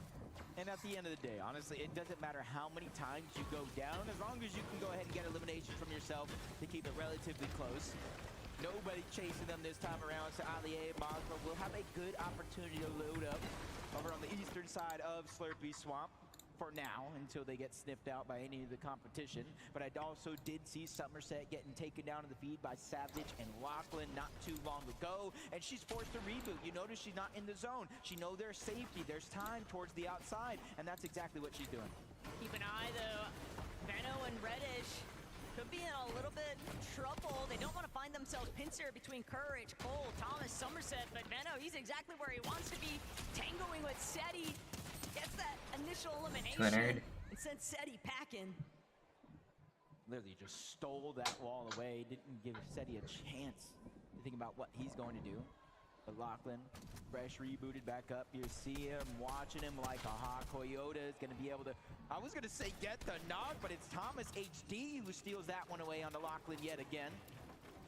So for Coyote and Captain Chota, even though they're going to have to rotate on out, they have to figure out a way to kind of seal the deal on some of these eliminations and not let them slip through their fingers. And look, I understand that you're going to keep being brought back into this match so long as your duo is alive, but for Lachlan, for Mongrel Allier, we're looking at some of these teams that have just been struggling non-stop because they're not really getting an opportunity to farm anything up, Jacob. They're just trying to avoid being some of the first teams eliminated as Coyote, Shota now applying so much more pressure onto where Savage and Locky are actually at. And Coyote might be able to just force them to completely clash with them head on. But Savage is doing what he can. Savage is buying a little bit of space here. Yeah, and this is a winnable situation for Mr. Savage. He has the pump. There's a Maven and attack on the other side. Not as hard hitting, even if you are a duo. So if Savage can figure out a way to wiggle in and out of some of these builds, draw out a 1v1, and maybe Lachlan catching somebody off guard, dealing some damage, it is going to be doable. They have the crash pad as well, 6 of them to be exact for Mr. Savage. So being able to disengage, also an idea in the back of their minds. But if it's up to Savage, he'd much rather just let Coyote and Shota rotate out first, and they'll just try to play catch-up after the fact. But with Thomas and Somerset also so close by, Veno and Reddish too, you can never count out being third-party. So as aggressive as Shota and Coyote want to be, they're immediately jump into Lachlan's box one more time. He is sent back to the reboot cycle, and this is where it gets very difficult because now Savage shooting at the crash pad, even trying to ensure that nobody can give chase, but he's just so low on material, Jacob. He is fully just bailing out. Yeah, he's going over towards Stevie. He has to look for scraps, for bandages. That's going to keep him alive for a little bit longer. But if he doesn't find anything from here on out, Savage will go down yet again, but at least he's given a chance to get locked back in the game. Somerset, Thomas, they got that one. Where's Peter at? What's he done? Backside of the zone. And this is a strategy talking about Thomas and Somerset. If they go down early, they will not be afraid to stagger themselves back in the zone because it's so much stronger. There are so many barrels to get that HP back up. For sure, but even then, you don't want to keep allowing other teams to farm those individual elimination points off of you. And one team that certainly hasn't had any difficulties hunting for those elims might just be Peterbot. Okay, yeah, sweet. Come grab this. Okay, I got the pulse rifle. Wait, the pulse rifle? Yeah. Yo, we win. All right, so you want the great? Here, take. I think it's coming out. I got his back wall. I'm in his box with him. Nice.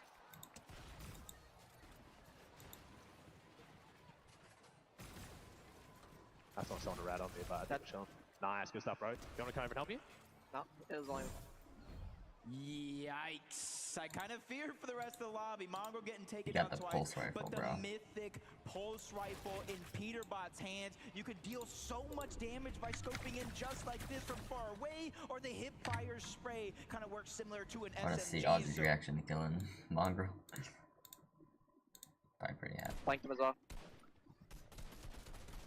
Okay. He's on this building. All you. Yeah. It's all you. I'm just gonna sit on this guy. Yeah, you stay alive. I'll go for Mongrel. Dude, you can jump fatigue, man. Did he go underneath? He went underneath. I'm shocking on it. Killed him. Nice, bro. Good job. Let's go, baby! I'm sorry, Mongrel. Two slurp barrels here. 2 slurp barrels. 50 of them. Yep, sweet. Like 50 ones. Yeah, nice.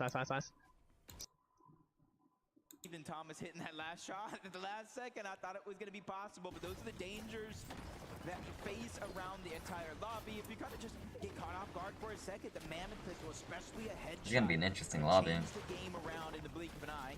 Zemie and Cooper. Hey, they have such a good Kanata pull to the bottom left. championship hand in Cooper. Actually, I guess technically not really bottom left, but kind of he has some big wins under his belt as well.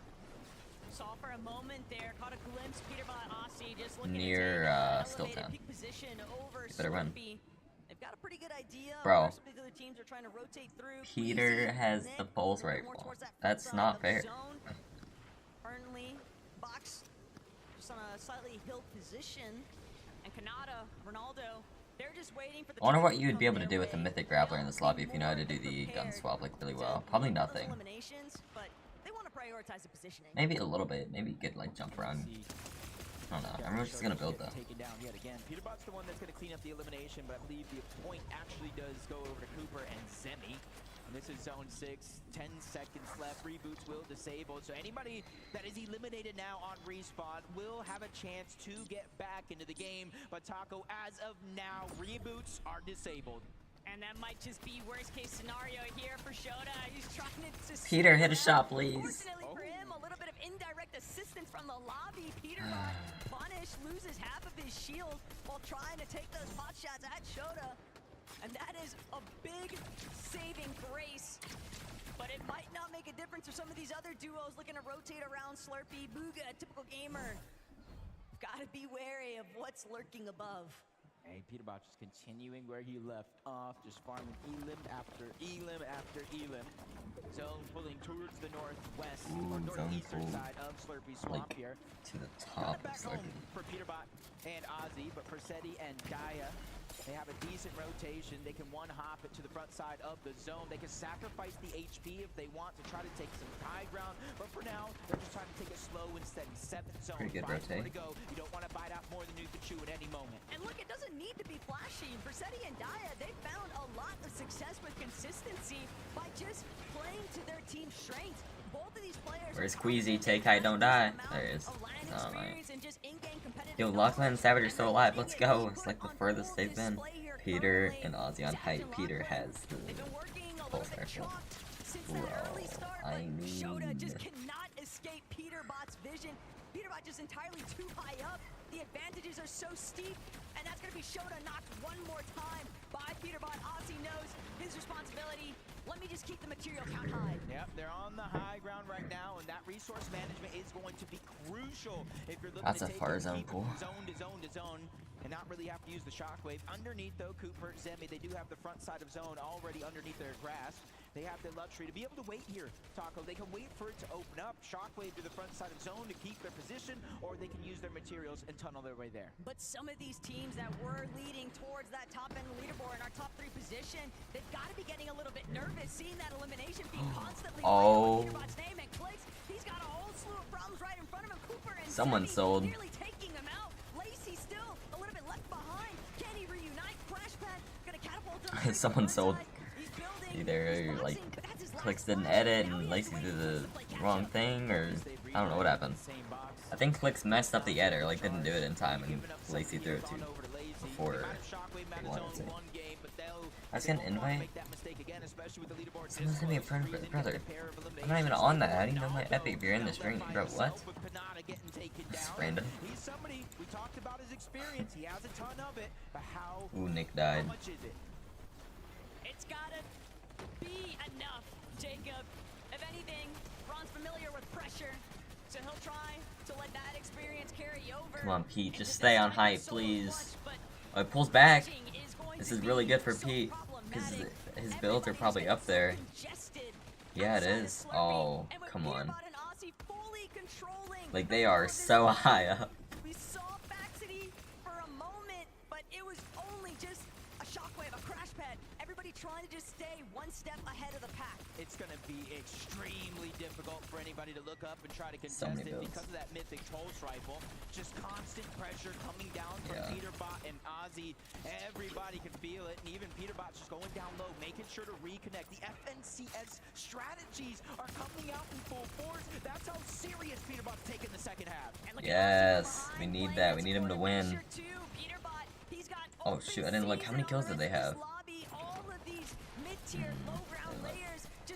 Or they'll show up again. Peterbot and Ozzy have a full chokehold on this lobby right now, but typical gamer, Booga, they're doing looking pretty to good. try and make their debut. They're tarping their way through that secondary height. They have 7 kills. That's actually really good. Took a little bit too much damage. He's gonna have to wait. Because we established that it was like a lot of points, but like 7 kills this early. There's still 20 people left. Like that's could be pretty good. Oh, Queasy we just lost. He had no idea. Yeah, Ronaldo came in. Placement points have not even set in just yet. 11 teams still alive. Relatively loose with a couple of players playing as solos. Booga being one of them. Lands a good shot on the Courage, but not enough to get that green light to go. Cooper, Zemie, they clean up Lacey, leaving Clicks by himself. And this is where players are Clicks is falling dead. left, right, and Uh-oh. That might have just been me. I don't think that was Tender, juicy, okay, we're good, but I got an ad. seasoned. It's chicken made for dipping. So Not a great time to get an ad, by the way, Fortnite. Hello, McCrispy strips. Now at McDonald's. Ba-da-ba-ba-ba.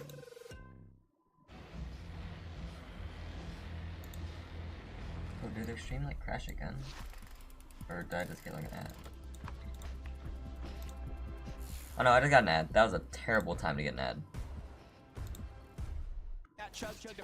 Okay, well, that was just a terrible time to get an ad. Whatever, it's fine. So yeah, I think Peter wins. Shockwave, half a chug as well. More loot being passed up, but now they're contested. Flakes and gone, they're going up, but Peterbot's going out. He has the last grappler. He makes his way back to the zone. This is why he is king. But Peterbot, he's got to get his way Oh no, back he has one build. towards the Where's zone. Ozzy? Actually, yeah, he doesn't want to find himself outside of it. Still has a Nice. shockwave. He takes out Goes Gone. down. That's gonna be the That was massive definitely worth it. You get a shockwave. build. Shockwaving up. Oh my god! How does he not die from there? Oh, come on. Ozzy's still alive somehow, let's go.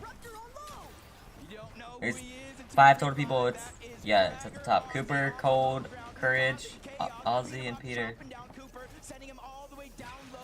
Peter's good, he has enough builds to win this. Ozzy's in there. Kind of, never mind. That dice for him. Courage. No choice but to try to make a play. Everybody left alive is going to be solos. Cooper versus Cold in the backside of the zone as he takes down Courage. But Cold, he's right there in the mind of Peterbot. Cooper trying to do what he can. Wait, Ozzy died. Doesn't have a whole lot of HP to work Wait. with. He'll at least have the opportunity though Yes! Oh my god, bro.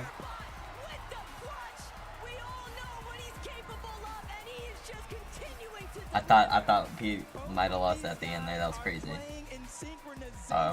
Where'd Pete go? When it matters most. Ozzy dropping to the low ground. Peterbot doing everything else. They waited to the second half, but they shown up and shown up big, right, Frankie? Well, they did show up big, and you know what?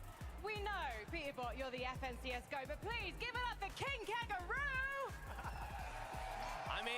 I think for most that end game, I was just trying to stay alive. You just let the best do what he does. I didn't really do much, but that was the whole plan. You got two eliminations to your name. You were alive in that end game. How much difference did Ozzy make to your game, Peter? He stayed alive very long. He did his job. You sound surprised. No, I'm not surprised. And we aren't either, because Ozzy, stand up for me, please. Listen, I always look short, even standing next to you. So tell me, earlier I was speaking to the two of you, and it sounds like Pete's letting you IGL a bit. I don't know about that. I think he just let me make one decision, but we're doing well. He's listening to my input. It's great.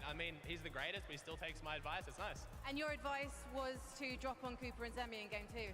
Okay, that sounds a bit bad. He wanted to go somewhere. I thought maybe that could be a play, but I love Cooper and Zemie, but... It was your idea. It was my idea. I don't know why you credit it to Ozzy, but I just want to ask you one more question. You got your first victory royale in the bag now, Peterbot. Does this mean the next two are yours as well? I said we're going to win the last 3 games to Ozzy, so...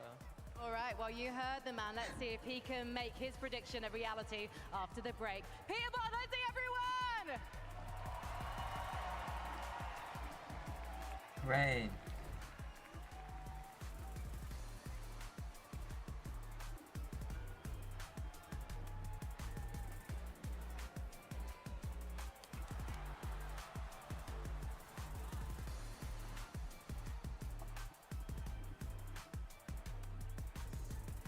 Alright, well, Peterbot is back now. I think that might have actually been like a 9-kill win, which is what I said before. That's funny.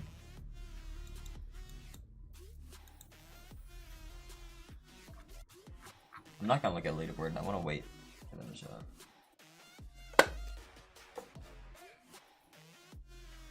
But I guess Pete's probably... I don't think Pete's in first because Cooper was the last person, or like third. Okay.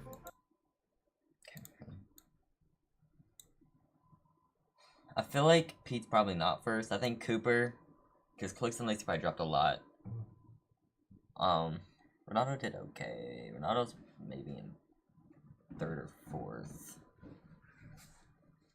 Cringe Cold probably went up like to fifth. I think Pete's probably in second, and Zemie and Cooper in first. That's my prediction, I think. Actually, we might as well just show it now. It's fine.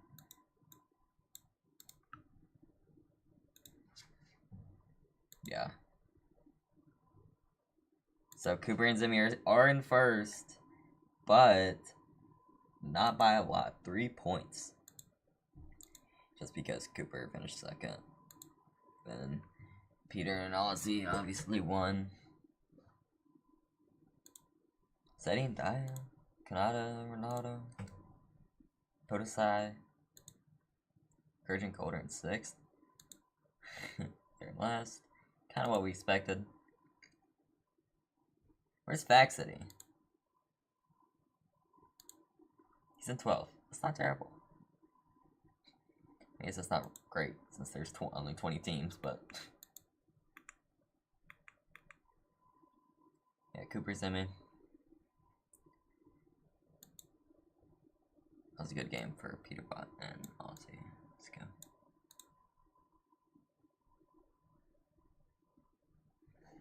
It's a W. Man, now it's interesting because Pete might win now.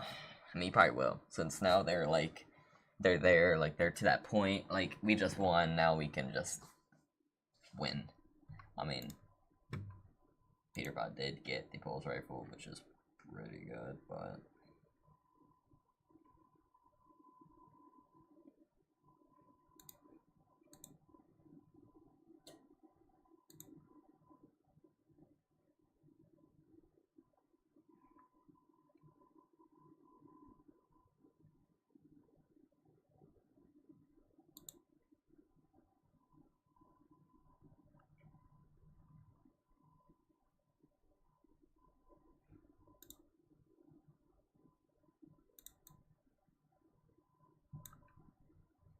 All right.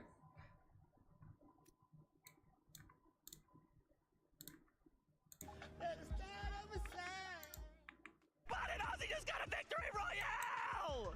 Yeah, Zeke's voice is a little rough if you can't tell. He's quite excited. I'm gonna pass out, that's crazy. What in the world? Okay guys, I knew Vivid was up here during this little game, all right, while we're off camera. And we both kind of looked at each other. There was a very key moment in this game. We tune in to Peterbot very, very early. And I said, Vivid, what's that yellow gun there? He's like, our dog, are you talking about the Mythic Pulse? I'm like, wait. They start the game with a Mythic Pulse? Game over. GG's. I love that you bring up the start of the game because honestly their domination was all the way from the beginning. Peterbot going after Mongrel, Ozzy also going after Ali A, but there was a moment there where he could have gone more on the aggressive of Ali A after Mongrel was down, and you could see them talking to each other. I'm guessing that they were saying to back out, that we want to try and go for more elimination points. We know that's where Peterbot's the strongest, so instead of getting them both down right away, let them reboot, and then we can get more points. And that is exactly what they did, racking up elimination after elimination, but this is what they needed. Peter could have easily lost this. Where they were going into this match. They needed He's out of mats, lower health. At lifting up that trophy. It reminds me of the 2024 Global Championship. You see Queasy win a game, Peterbot in the background kind of eyeballing him down, cold-blooded, and now he has gotten that victory royale once again. I'm sure he shot himself up that leaderboard, and we can actually take a look right now at the standings. Second place from 7th to 2nd place in a single Lacey match. and the Clicks went down 3. They're in 7th now. Points separating from Cooper and Zemie. Yikes. 3-point difference between first and second and third. Zeke, we just have 2 more games left and things are so close. Oh my gosh, we have a listen in from that game. Let's take a listen. We're putting on a flippin' show. Let's go, bro. Let's heck and get him. Oh. You can come with me if you want, but like I don't think it'll come to you. No, dude, you're chilling. You do you, bro. You do you. Okay, Be great, man. Be great. You good? Yep. Yeah, I'm gone. Bro. I just want to put myself between. I'm just going up, bro. Killed him. Did he go underneath? He went underneath. I'm chopping in on him. Killed him. Nice, bro. Good job. Let's go, baby. I'm sorry, Mongrel. 2 slurp. Let's go. Got a body? Yeah, 1 sec. I'm just trying to like not die, but also go for something. Oh my god, here. I'm good. You good? 2 builds. 1 build.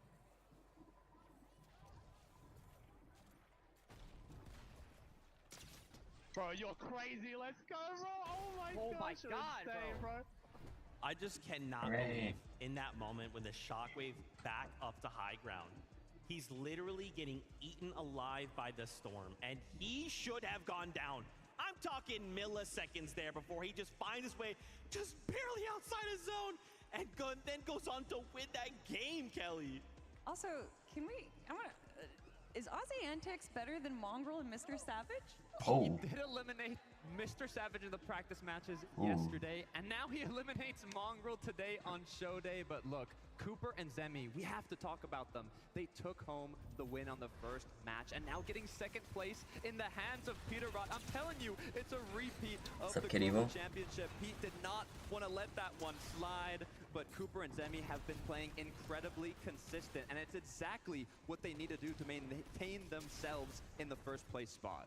To be in a final 3 teams and to literally be a solo player against Peterbot and Ozzy and Cold and Courage and to still have your composure, that is why Cooper is a global champion. And to get 2nd place as well, to get these eliminations, just leading them to victory. And although it is a 2nd place, if you are going to be in this solo situation, this is a best case scenario. Any other player gets hit by that shockwave, but it had to be Peterbot. It had to be Peterbot, and it took Cooper half a millisecond to get eliminated. This is gonna be interesting. Guys, I don't know if you remember this. Hold on, that's right. So Cooper's a global champion, and he won when it was a 1-day format. So could we see history repeat itself? I think that is definitely a likely possibility, especially looking at the stats there from Cooper. An average placement of 3.8 out of 20 teams is a pretty dang good placement. definitely good odds. We do have 2 more matches to be played out, so you know all they have to do is keep it up. But look how close it is. You said it, 3 points from first to second, and right behind them, we can't put them out yet. Seti and Daya in 3rd place with 41 points. This is still anybody's game. Where are they? Like, what is going on? We're never seeing them, and yet they're in 3rd place? No, we see them. We see Seti a lot in the end game as well, and obviously Dai being an incredible competitor. We do see them, honestly, frequently in the end game, so it doesn't surprise me too much to see them in 3rd place. I think what we should have seen is their names a lot earlier in the people's predictions. A lot of people just kind of overlooked them, and obviously they're not going to be overlooking them now. They are so stealth mode right now. I mean, this is crazy. Also, Where is- Cold encouraged JD Where's in Seti and that Dai supposed last to be landing? game. Okay, they're supposed to be landing on All right, I'm waking myself Thomas back up. In and, case you guys didn't see, he was out here doing push-ups not that long ago, and then goes on to put on a performance like this. Okay. I think he needs to do push-ups more often in between games. I think that might honestly get the juices going, because he was doing such a good job there, following Cold T to T, box to box, doing such a good job running that low ground, getting so many eliminations, and kind of just pushing everyone else out of the way. I'm actually loving this so much from Courage. I want to repeat what we said before, but Courage literally played more tournaments this past week than he had from 2020 to now, and he is keeping up with Cold. He is staying together with his teammate. The chemistry is looking amazing, and I am honestly incredibly impressed with how they've been performing. Look, Courage is an OG, all right? This guy has been around competitive play for a very, very long time. And I can just, you know, we definitely appreciate that he's been putting in that work, and it shows. Like, obviously, when the camera comes on, he's gonna be Courage, right? Loud, funny. He's gonna make you, you know, laugh every single time. But when that bus launches and he jumps out, it's serious time. No, I mean, we saw it from even 2 weeks ago. He immediately started practicing as soon as we saw I think he got a little nervous when he saw that Cold, you know, the reigning Major 2 champ, was announced. And he wanted to bring the energy that we're seeing right now to all of you, to prove to not just himself, but to everyone that, yes, I might have been the 2nd place Fortnite, first Pro-Am, but I'm here again, and I haven't dropped anything. It's what you love to see from the 2018 Pro-Am 2nd place, now once again here in 2025. He talked about eating 12 bananas. He talked about the push-ups. Maybe it's these routines that are helping him out, but all we know is we've got 2 games left, and they've got to make it happen. Dude, I don't even know how this ends, right? Again, with moment to moment, this could change. This could be mad chaotic. I mean, I'm still, you know, where is Clix and Lacey, right? We kind of saw that last game. Lacey did kind of get picked off, kind of got cornered there for a situation, but Clix is still being Clix, right? This is still looking like Major 2 Clix. You could not put anybody out of the competition. We saw what Peterbot and Ozzy just did. They went from 7th to 2nd place, almost first in a single match. They're still at the top 10. All they need is one good game again, and they are more than capable of getting it. Yeah, still being in 7th place right now. I mean, if you look at the points, they're about 18 points below, which is obviously a big chunk, but we know that Clix can really lock in. We've seen Clix go for those W key games, so I definitely think there's a possibility of them to jump up the leaderboard, just get a few more elims and points, and set themselves up in the top. I'm curious, do we think that with 2 games left to go, I mean, clearly the competition is fierce. Do we just say, that's it? Everyone swap up your drop spots. We're going for the first place. We're landing on them. We want to win. Let's take them out. And then suddenly we're feeling like that invitational once again. I mean, if everyone changes up their drop spots, then no one changes up their drop spots, right? I don't know. That just kind of makes everything. I'm up for it. Okay, Alex kicked it off, kind of splitting up with where Loser Fruit was dropping. So maybe, you know, in the last game, I don't know if this next one, but maybe the last match of the day, we'll see something interesting.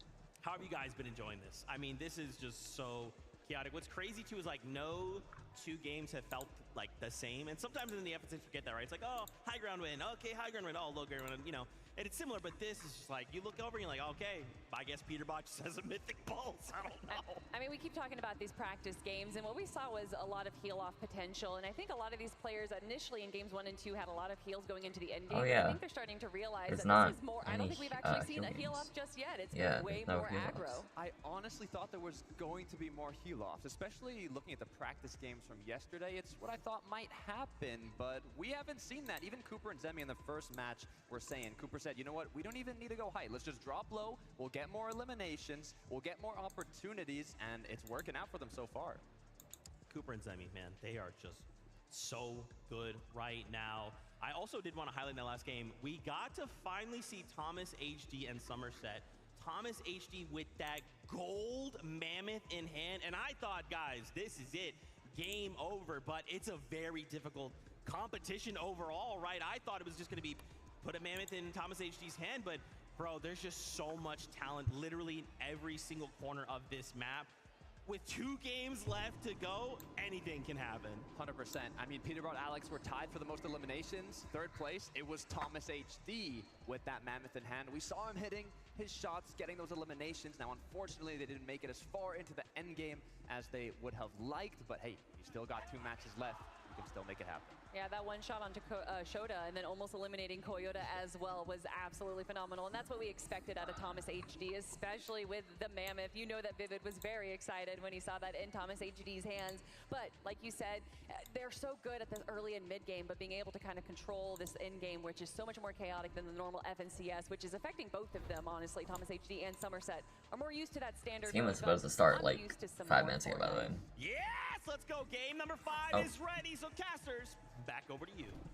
Thank you so much. And with 2 games left, one of the biggest things I've noticed while looking at that leaderboard, this isn't as elimination heavy as we thought it was going to be. It's come down to straight consistency throughout these 4 games. You say that, but when Peterbot and Aussie are in the lobby, especially Peterbot, eliminations might actually be the real recipe for success. But we got game 5 ready to go.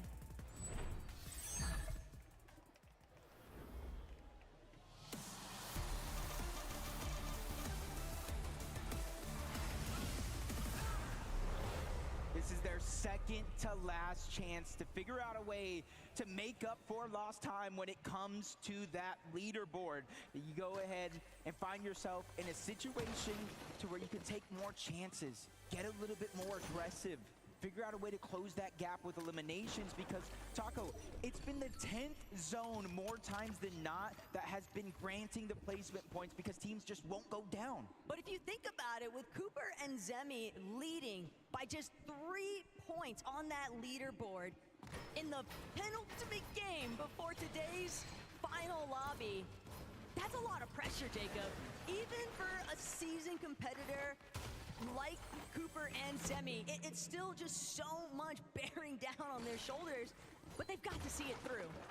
Yeah, especially if you're in first place, trying to play your game calmly, cool, collected, and then you just see the name in the feed lighting up with eliminations. It's almost going to force some teams to get more and more aggressive. Contested drop, though, this time around. Veno does look like he was getting aggressive over towards the boom and base onto Podesai and Nikov. Nate Hill's in the distance as well. And these are the type of strategy I expected to see. Game 5, Veno is able to land a good shot, but he is going to go down. We already saw Reddish at Semi's stack, so we know where he's going to get rebooted at. For a moment, it seemed like that was going to be turned on its head there for Podesai, but Nikov still had the backup necessary just in case things went south. And now, Frenchie's just looking to try and ensure that they have boom and base completely locked down. Veno dropping back in, though. Probably just happy about the fact that he wasn't beamed out of the sky like we've been witnessing so often here today. Yeah, and I've already saw on the feed, we got Mongrel, Ollie, both going down respectively. There's just so much action going down. Let's jump into Tenacity and Reason. Nice. Oh my! What happened? Oh my god! I got the luckiest thing ever! Out of every exotic weapon! Okay, nice. Oh my god! Bro got the dev chest. My gosh, is that like a 0.00001% chance to get every exotic in that one chest? They gotta be the ones to look at for this game. Not even 1 in a million, like 1 in a billion odds there, it seems like, Jacob, but that is everything. Wow. Just completely dropped at Reason's feet.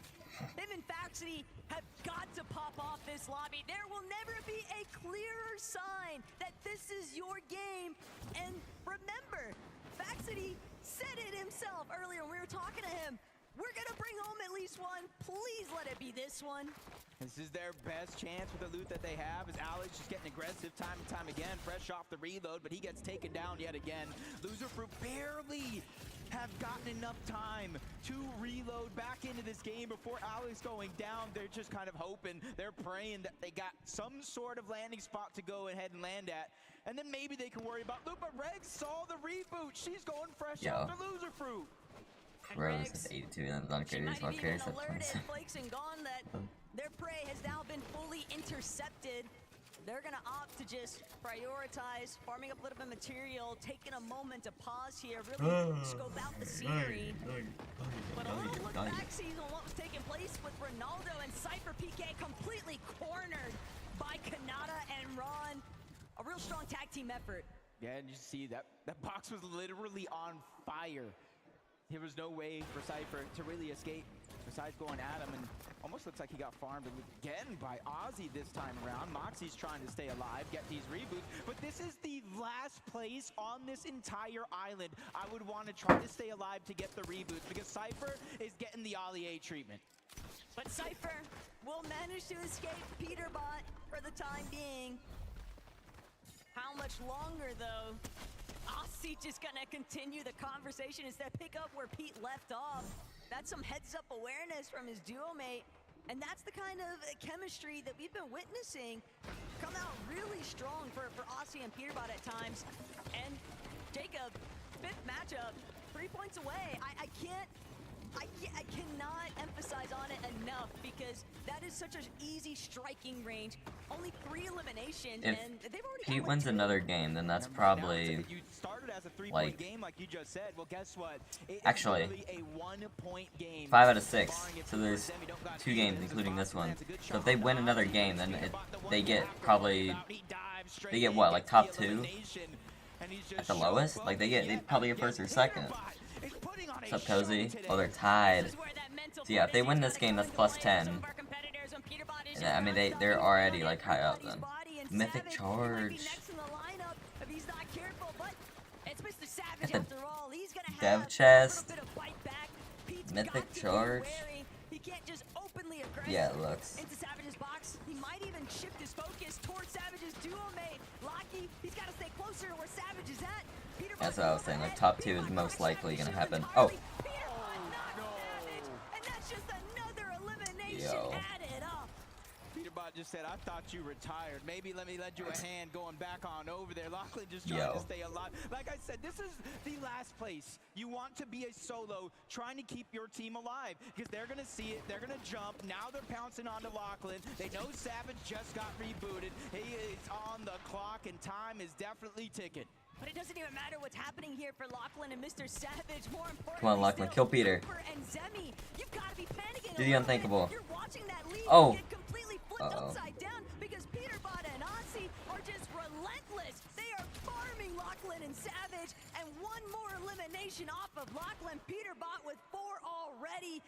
There's got to be looking at some form of a disengage. Savage, he'll meet his end. A full duo wipe. And that might actually be the best case scenario, though, for Zemie and Cooper. 100% best case scenario, because now there's nobody to farm out of the sky. And just like that, Peterbot and Ozzy have a 2-point lead over the competition and are not looking to slow down yet. Ozzy looking over, seeing that team building up on top of Slurpee Swamp into the distance. He said, yo, Pete. And he's just sharing up that information and letting him decide where they want to push next. Never count out Clicks and Lacey, though. They might want to be the first team to possibly repeat Victor Royale 2 on the day. And I like the fact that they're playing with so much patience. They don't need to do anything reckless. They've scouted out that Lucifer and Alex are on the bridge. And now, while Lucifer's trying to take this opportunity to heal, Alex left by himself. He's going to have to play support. He's going to have to try and prevent Clicks and Lacey from pushing them entirely. And he's done enough. That's all he was really after, was just keeping Loser Fruit safe. Yeah, because you don't want to get stuck. This is 5th zone. This is the danger zone for when you want to start to position, maybe not take those risky fights, because if you go down, get reloaded back into this game, there's almost nowhere for you to land, or nowhere safe at that. especially for the second zone. That's when reboots will be disabled. It's Thomas, Somerset, 5 eliminations. A good portion of those were on NECA at 30, as Reddish has now taken her share of that point gain, taking him down yet again. They're just trying to take that slow rotation. Even with launch pads around, they know it's too risky to expose yourself with the mammoths, the snipers, and how dangerous so many players are with their aim. Now, I like this from Thomas, just taking a lower elevation, using some of that natural map terrain, but when you see these pre-existing builds heading up toward the high ground, gotta be really careful. You never know what might be waiting for you. And Coyota actually gonna be the one with that mythic. Well, sorry, this is dangerous scenes here, but Coyota doesn't get the opening shot he was hoping for. Shota now gonna look to try and back up his dual mate. Coyota trying to give chase, but he's just getting blocked off even from his own shots. He was able to land one shot, but just a little bit too late. Somerset's there. They're trying to alleviate some of that pressure, and he's being so quick and predictive, trying to capture off guard. But no, it's Thomas that takes the big shot. Luckily for him, already pre-popped the legendary slurp juice, so the shield's going to take some time to get back on up, but it's well on its way. Playing defensive from one end, but it's forced to leave Somerset in a 1v2 situation versus Coyota and Shota. But this is great work by her, playing defensive, making sure that it's not going to be a free push, which allows her to reunite with Thomas HD. The problem that Thomas kind of scoped out is Cold and Courage. They were just constantly spraying into where Thomas and Somerset were at. They're not going to allow them to key any further towards Coyota and Shota. It's just not safe. It's not worth the risk. Thomas knows better. And he's going to opt to just fall back, wait for the lobby to kind of settle in a little bit deeper into the zone. And that's a scary box fight if you end up against Coyota. One of the few weapons in the game right now with that mythic charge shotgun that can actually hit a one pump. So you have to be careful, because that could have been a much different situation. Veno, Reddish, still going around the outskirts of the map, towards the outside, finding a lot of the different barrels that are left behind. The bigger the barrel, the more the HP, and that's something they're going to utilize in open water. This is a very familiar scenes, though, for Veno. He loves his dead side rotations, and it's a good heads-up play. You want to stay away from where so much of the attention is being drawn more towards that center zone, and with the way that they're basing up on a little bit of elevation, they might even have a great opportunity to kind of just pick off some other late straggler rotating teams. Now the 6th zone, 50 seconds, and it will begin to close. So it's about 2 minutes, Taco, to reboots, or you can see in 45 seconds they're going to start to be disabled because it's already closing. Lacey's feeling the pressure. Now is not the time to go down. Ozzy's even pickaxing, trying to take control of these pieces. They know danger is looming around any one of these corners, and as soon as they drop down, they start to feel that feeling of safety, but it doesn't slow down. They're the focus of the lobby as of now. They're barely getting just the smallest opportunities to try and restore some of that shield. Went out with a resub on Noise, let's go. They're gonna shockwave out. They're gonna take their odds, just catapulting themselves further. Pop up in the But the chat lobby is not letting activity. up. Click so incredibly low. Lacey cracked as well. Queasy on the other end 5 of things. months on But Blake, Noise. he sees the white ticks. He wants to keep barreling them with pressure, and Clicks, Lacey, they are just at their wits' end. They're practically out of material. If anybody else even spots out the fact that they're under so much heavy fire, they might just look to steal this one away from the rest of the lobby. I gotta admit, it was Reason and Faxity. They have that exotic red eye, which means there's explosive damage, destroying a lot of those builds, which kind of started that lobby focus in general. Bad luck for Clicks and Lacey, because now they just have very, very few materials. Reboots disabled. They're going to need an important elimination if they're looking to get back into this game. Kanata, Stable Ronaldo looking through these cones, trying to figure out when and where they have to rotate. They spot out Faxity and Reason. They don't even know the treasure trove they behold right above them. That's a good hold, though, by Faxity, not allowing those floors to get fully map. chopped out. Mini-map Kanata is and Ron, they're going to have to default to a different strategy, and that might just be crash padding forward, trying to make sure they stay closer towards that front side. So many of our teams, though, have just been kind of duking things out in the low ground here, Jacob. And Clicks, Lacey, they're going to have to be a part of that because they need a refresh, probably more than everybody else that's still left standing right now. Yep, 3 builds split between the 2 players. Hooper, Zemie already starting to rotate on over. There's a couple of chances here for Clicks and Lacey to start to get aggressive, but they're just waiting to catch somebody off guard. A nice maybe 200 damage, and it's Ozzy, the ones that looks like they're going to pounce on him first. Peter already made his way on out, and now he's going to be by himself. because they go ahead and take down Ozzy and get the loot they desperately need to stay alive. But it's just not enough material. Lacey still has 0 builds to work with, and there are shots coming in from every direction. They're just playing a little bit too close towards that backside of zone. Bro, what is this Teams zone? know that this is an injured duo. They are not healthy enough to keep pressing forward. But Jacob, he's lost in the fray. Cammy gonna be the only one left standing now at that duo, and Thomas with that mammoth pistol trying to see if he can take somebody else's head off. This is where you really have to be careful and thoughtful of your shockwaves and your crash pads, because someone just like this is going to deal so much damage just like that. Queasy just gets deleted out of the sky, and their chances for high ground go out the window, because it looks like it's Thomas HD and Somerset's turn to claim it as their own. And Thomas all too happy to take over, but that's where things went south for Jacob. Just beam from the sky. No rotation is safe when you've got somebody like Thomas on high ground with that mammoth. But look at Faxity and Reason. Reason said he's feeling lucky, but he's gonna need more than luck to make his way up this hill face.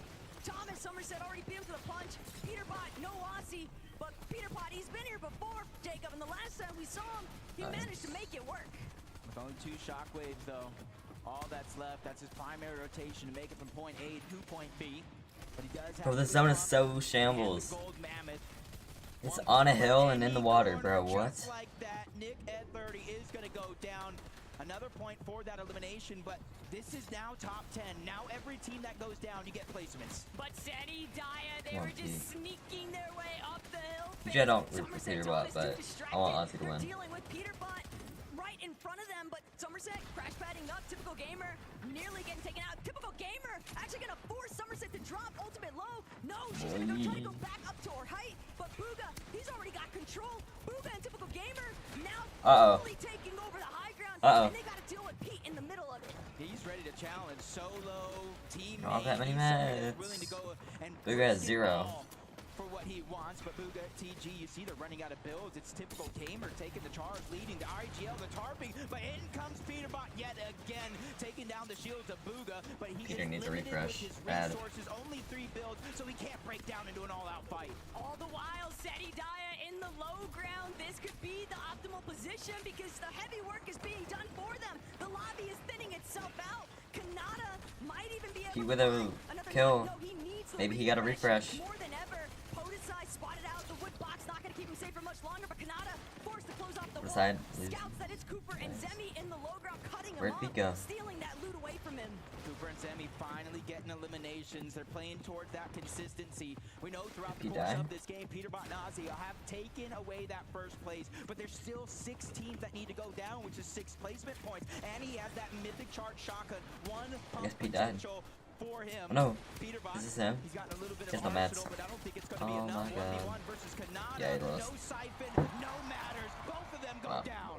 Peterbot making sure that Kanata goes with them. Typical Gamer still on height with Booga, but Daya, Seti, they're still up and kicking. Reason, Faxity to the high ground. Reason, Faxity seem like they want to be the ones to take over height. The challenge is a success. They're now on top. Typical Gamer Reason and Faxity. everybody getting trapped inside the castle here at Fort Crumpet, and Typical Gamer will fall. Yo. There might have been over 4 This is giant.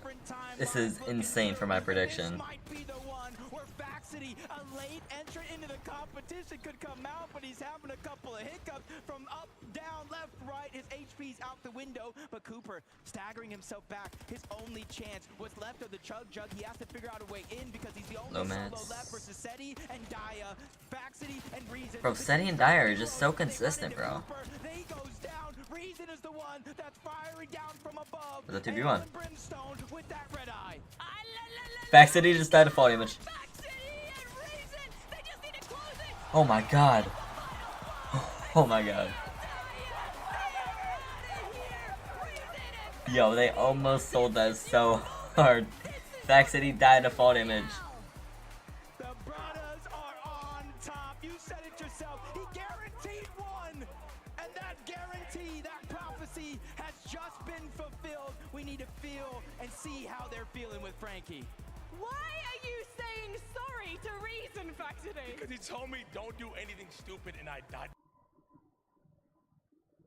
You got nervous. But Reason, you got the victory royale! Fucking go, man! Oh, I'm so happy. That was a nice win, but I told Fax, don't do anything stupid, and he just jumps off high. By the way, Fax, you want to say it? What happened?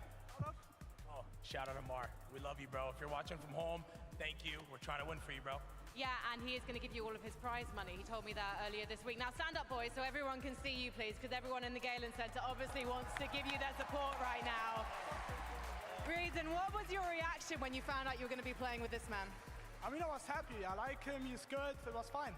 And has he taken you by surprise? I mean, you just got a victory royale. You've only been playing together for a couple of days. No, he's been playing good. He's actually been playing good. I've been advising him a bit. He's good now. And in fact, I have to say one of the highlights of this entire event has just been watching your shenanigans on the internet. But you're showing you can also put your money where your mouth is because you're here with me right now. Have you got anything to say to people at home watching, supporting you? I appreciate you guys. We're going to try to win last game as well. Let's keep doing what we do. Do you think you can? Yeah, of course you can. Shout out to Germany, shout out to all my viewers, and nur der ASV. Dankeschön. I mean, he's one of the most popular streamers in Germany. I'm sure they're all wishing you well, even though it's past your bedtimes, Germany. Right, guys, we have got to take a short break. But when we come back, oh man, everything he's in first now. be on the line. Don't go anywhere. Actually, it has to be Cooper and Zimmy. It's still definitely it. Actually, yeah, it's probably Cooper and Zimmy because they got a lot of placement. I don't know how many kills, but.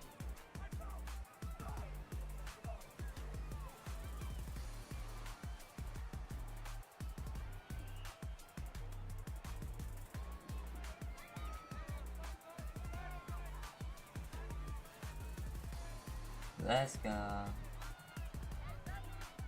That's crazy.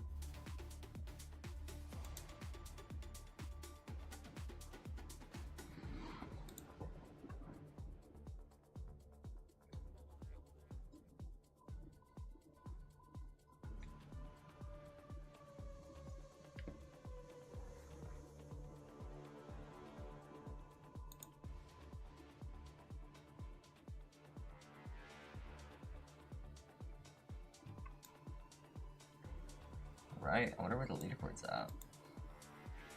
I mean, it has to be Cooper and Zimmy in first, and then probably Seti and Daya in second, and then Pete and Ozzy. They died early. With Amex Gold's 4x membership rewards points at restaurants worldwide. Wherever you dine, points are piling up. So bring your friends along for your next course, because it's not all about the posts. It's about the company and the memories. How can gold from Amex sweeten your next food moment? Learn more at americanexpress.com/explore-gold. Terms and points cap apply.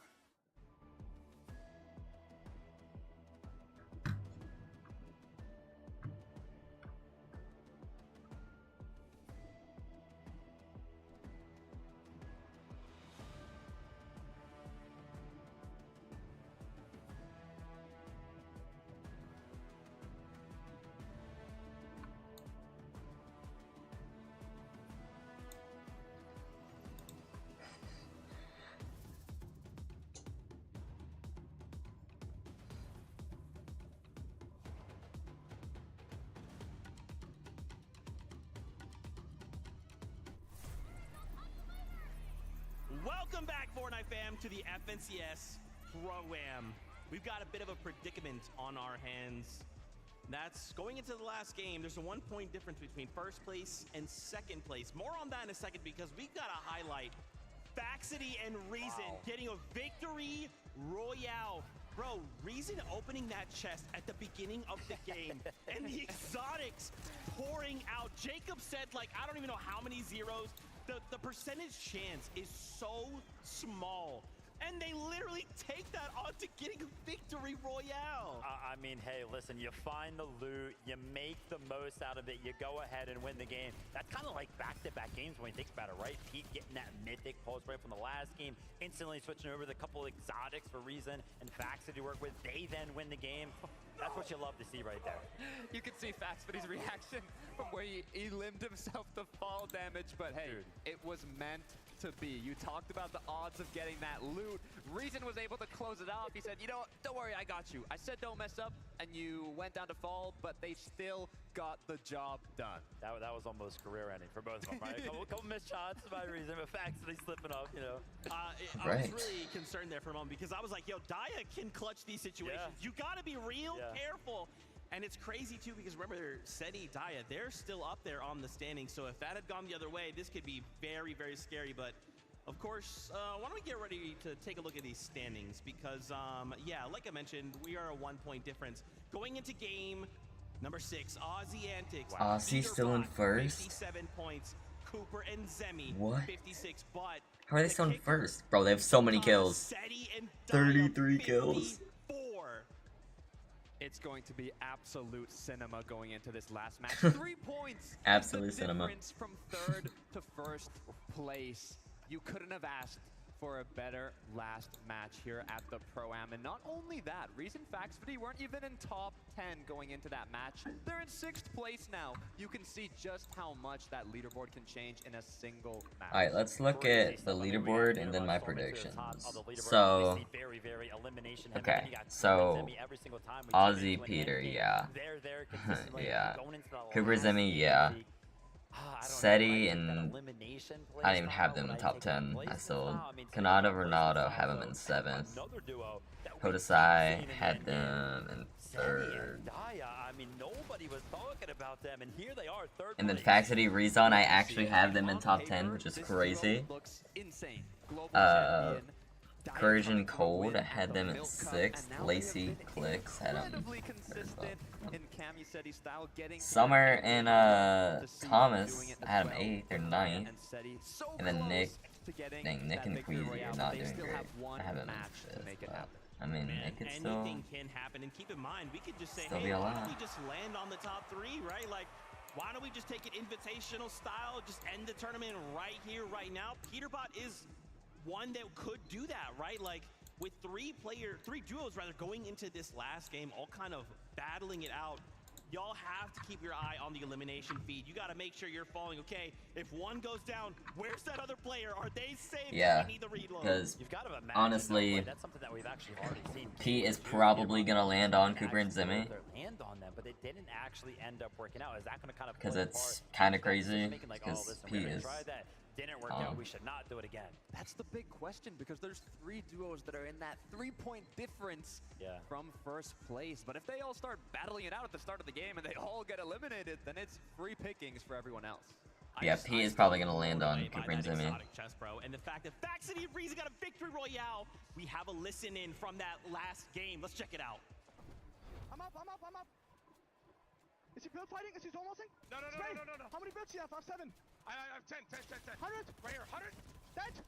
Nice. I think I'm going for that. Yeah, go. Watch out, you don't get shot. Oh my god. Are you dead? I'm good. Dead. I'm front. You ready? They're going to jump. Straight. I'm front. 1v2. Nice. I'm front. Don't do anything dumb. I'm not. I fell. No, come on. No, please. Come on, Razan. No. Come on!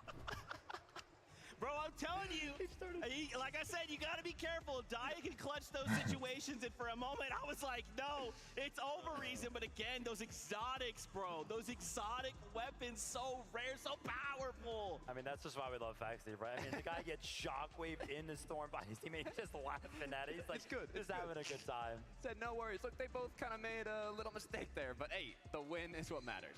Guys, the last game, the 2025 FNCS Pro-Am is ready. Who will take home the trophy for the last time today? Take it away, casters.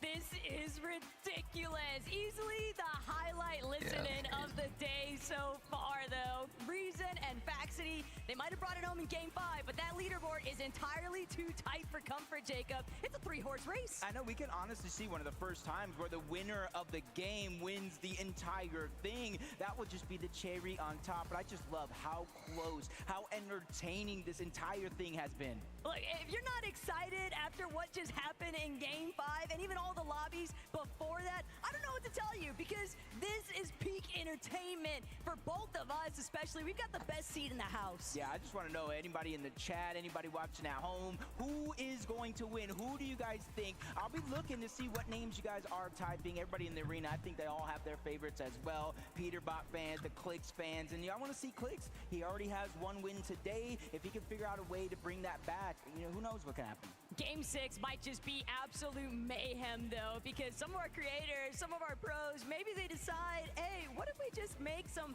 uncontested Ospawn fights, now some heavy slugger matchups? Yeah. Peterbot and Ozzy are landing on Cooper and Zimmy. We already know that's gonna happen.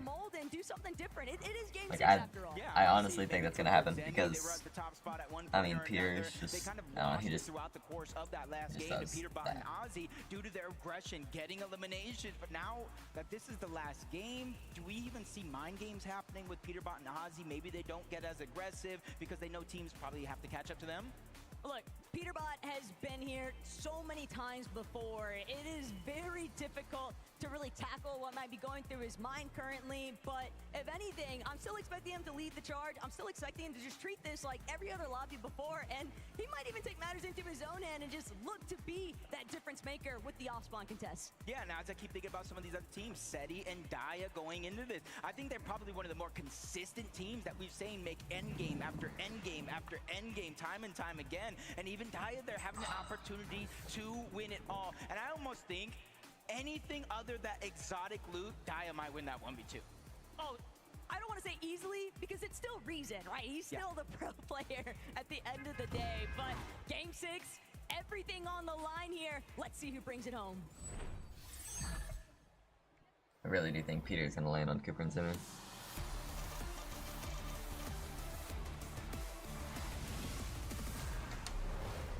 All of our competitors know that this is their last chance, the last stop the Battle Bus is gonna make in the 2025 FNCS Pro-Am here at the Galen Center. Oh, maybe not.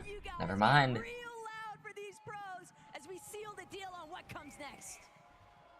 Things kind of staying the same over towards the dirty docks. All three teams landing here.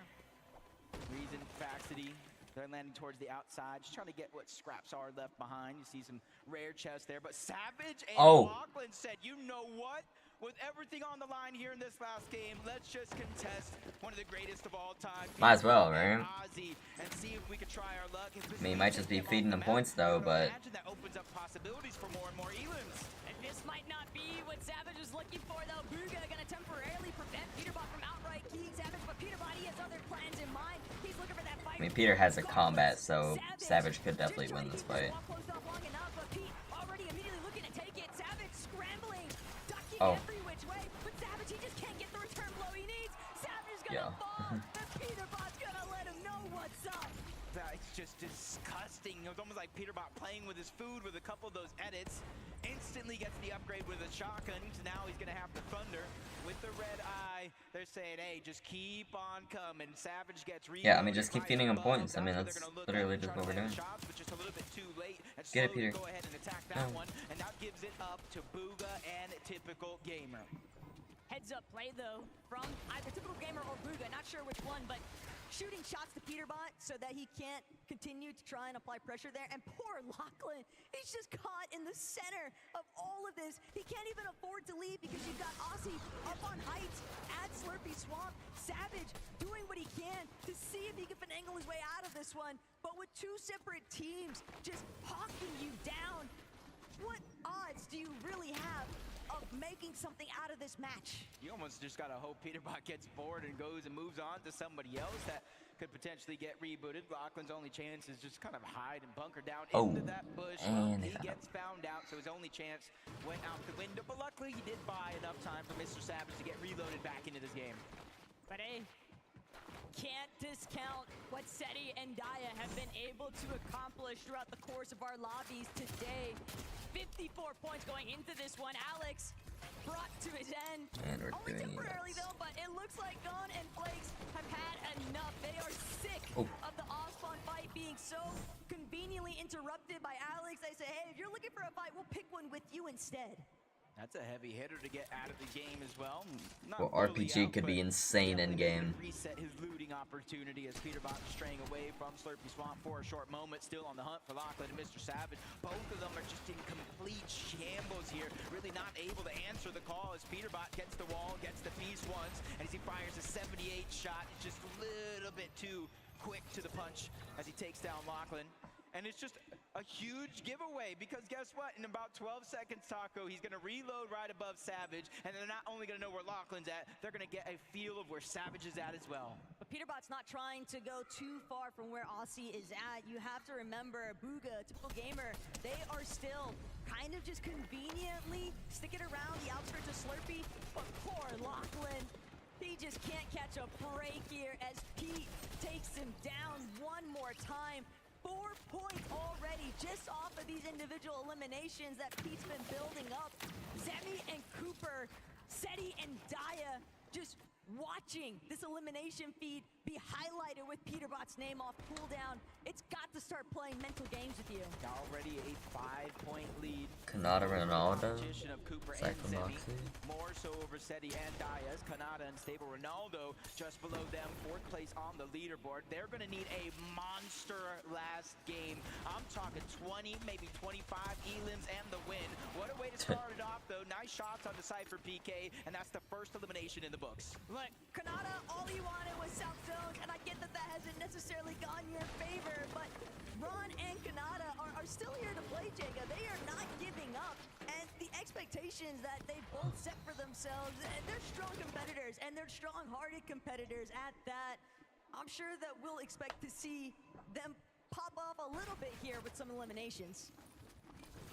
Disaster continues for Lachlan as he goes down again. You see Mr. Savage just outside on that mini-map, just trying to get him back into the game as Nikov, Podesai, making their rotation away from that booming base, that uncontested drop that they've had throughout the day. They're just waiting. 12 seconds have passed since Lachlan went down, so he gets reloaded back in the game, and that's a lot of information being given up, and instantly Podesai and Nikov are going on the chase. But this is exactly what the Gentlemates are going to be forced to do. They know that they're going to need more than just a strong placement to close things out. If they really want to play leapfrog with the leaderboard position, they're going to need a good chunk of eliminations to go with it. Yeah, as of now, I do believe they're, about 19 or so points down from Peterbot and Ozzy, and that's including some of the eliminations that we've had in this game so far.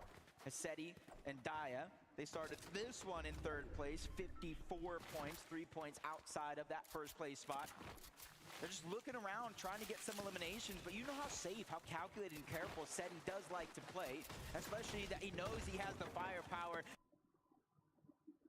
Uh-oh. And the loadout that Daya has in her inventory with those 2 legendary slurp juices. So as long as they let those eliminations naturally come to them as they're rotating for that 50-50 is, I think they'll be okay. And Seti and Daya, they also know exactly where a couple of these opposing duos are actually located. Poor Lachlan, though. He has just been getting beatboxed every single time he loads back in. The moment that he starts, yeah, this hasn't been great for some of the content creators. There's going to be somebody looking to clean him up.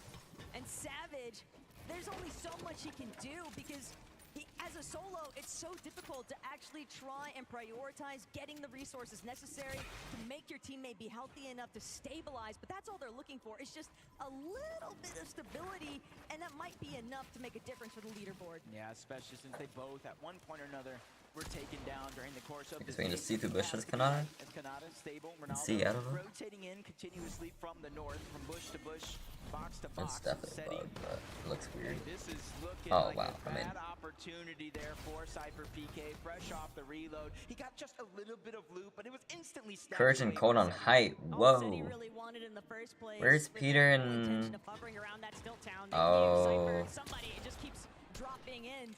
Cold. Picking some shots at his IGL. But Cold knows better than most.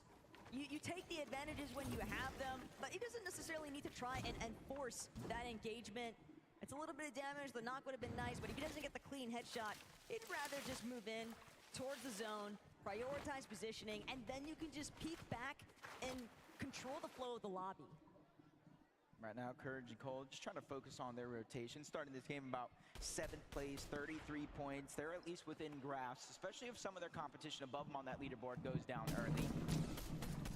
Zemie and Cooper.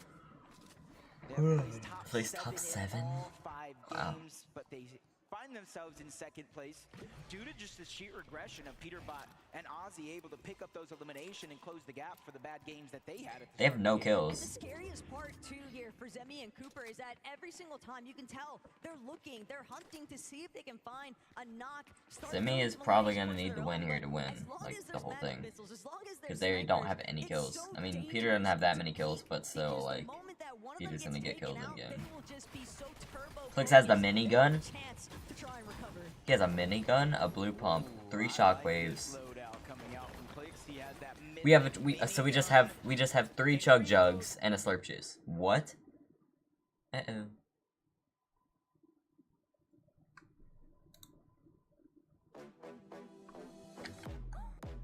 Really? Bro, that loadout is crazy. From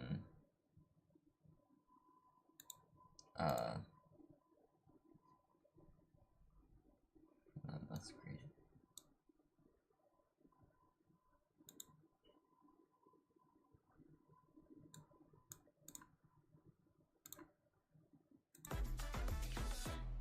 Reboots turn off, because when that actually closes off, that will be the real green light for Savage. Okay, I'm fully a solo, but Savage is probably already playing like that. Yeah, and he's just getting chased back there yet again. This time he was able to survive, touch the ground, but not for too long as Veno and Reddish were able to clean that one up yet again. There's just a lot of pressure being put onto Mr. Savage into this last game, because even though reboots have not been disabled just yet, where is Lachlan going to land? He can go deep in his zone, but he's going to have to make his way out eventually. But look how Peterbot and Aussie, they just kind of creeped up a little bit onto this hill face that's just a little bit below where Veno and Reddish are at. A lot of shots being fired, and Peterbot knows everybody's so distracted. Behind them, they can just look in a really different direction. And Zemie with no Cooper, this could be absolutely disastrous here, Jacob. I think Zemie knows what he's doing, though. He knows exactly what he's doing. He stopped rotating, boxed up immediately, knowing that they have to reach zone. So why not use this time to let Cooper reload back into this game, get as much loot as possible, because you can't really go loot for it, and maybe drop what he has. But you're seeing how Cooper went down into the first place, the crash pad. Wow, what a have those video crazy landing. Visuals, but guess what? With the crash pads, you see nothing. Just menacing. Bro, Clix with a minigun, 3 shockwaves, chug jug, slurp juice. Like, bro, what is that? That's gonna be a steep uphill battle. Why does Twitch keep bugging, bro? Nah. Bro, it's gonna make me watch an ad again. Behind them too, because players are gonna try to seek out that elevation point that Clix and Lacey are on. Why is Twitch They just like... have the ultimate cutoff. Queasy and Nick, they're the ones that are on the high ground for now. 6 zone relatively early, especially since we're gonna rotate around the map here in a couple seconds. And man, that is a that's a bad pull. For a good portion That of is the lobby, bad for second place, Cooper and Zemie and Cooper. Zemie has no builds. Jacob, Zemie has 0 material, and it's really only just begun. Peter and Ozzy were in a decent spot though when we knew where they were. They're already Where they at? to function with all odds against them in Okay, terms they're of in zone, challenging for actually. that Or first like place right in position zone. on the Near it. Leaderboard. They're getting challenged not just on the top side, but for their second place spot as well. Seti and Daya have just tied them on 56 points. I mean, if Booga, I mean not Booga, why did I say Booga? If Pete and Ozzy win this game, then they win it all. Or at least like a decent second. And Zemie Cooper would have to win. First kill.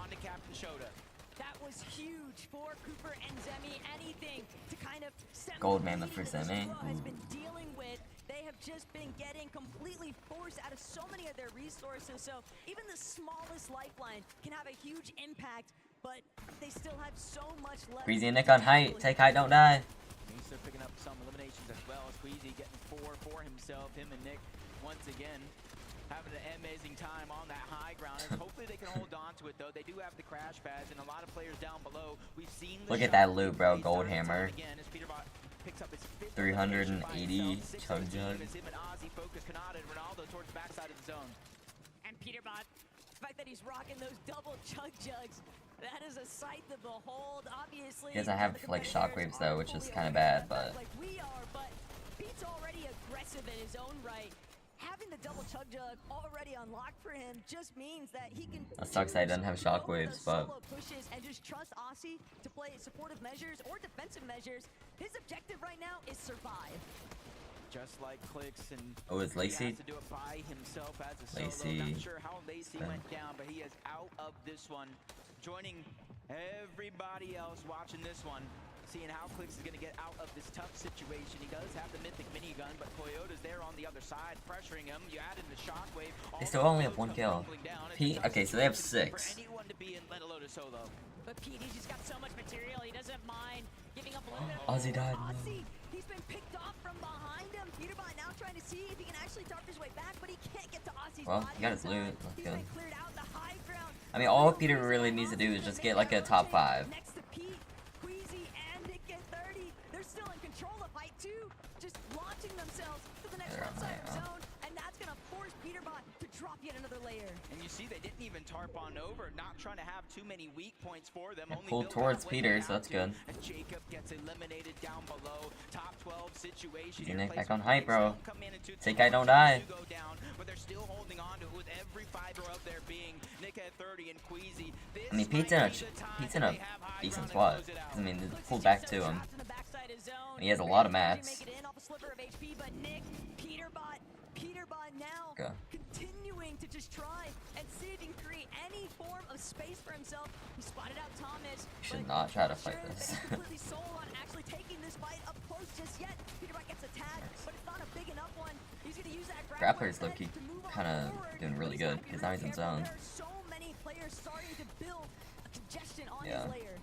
And if Peterbot were Needs to go up or down a layer. little bit of a cushion that Zemie, He just Cooper, killed. Seti, Daya will have to overcome, and even one more point being cleaned up as he gets Yeah, he needs to go up or down a layer. There's way too many people around him. for Peterbot. Him and Ozzy have 7 overall. Well, actually, the other team went down. Never mind. That's good. Increase that lead, and you're seeing our top 3. Seti is now by himself. He's feeling that same Using the pressure that chug Peter jug. is. But wait a second, Zemie, Cooper, they might Uh-oh. have just been reintroduced to this winning conversation. Oh, Seti's so might be. far No, outside Seti into the is. storm. He's gonna have to use his chug jug way too early.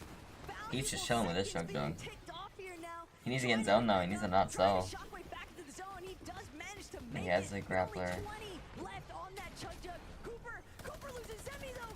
Cooper's got to do this all by himself. Oh. Luckily for Cooper, though, does Ah. have med kits, the legendary slurp juice, different options here. Everybody in our Uh-oh. top 3 Why did they take the legendary slurp juice? Nice, that's a good box. Keep the chug, yes. Cooper's taking medkits, but he's far from zone. He only has 1 grapple. Said he has 1 shockwave that could grief everything. Oh my god. Pete's almost out of mats. He just wasted a grappler. Most people are solos. With that elimination that Cooper just got onto Queasy, that might just There's be enough shockwaves there. time. Cooper doing what he can to try Cooper and might. see if there's any spare heals that he might be able Pete to with the put kill. in his Pete own. wins now. Peterbot takes out He's Seti. dead, but Seti and Daya, they're no longer how's in he the not dead? conversation for first. Need to drop down a layer, take the chug chug. Bro, you gotta take the chug chug. No. Uh oh. If Cooper wins this game, then I think that then they win. Yo, he just got. But he finds himself in a 1v1 v2 situation here for our final 3 players left in the game, and the duo EU's Put aside Nikov, they're probably gonna win this game. going against Gone. That's the solo player who shockwaves towards the top, tries to fire a shot as he drops down low. Cooper's just letting them handle things. He said free. This is gonna be a close game.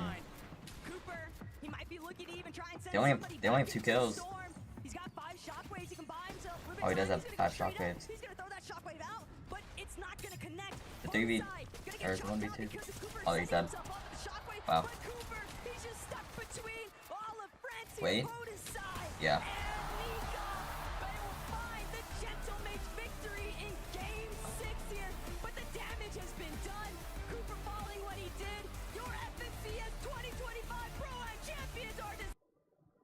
No. No. Bruh.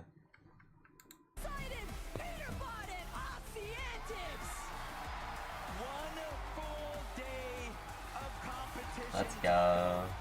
6 games. You got Peterbot, reigning defending global champion. You got Ozzy, one of the biggest faces of competitive Fortnite. They went ahead and dominated with multiple eliminations. They got a victory royale. That's why your FNCS Pro Am champions, Ozzy and Peterbot!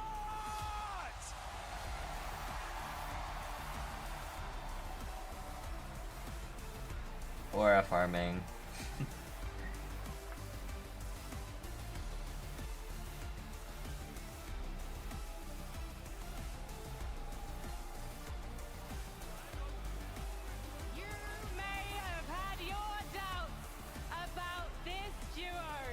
Because it took them until later in the competition to really take it by force. But once you had that victory royale under your belt, Peterbot, it was inevitable that you will be stood with me and this trophy. What does it mean to take victory at the Pro-Am? It means everything because now I'm back-to-back LAN winner, so. You are, and potentially you could be back-to-back later on, but that is something we need to discuss another time. Because right now, Aussie Antics, you must be so proud of yourself and Peter. I'm pretty proud. I mean, he's the GOAT. Everyone knows this is his win, but I did my best to try to make sure I didn't hold him down, and I didn't stop the run. And what's interesting is, normally, you are watch partying this man do his thing, and now the world is watching you win. What's that like? I mean, to be fair, in the last 2 games, you were watching me watch him again, so it felt kind of normal. He was solo clutching like crazy, but it feels amazing, genuinely. This is super fun. This was such a good event. And what is going through your mind when that need to win really takes hold? I don't even know. It just means everything. Does it come naturally? Do you enter a flow state? Yeah, I mean, like, after the win, I knew we were going to win the tournament because, like, the momentum from that game. And you've got so much insight now for when you're watch partying at NA Major 3, Aussie Antics, because you know what it's like to be on comms with this man. So can you give us some insight now? I mean, he did slow it down a bit for me, especially in that last game. He kept me with him, which I'm pretty proud of the fact that he cared enough to slow it down, but it's unreal. Trying to follow him is insane, but I'm just playing and it's just Elim. He's something else. Any words to your fans before I let you lift this trophy one more time? I appreciate all you guys, and I'm glad to bring it home again. Well, you know what? Fortnite is all about moments, as a very wise man once said. So let's make another one right now. Guys, if you'd like to take your position behind the trophy. And please, Gannon Center, one more time! Make some noise for your 2025 FNCS Pro Champion!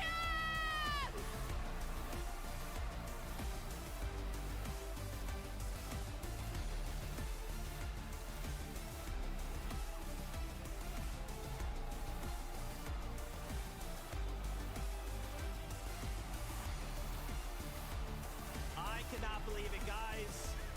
Guys, throw these headsets on. Come here, Ozzy. Come here, Ozzy. Wow. To think, Ozzy, we've been friends for a really long time. Man, a really long time. To think it all began on an FNCS broadcast. Yep. And now we've taken it to a win in an FNCS Pro-Am. Brother, how does it feel? I mean, it's the same corny thing always. It feels amazing. I don't really know what to say. I wasn't honestly expecting this. I know it sounds crazy, like I'm playing with Peterbot, like he's the favorite to win, but I thought like there's some really, really good duos here, but I mean, he's just too good. But it's been so much fun. The event, it's been amazing. The vibe's been amazing. I'm so happy. I'm 1-for-1 win now. 1 tournament, 1 win. Now I gotta stop. I know everyone's gonna ask you to keep playing. Nah, done. 100% win rate. That's it. I'm gonna hold on to that. That's awesome, Pete. I mean, I feel like we're good friends now. I see you like this pretty often. Yep.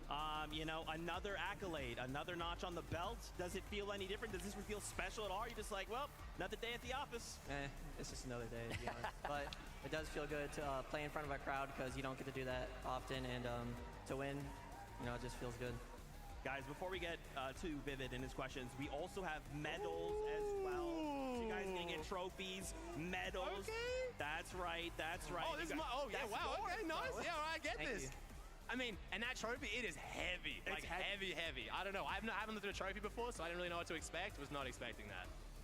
All right, Pete, listen, you know, I listening to Ozzy's answer that he's like, yeah, I'm playing with the GOAT, he's just so good. Elam. Give us a little insight how it was to play with Ozzy. It was actually pretty good. You know, he's really good at staying alive while I'm just trying to rack up some eliminations, and that's basically just what we did the entire time. Okay. I mean, Peter, we've seen your streak in competitive, but you also have a streak as a sub for Aussie Antics. Oh, yeah. Keep subbing to him. He's a fan. I mean, I'm just W supporter. Yeah, W supporter, honestly. Yeah, he's been a supporter since day one. I really appreciate it. It's been good. I have a question. If you guys could just take a small step back. If you just want to hold this up to the camera. Yo! Wait. Hold this up.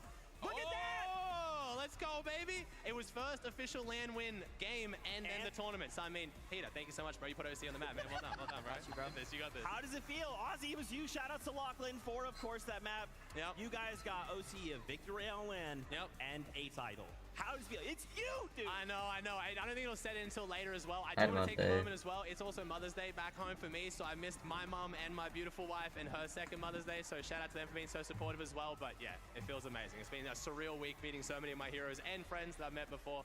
It's amazing. We have to do another one of these. That's all I'm saying. I love that. Pete, how's it been for you? Obviously, like, you know, you're pretty used to like the pro side of things, coming in, meeting these content creators. You're also like, dude, respect, they're dapping you up. How's it been for you? I mean, it's just good to see everyone, especially just playing on stage, you know. I don't know. Especially like when you like eliminate them, it's like you really don't get to do that often, you know. It feels good. I do want to say as well, the crowd, my first time playing in front of a crowd, this crowd was electric. Thank you so much, guys. The energy every time. I knew every time you got an Elam off spawn if they were watching or not, because you could just hear the crowd yelling. Brandon, it's been something, bro. You guys get out of here. Literally, the entire building got DDoSed for like an hour. That's why the stream has been 5 hours. It would have probably taken like maybe like 3.5 or like 4, but they literally got DDoSed every single stream because every person has to stream. Every single stream crashed, and the main broadcast the stream crashed. Like it literally just like it was crazy. I'm glad Ozzy won. Let's go. Now, my predictions might be like really good, or they might not be. It's Podesai and Nikov won that last game. I had them in third, so they might have. I might have gotten the top 3 right. One of the answers, right? He was like, "Oh, listen. After we got that game win, I knew I was winning the tournament." And that's kind of what I was alluding at before. I was like, "Listen, we haven't really seen a Peterbot-esque game." And as soon as that one happened, as soon as they won that game, even he himself being confident, I was like, "Yeah, they're back towards the top of the leaderboard. The momentum's there." They went ahead and carried it all the way through Game 6. Champions. Aussie Antics and Peterbot. Now, Aussie understands the story that goes behind esports, and maybe beforehand he was like, "Hey, let's bro, Lacey. We gotta make it look good, okay? We gotta make it look close. So these first 3 games, let me take it a little bit easy, okay?" No, honestly, I think that they were probably in that halftime show really talking about their strategy because you could see a switch go on in game 4 through 6, and that is what makes or breaks these pro players, being able to see what they're kind of falling short on and changing that on the fly. So much respect to these players, to the these content creators who are basically now pros. You have been dubbed pros, every single one of you. Let's take a look at these standings before we get ready to say goodbye. Because I was curious to see where Seti Daya ended up. Cooper and Zed. Yo, my top 3 were actually right. Lacey and Clicks were in 10. Wait, I got Faxity and Raison 2 right. That's crazy, because no one has them in their top 10. I literally got that right. That's crazy. Cushion actually going into game number 6 there, but slipping down the Oh, Thomas and Somerset was close. Stable Ronaldo's return to competitive FNCS format. Canada Ronaldo, a little bit off. Nick and Queasy, that was off. Seti and Daya didn't even have them in top 10, but like, I got top 3 right, and I actually got Raison and Faxity right, and no one picked like them to do anything. My Clicks hit 10th. Lacey was up until like 2 a.m. having really fun at a party, so you could probably imagine what was happening. So it was kind of just a 1v2 the whole tournament for Clicks, and Clicks kind of, I don't know. He did good, but like he didn't, you know. 0.1% chance. Sometimes you just gotta be Peterbot, and you can still provide entertainment. Friends, we are basically done with the FNCS Pro-Am. Why don't we bring up our friends up here? We got Tokata, we got Frankie, we got the best taco. Where's Jacob PR? They're gonna make their way up here as we prepare to say goodbye. Man, the Pro-Am delivered, but there's still a competition to be had. This is but a taste of what the Global Championship will be like. We still have Major 3 on the horizon and more spots to claim on that battle bus going to Global. So that will be the next time we'll see you. Major number 3. Until then, as always, we love you. Keep yourself safe. We'll see you on that battle bus. All right. W. Yeah, Devontae, probably not. Anyway, I'm gonna get off. It's been a 5-hour stream. It's been way too long for that.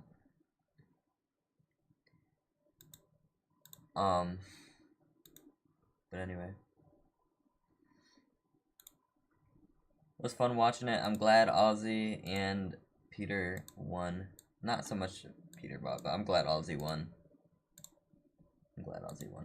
But they didn't really, I don't know. Let's look at the actual run. Pull this up too. Let's make it to where I can actually see the names.